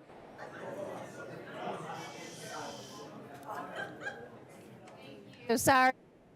We're still going, so if you guys could just try to quietly walk out so we can finish. Thank you. Thank you. I'm sorry, Councilmember Fessel. Please start over. May I start over? Yes, please. Okay. Madam Mayor, I'd like to close the city council meeting tonight in the remembrance of Mrs. Jessica Farino. Jessica was a Rio Vista Elementary School instructional assistant for 4 years. She was a District 5 resident. She passed away tragically and unexpectedly on the evening of this recent October 8th. She leaves her husband, William, their son, William Jr., and their daughter, Elena. It was a terrible tragedy for the Rio Vista school community. She was a neighbor of mine, and this accident occurred 1 block from my house. And if we may recognize that, I would be appreciative. Absolutely, thank you. Mr. City Manager, I didn't have a note that we have a city manager's report tonight. Do we have a report? No report. Thank you. And do we have anything to report out of closed session, Mr. City Attorney? City Attorney, no reportable action. Thank you. And we have no further public comment from the meeting, correct? That is correct, Mayor. Thank you. So now is the time for future agenda requests by council members. I wanted to see, Mr. City Manager, if we could bring in the Anaheim Fall Festival group in, just to acknowledge the amazing work and job that they did on our 100th anniversary of our Fall Festival. Councilmember Leon and then Councilmember Diaz. Thank you, Madam Mayor. Definitely echo that, and congratulations, Shawnee Community Services, for the 100th anniversary Halloween parade. Actually, all the departments that participated. So definitely echo that. I'd also like to agendize a recognition for an Anaheim Girl Scout troop, which I don't have the number in front of me, but based out of West Anaheim on their 50th anniversary. Also a recognition for a District 2 manufacturer, GBS Linens, on their 40th anniversary in business. And then I just wanted to double check, Mr. City Manager, it's not my item, but just want to make sure we're planning for a strategic plan update. I think we talked about having that on an annual basis. Just want to make sure that's on staff's radar because we're coming up on the 1-year anniversary in February. So that's it for me. Thank you. What? Yikes. Councilmember Diaz and then Councilmember Rubalcaba. Thank you, Mayor. Councilmember Freso and I have 3 more meetings, but one of those meetings is just the transition of power. So I would like a gift from this council in the way of a resolution encouraging California legislators and the governor to abolish SB 357. SB 357 legalized the solicitation of prostitution. And I want to base this in 3 factors. Number 1, it hindered our effort to clean up Beach Boulevard. Number 2, restricts law enforcement ability to help the trafficked woman out of the street, out of that life. And number 3, contradict the state law. Prostitution is still illegal in California, but now the solicitation of prostitution is legal. So it doesn't make sense. So if this council will give me that gift, it would be awesome. Thank you. Okay. Just to clarify, Councilmember Diaz, you're agendizing a resolution to that effect for a future meeting? Yes, sir. Thank you. Okay, Councilmember, I lost Ryan, Rubalcaba and then Mayor Pro Tem. Yeah, I would just like to agendize Visit Anaheim's CEO come to council. I actually have my policy aide audit the Visit Anaheim meetings. And there was something that was concerning on one of the meetings that just took place where the CEO is basically saying the state mandated oversight committee that we put in place is something that he's going to abolish in 4 meetings. So I'd like to hear his strategy on that. So if he can come forward, that would be fantastic. Mayor Pro Tem, you're up. Just a small one. Update on the Teslas with our police department?